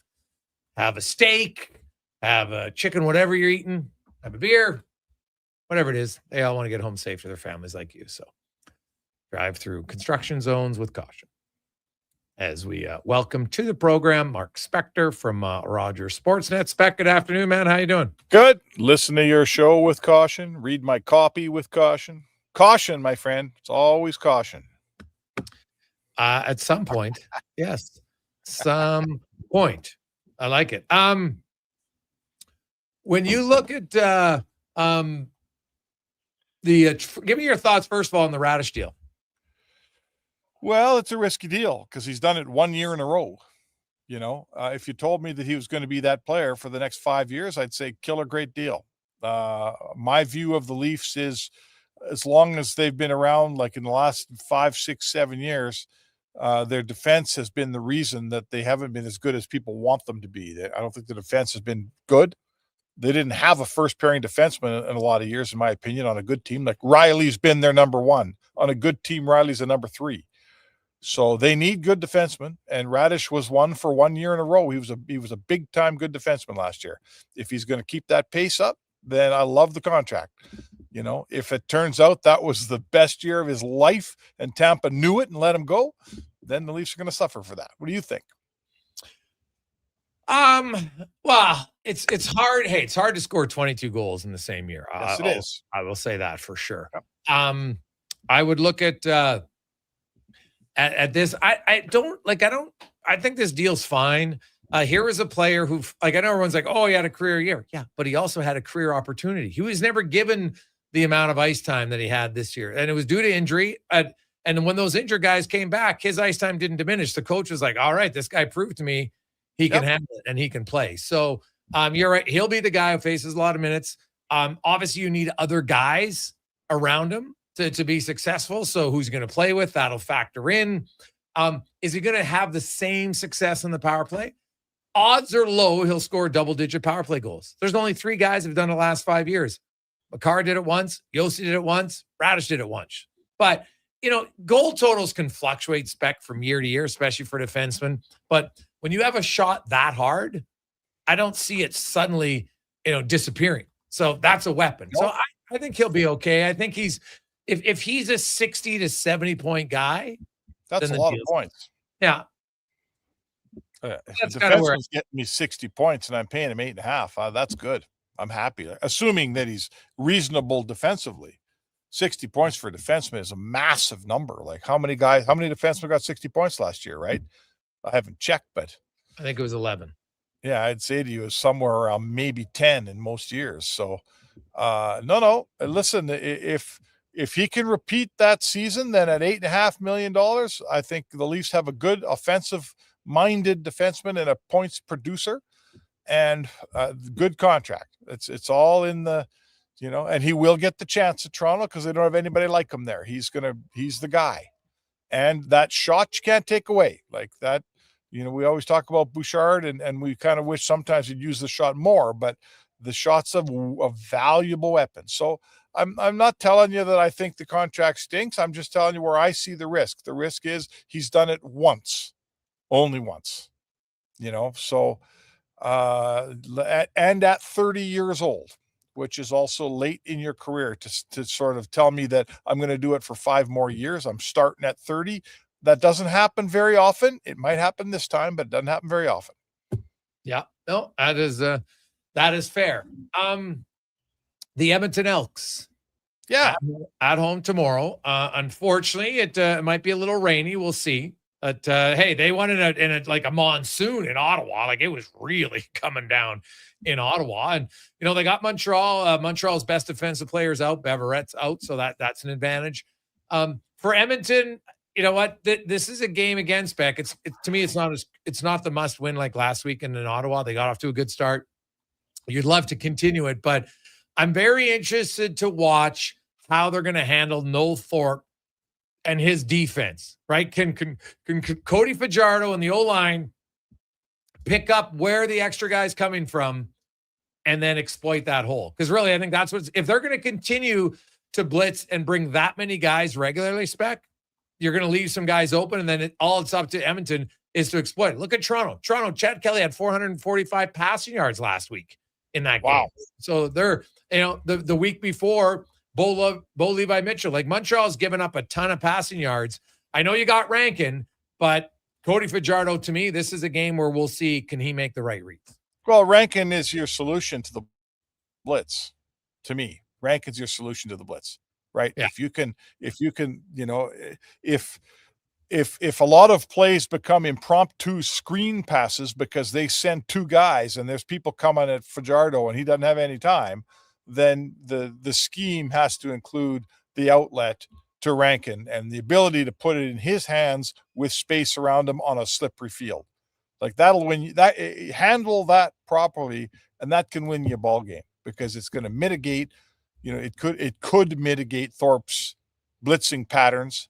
And again, Rankin's shown that on a sunny day, he's hard to catch. He's hard to tackle. He's very elusive. You put him on a slippery, wet field and you find him some space, right, to catch a ball and come down and have a couple of yards to kind of figure out where he's going and what he's doing. To me, that's how I mitigate a blitz anyway, is the best part about that offense, I would say to you, is likely Rankin at this moment. So let's not get away from allowing Rankin to get the ball in space with some time. To me, that'll take care of the blitz if you do it right. Yeah. Going back to the NHL, Craig Button, if you were the Oilers, would you sign Alex Tuch? I don't need to get older. And I don't need to. How old is Alex Tuch now? 31. 30. He's 30. Just turned 30. He's gonna want like a 5 or 6 year deal for sure. Oh, probably right? 7. Maybe 7. Like, I don't necessarily need, and big money. I'm putting big money in a slower, older player. So I guess my answer to you is no. I would spend my money more wisely than that. Would you?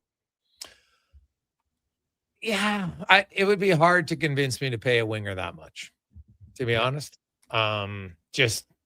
I wouldn't do it. So, there you go. I like Alex Tuch a lot.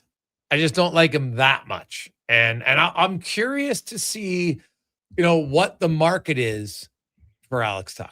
I'm fascinated. A lot of people, he's going to get 10.5. And he might, because maybe it's a limited one. But he, to me, I think is a good player. He scored 30 goals in 3 of the last 4 seasons, 36, 22, 36, 33. He can score. Right? Like those are 4 years where, he jumped up a lot from previous years of production for him, which is great. So that's good. There's not many guys who are 3-time 30-goal scorers in 3 of the last 4 years across the league. Yep. So, yeah, how long can he sustain it? Fair question. He's a highly competitive player. He's got lots of playoff experience, which I think is key for lots of teams. I don't know. I can't wrap my head around $10.5 million for Alex Tuch.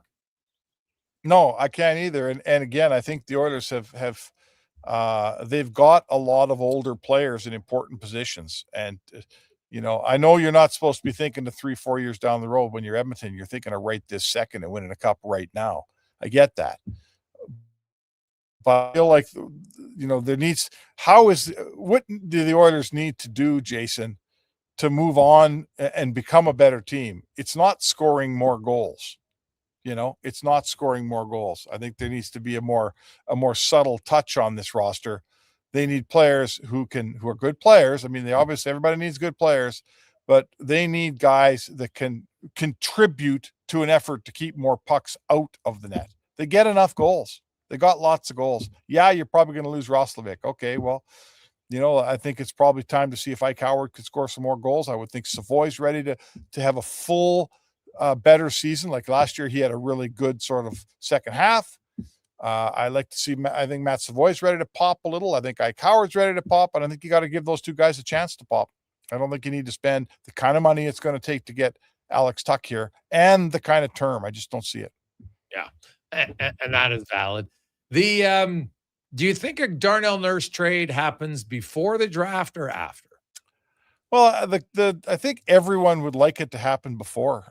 You like some solidity in your roster prior to a draft, because you go to the draft trying to make more deals, frankly. When you're the Oilers, you don't have any you don't have many draft picks. So if you're going to the draft for a reason, it's to find a deal here and a deal there. You'd love to get this one off your plate for sure. So I'll say before. What do you think? And to who are we're hearing more Pittsburgh now all the time. I kind of like Philly. What do you think? I do believe that Nurse will be traded, I think, draft weekend.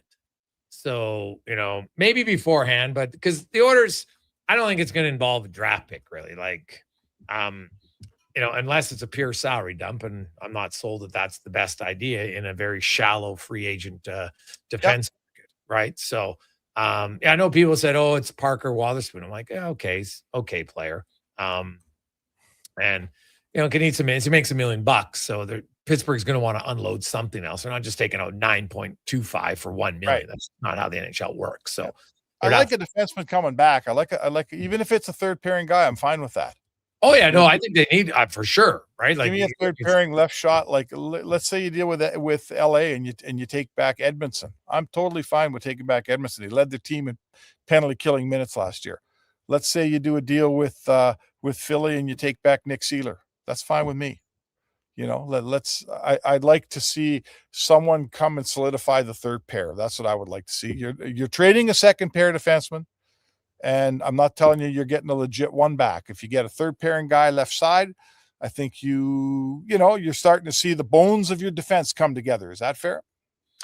Yeah, no, that's fair. Like that's, Wotherspoon is a guy who could, he's probably a really good number 5. I is kind of how I see him. A little bit younger than Nurse. I think he's 28. So obviously not as big, right? Like that's the other thing. Like I like your Seeler one because Seeler brings a presence of physical. That you need some of it on your team. You can't have all puck mover. Oh, this guy, everybody moves the puck. Yeah, great. Now what happens when we got to separate the other team from the puck? Then what happens? Right. So who's killing the penalties for you? Exactly. I don't mind Eddie. I don't mind Edmondson. He's an older player. I get it. He's played almost 82. He played 82 games last year and like 77 the year before. He appears to be past his back issues. If that's the case, and I have him, I think he's got a couple years left. I can live with that. He's an avid, like he plays a lot of PK minutes. Now the Kings PK wasn't very good, but he played the most minutes on it. So, I guess I'd have to talk to my scouts and see what he's got left, but that kind of player is fine with me. Yeah. Edmondson, his foot speed to me, I'm a little leery of, right? Like that's why he's a third pairing guy. That's fair. Yeah, no. So that would be, and like he's 3.8. Well, I just don't know if Nurse is going to LA. I think he sounds like he's going out east, right? That was where most of his teams on the list were. So Philly one makes some sense. Philly, now they've got Sanheim and they got Provorov, so they got some lefties, so they might not see how it necessarily fits to them. Pittsburgh, Pittsburgh, I guess maybe they move on from Carlson, and who knows, but there's people that have texted me actually asking, hey, what do you think of Nurse? What do you, which lots of teams will do that. Guys like, not a GM or anybody, but other people, kind of assistant GMs have asked. So I know there's teams interested for sure. And I'm more interested in the return on what it could be. I don't think you should just give Nurse away. I don't believe that's good asset management for the team. At the same time, I'm not expecting him to land you like an elite player by any stretch either. So kind of somewhere in between, get a player who's a legit NHL player, proven, because the Oilers are still in win now mode spec, right? Like they're not, we freed up some money. Yeah. To spend on who? And then what other assets do you have to give up to get the guy with the bigger contract? That's the part about cap space that I don't really understand. For some people is I get it's nice if you can, save $1 million here or here, whatever, but we saved $7 million. Yeah. To spend on who? Right? Like if you're going to trade for another player, now you got to give up other assets to get said player. Yeah, that's fair. I mean, there are, the beauty or the good news for Edmonton is let's just say for the sake of this conversation, they trade Nurse. They don't have to retain anything, but they get nothing back of value, right? They get nothing back of value. You're basically trading them for futures and the whole cap hit's gone. So, sure, now you got a bunch of cap space and you look at the free agent market and it's not great, but there are versions of the player we're talking about out there. Like Edmonton's not shopping for a top pairing D-man.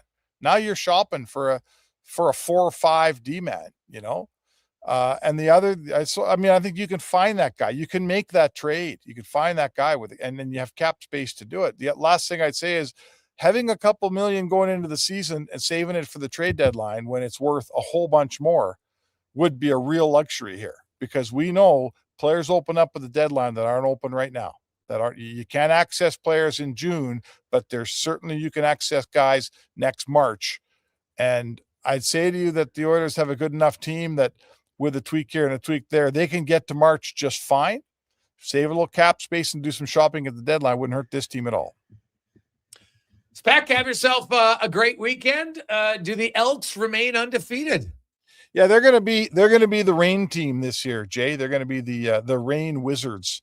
So a good soggy wet day is not good for the Turnstiles, but I think it's good for the Elks. They'll play a rainy game Saturday, win like 17-14, and that's going to be their story this year. They're going to be the bad weather Elks, man. Okay. All right, buddy. Appreciate it. Have yourself a great weekend. All right, you too, and everybody else out there. There you go. That's Mark Spector, the Spec Report brought to you by GS Construction. We'll return. LT joins us, Wanye's World, and more before 6 o'clock. Gregor Show presented by PlayAlberta.ca. Attention Alberta construction pros. For over 50 years, Japa Equipment Rentals has been your go-to for top-notch equipment and stellar service. Whether you need rentals or expert maintenance, we've got you covered. Stop by our Edmonton or Calgary locations today. Hey, sports fans, we've got a clear choice for you. At Crystal Glass, we provide customers with the perfect glass for any job. From home to auto and even commercial, installation or repairs, we're your team. Call 310 Glass or visit crystalglass.ca. Crystal Glass. Noodle, noodle, nood, noodle, nood, noodle, nood, noodle, noodle, nood. Noodle, noodle, nood, nood, nood, nood, noodle, nood, noodle, noodle, nood, noodle, nood.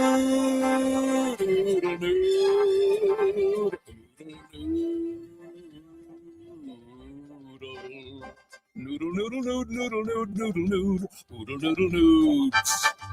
Noodle, noodle, nood, nood, nood, nood, noodle, nood, noodle, noodle, nood. Troll down to Oodle Noodle tonight because dine-in is open. You've got a go-to coffee spot, a trusted barber, even a lucky game day jersey. But when it's about looking your absolute best, there's only one name you need, Mr. Dirk. Family run since 1939, we're experts in crafting impeccable tailor-made suits and offering a wide variety of everyday styles. Pair that with personalized one-on-one fittings and the convenience of on-site tailoring. Mr. Dirk elevates your style game. Visit our Edmonton store or explore MrDirk.com. Score big on style with Mr. Dirk. There's still time to book your tournament at the Ranch Golf and Country Club. As one of Alberta's top tourney courses, the Ranch makes hosting fun and easy for any group or business. No matter how unique or unusual, they'll accommodate your vision for an event no one will soon forget. Start planning your tournament today at their beautifully landscaped course on the outskirts of West Edmonton. On-site event coordinators are here to help, but hurry, availability is limited and booking fast. Visit theranchgolf.com. It's like a locker room, minus the smell. Ew. Kevin Carius brings the banter, the buzz, and the bold sports talk. Weekday mornings from 7 to 11 on Sports 1440, Edmonton's home for sports. Are you a skilled laborer? All-Star Construction wants to talk to you. A heavy equipment operator with trackhoe or backhoe experience? All-Star Construction wants to talk to you, too. With work in and around Edmonton for local land developers, All-Star Construction offers year-round employment. Whether it's power, gas, or telecom, developers rely on All-Star Construction to get the job done. So if you're a skilled laborer or a heavy equipment operator with trackhoe or backhoe experience searching for work, search All-Star Construction on Indeed. That's right. You don't have to wait because Black Friday is back at the Brick. For 4 days only, you can shop incredible deals throughout the store. Get 60% off sofas when you buy the matching love seater chair. Save 25% off bedroom and dining furniture. And get up to 40% off select mattresses. Some exclusions apply. See store for details. Hurry in. These Black Friday deals end Monday. Shop in store or online at thebrick.com. The Brick, saving you more.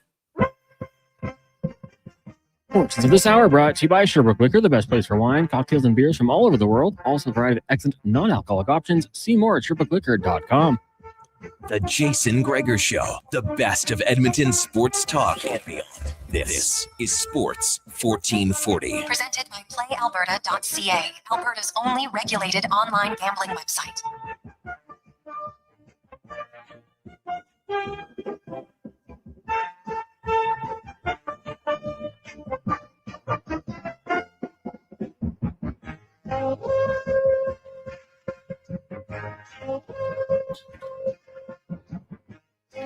Lovely Friday. How you doing? The Scots are trying to tie Morocco. It's 1-0 midway through the second half. 833-401-1440, 833-401-1440. The Gregor Show always brought to you by PlayAlberta.ca. Remember, if you do gamble or play lottery, or instance, remember to use your game sense. Go to GameSenseAB.ca and stay within your limits. We got lots to discuss, and we'll continue on a little hockey and football as we get to the oil report brought to you by Go Auto. Cars, trucks, vans, SUVs, they got over 15,000 to choose from. And more importantly, though, they get back a ton in the community over the tune of $27.3 million at goauto.ca. As we are joined by the host of The Lowdown, noon to 2 weekdays, Sports 1440. Alan Mitchell joins us. LT, how you doing? I'm very well. It's going to be a rainy weekend, but it's sports-wise, man. There's so much going on. It's going to be nuts. Al, what's your thoughts on the green and gold taking on the undefeated in the regular season, Davis Alexander? Well, it's regression is a thing, and the dice have no memory. But sooner or later, there's got to be an L. And I think that the Elks organization, if you go back and look at really the last 6 or 7 years, this is a really important time for them. They won their first game, had a bye week, and now it's a home opener. And I really think it's a statement game, and there's an urgency here. I wish they weren't playing the Alouettes, only that Montreal is really good. But then again, maybe it'll be a great test, and they've got some really good players. So I think it's going to be a great game. I'll say that. Yeah. I look at the Elks and here's a big opportunity for them to kind of, create a little bit of a statement game early on in the season. Say, hey, We're not the Elks of the past, right? The past is the past. We're moving forward. And even if they lose the game, but it's very competitive. To me, I thought Montreal last year really outclassed them in their games, and Edmonton didn't look like, they were in there even close to them. This year, they have to make sure they look close. Yeah, and sports is a game of big plays, and you remember that 60-yard run by Rankin, and that's what gets people excited. Winning the game is great, but if it's a classic, if it's muddy and blood, and the offense is somehow find a way to make something happen, people will remember the game, and the Elks have game breakers, and that's what you want to see. So I think the devil's in the details here, and I think the Elks they're ready in a way that they haven't been in years. LT, did any games spring to mind where the weather played a huge role that wasn't snow for the Elks? Because I think when we think about inclement weather for Elks games, it's like snow fest. Do you remember any other types of games? I remember like a lot of mid to late 70s mud games. Like I have an old Terry Jones book, Decade of Excellence or something like that. And there's a Dave Fennell photo. And I mean, you know it's Dave Fennell, but he is just covered in mud and gook. And I remember I lived in Red Deer in the early 80s, and I'd come up and I'd to watch Warren Moon. And those games were amazing because he could still throw a spiral through whatever the bloody blue places the weather was giving him. So I don't remember a specific game, but I remember those games for being, there's some brutal weather games, and the Eskimos at the time were just so highly skilled it really didn't matter. LT, and I got a good text in here asking, hey guys, would you sign Alex Tuch or just sign Bobby McMahon? And even though he's going to cost way less, save the money there. And to me, it's about, they're both 30 years of age. Alex Tuch has scored, 36, 33, 36 goals, 22 goals, whereas McMahon did score 29 and 20 the last 2 years, kind of as a regular, a little bit more, obviously much more of a late developer. Like, I would have a hard time wanting to give 10 sheets to Alex Tuch, a winger. I just don't think that'd be the best allocation of money for this Edmonton Oilers team. But do you have interest in Bobby McMahon at all if you're Edmonton? I do, just because he's not an old 30, right? And late bloomer and all of that. That, to me, that in a way that's really good because he doesn't have as many miles on him maybe as a guy like Tuch. And power forwards don't age as well; they just don't, unless they're Billy Guerin. And so I'd say McMahon is more of interest to me because they're not going to be the same price, right? And so I don't know how I do think the Oilers are going to grab one significant forward, and McMahon is certainly a guy who would be. I think he'd be a player they could use a little bit in a utility role. He can do more than one thing, and that's probably what Mike Babcock would want. I mentioned earlier in the show that I really feel, the success of the Oilers next year is going to be much more on the shoulders of the GM than the head coach. The coach will come in great, but you got to give the coach some players from goaltending to defense to forwards, Murphy, Dickinson, free agents, Darnell Nurse trade. What are you doing in goal? Like, all the heavy lifting here is going to be on the GM, not the coach. Well, and I think it's important, you mentioned goaltending. I think it's important that if you look at Babcock's career, he's often had two goalies and he'll play both, like who's playing well. So I think it's important to give, two goalies who are a legit option for Babcock. And I also think, you add Murphy, but, maybe there's an opportunity to add another defenseman too. And maybe in the Nurse trade, the defenseman comes over, but you want to have some depth. You want to have NHL experience, and up front, I think Ike Howard can work really well on the third line. I think Nuge could play third line center. I think that's great, but if you add a guy like McMahon, that gives you like room to wheel. And we don't know how Babcock's system is going to be applied to all of the players. We know it's going to be more defensive. It's going to be more buttoned down, and suppression and puck possession is going to be a part of that. So it's probably a good idea to get some players, like Murphy. Dickinson is a great shutdown center, so he has all kinds of uses. Now the problem is, he's going to cost more than you want him to. But that's the decision that Bowman has to make. I think up front, the top two lines will have more than enough torque offensively. The third line might be a shutdown checking line, and maybe Dickinson's the guy. I don't know, but you're right. They need more than just one or two players here. They've got. I think they're going to have to get some experienced guys, even if it's guys who don't cost like $5 million, but have had some experience and played in the NHL and can be trusted. Al Mitchell joins. Al, what'd you make of Canada yesterday against Qatar? Well, I was shocked. I was not. I wanted that. Like, I think that if you watch the Canadian men for any length of time, goal scoring has been the tough thing for them. They're pretty stout defensively. They do a lot of good things. They have good pace. But I felt like, maybe they could just get 2 goals and the whole nation could relax and not be, as anxious. Well, they got like more than 2.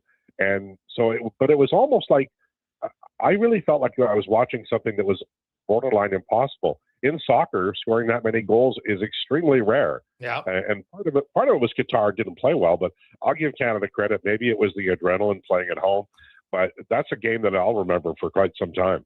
Oh God, yes. The only unfortunate part was the Kone injury, which is brutal for them.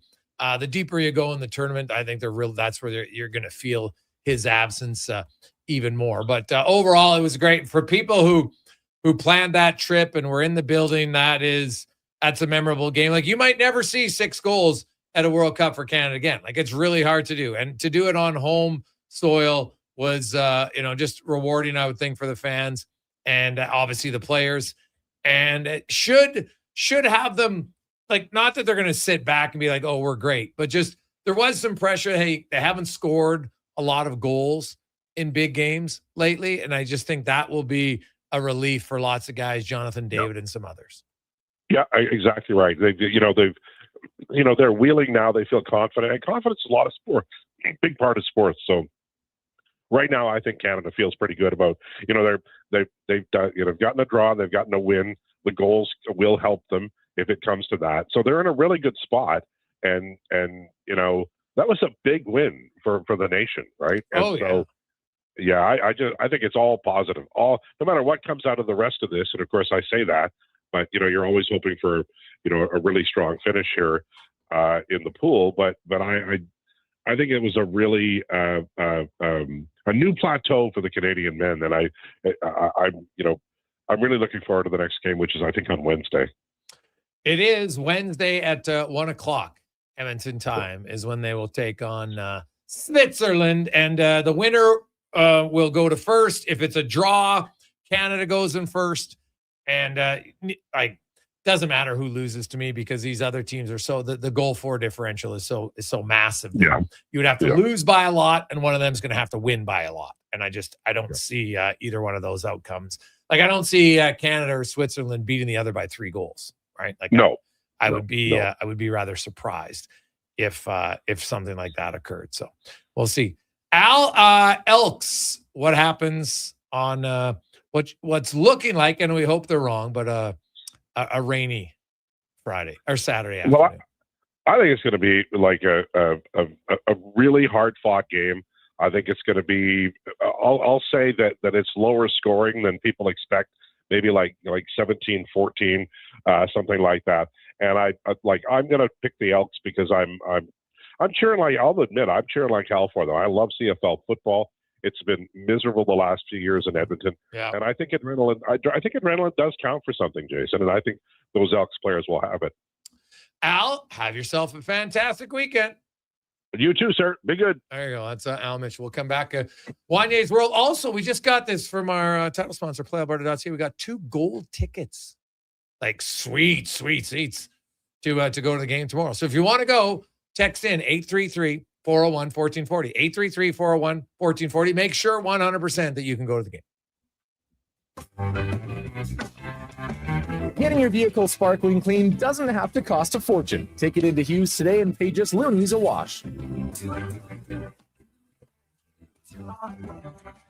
Find us at hughescarwash.com. Our new McCafe crafted sodas just drinks or something more. Like Sprite Berry Bliss, Creamy Strawberry Coke, and Orange Dream. All swirled with fizzy flavor and topped with silky cold foam. Only at McDonald's. At participating McDonald's restaurants in Canada. With Play Alberta, backing the home team goes beyond the bets. That's because your picks have provincial impact. Play Alberta is the only app in the province that puts all revenue directly back into supporting programs and services that Albertans rely on every day.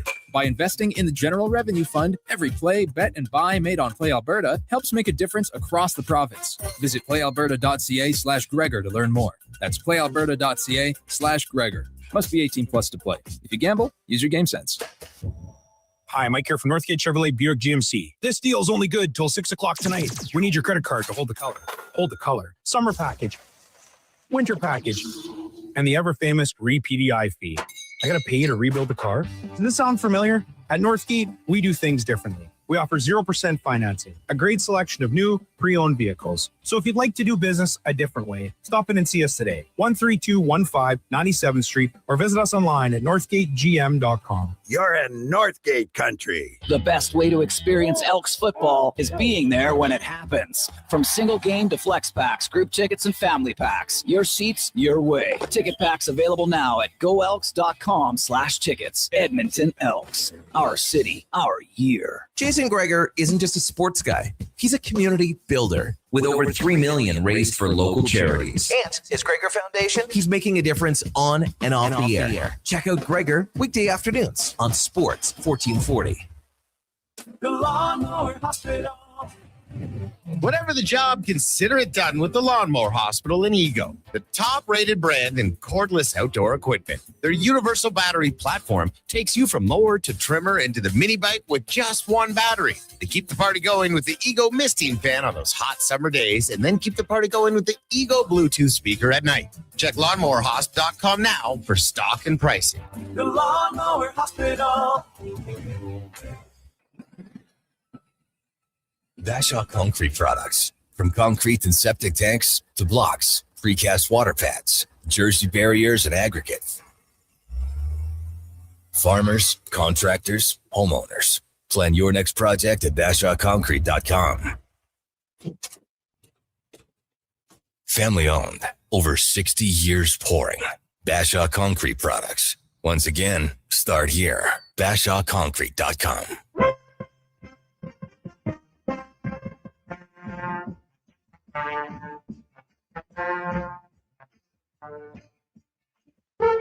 Portions of this hour brought to you by CanTorque. Made in Canada, made for Canada, where extreme isn't theoretical. Find your solution at CanTorque.com.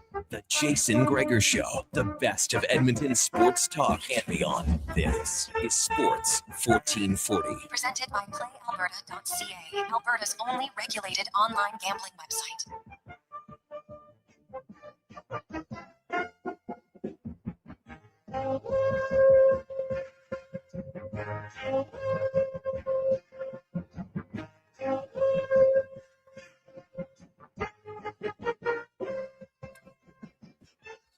Plaza Friday rolls along. Jason Gregor, Connor Halley, Wanye Gretz, Declan Kruger.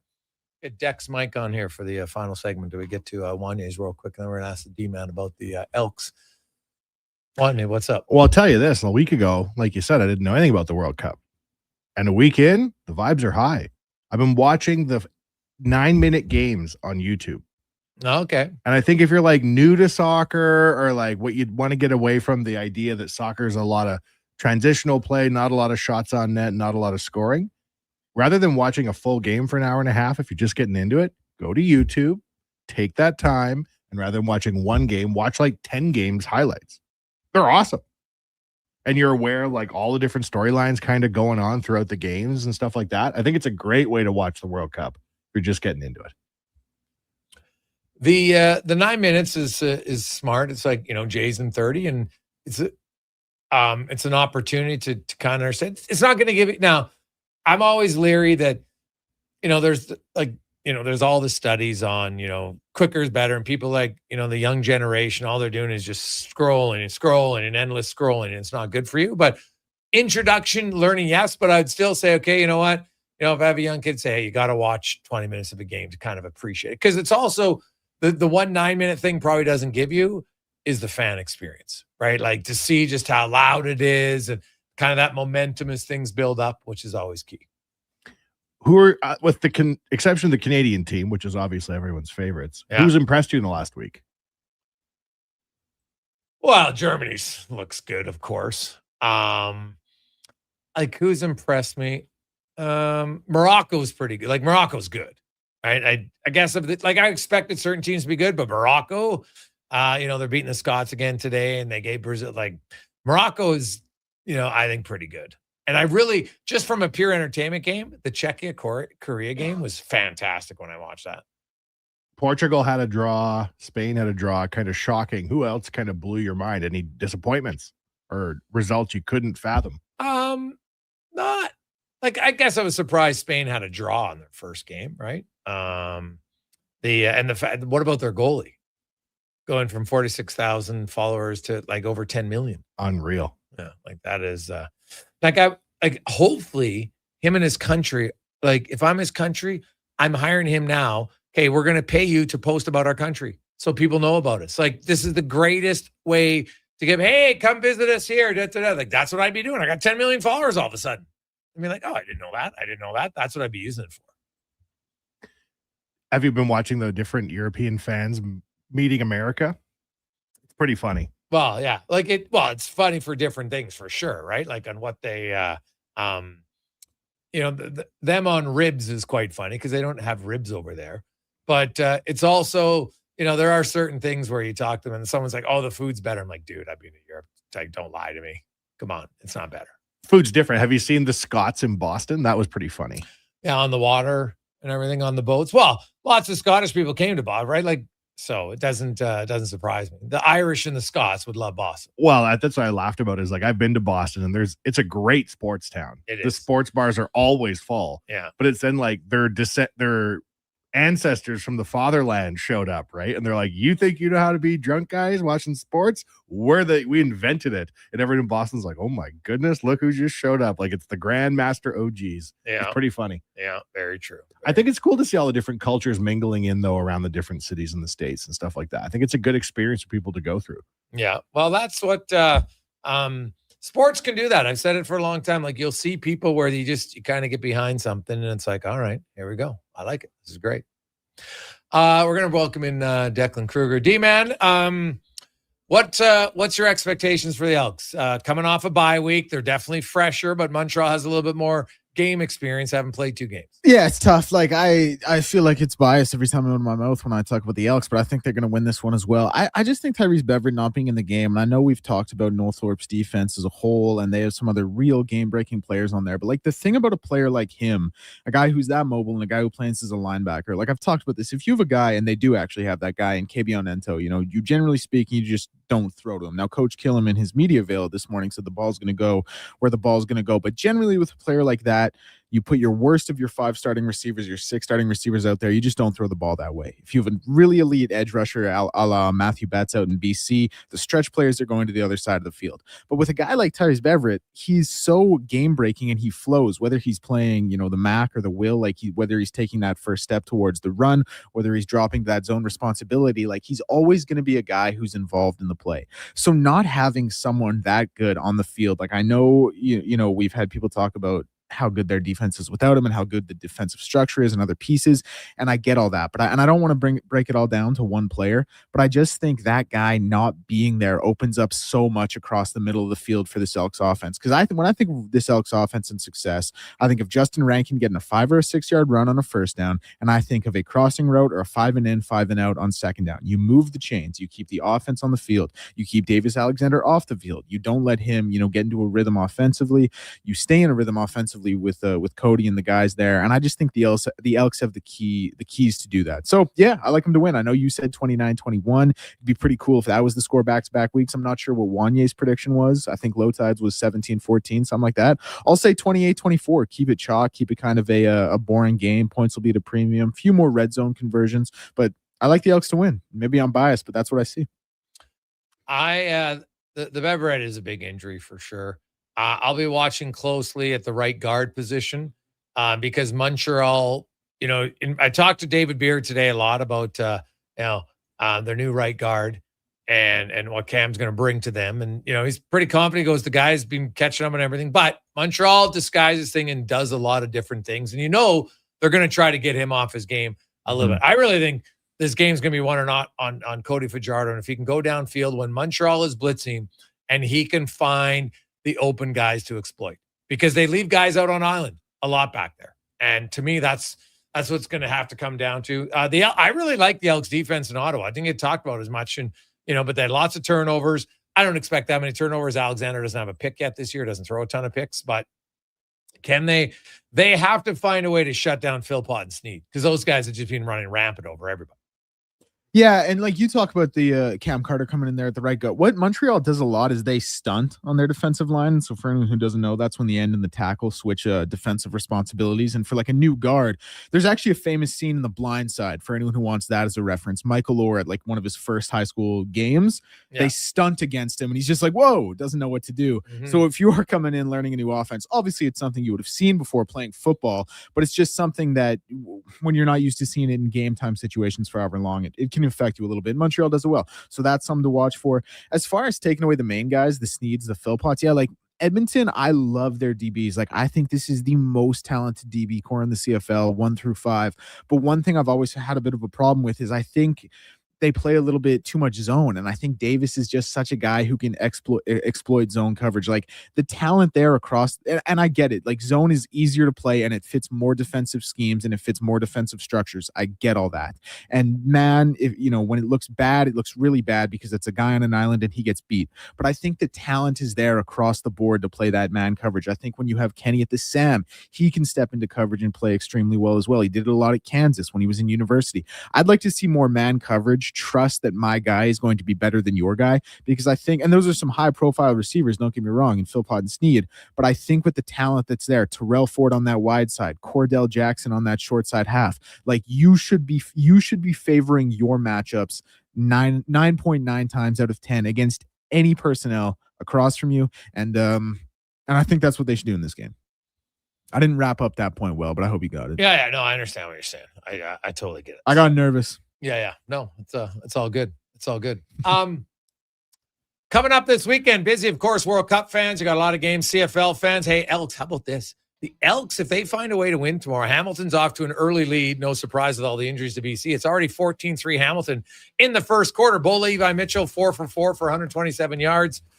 And including, I think, a 56-yard touchdown to Myron Mitchell. So the Lions start 0-2 with all these injuries. Could the Elks be 2-0? Kind of bizarre world we live in. We'll have to see. Whatever you do this weekend, have fun. Please don't drink and drive. Don't weed and drive. Don't be inebriated. Please get home safe and enjoy the weekend. On behalf of Wanye, Hallie, Kruger, I'm Gregor. Let's get to the Command of Sports 1440 update brought to you by Fountain Tire. At Fountain Tire, we're on the road together. From tires, wheels, oil changes, and automotive repairs. Go to fountaintire.com and they'll help you out. Good night.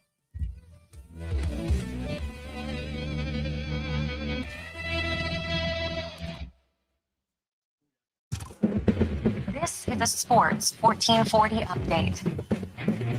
The World Cup rolling on earlier today. The States over Australia 2-0, and we're in the 90th minute. Morocco leading Scotland 1-0. Later tonight, Brazil, Haiti from the link in Pennsylvania, and then at 9 o'clock it is Turkey and Paraguay from Levi's Stadium. Major League Baseball, Jays, not a good one. They fell to the Cubbies 16-2 earlier today. Some games in action. White Sox, Tigers tied at 2 in the 5th. Yankees lead the Reds 4-0 in the 3rd. While the Nationals up on the Rays 2-0. In the 3rd, later tonight, Padres, Rangers, Astros host the Guardians, Cards and Royals, Rockies get the Pirates, the Angels taking on the Athletics, Diamondbacks host the Twins, Mariners and Red Sox and the Dodgers host the Orioles. In the CFL, Bo Levi Mitchell continuing his great start of the season, 4 for 4, 127 yards, as the Tiger Cats lead the Lions 14-3. Elks in action tomorrow, taking on the Montreal Alouettes. Kickoff at 2. You also have the Argos and Red Blacks at 11, and at 5, the Stamps and Rough Riders. Day 2 action at the U.S. Open. Wyndham Clark atop the leaderboard at 7 under par. In second with 3 under par, you've got Matt Fitzpatrick, Santa Shoffley, Sam Stevens, and Tom Kim. As for the Canadians, Corey Connors, the only one that will be playing over the weekend. He's +1.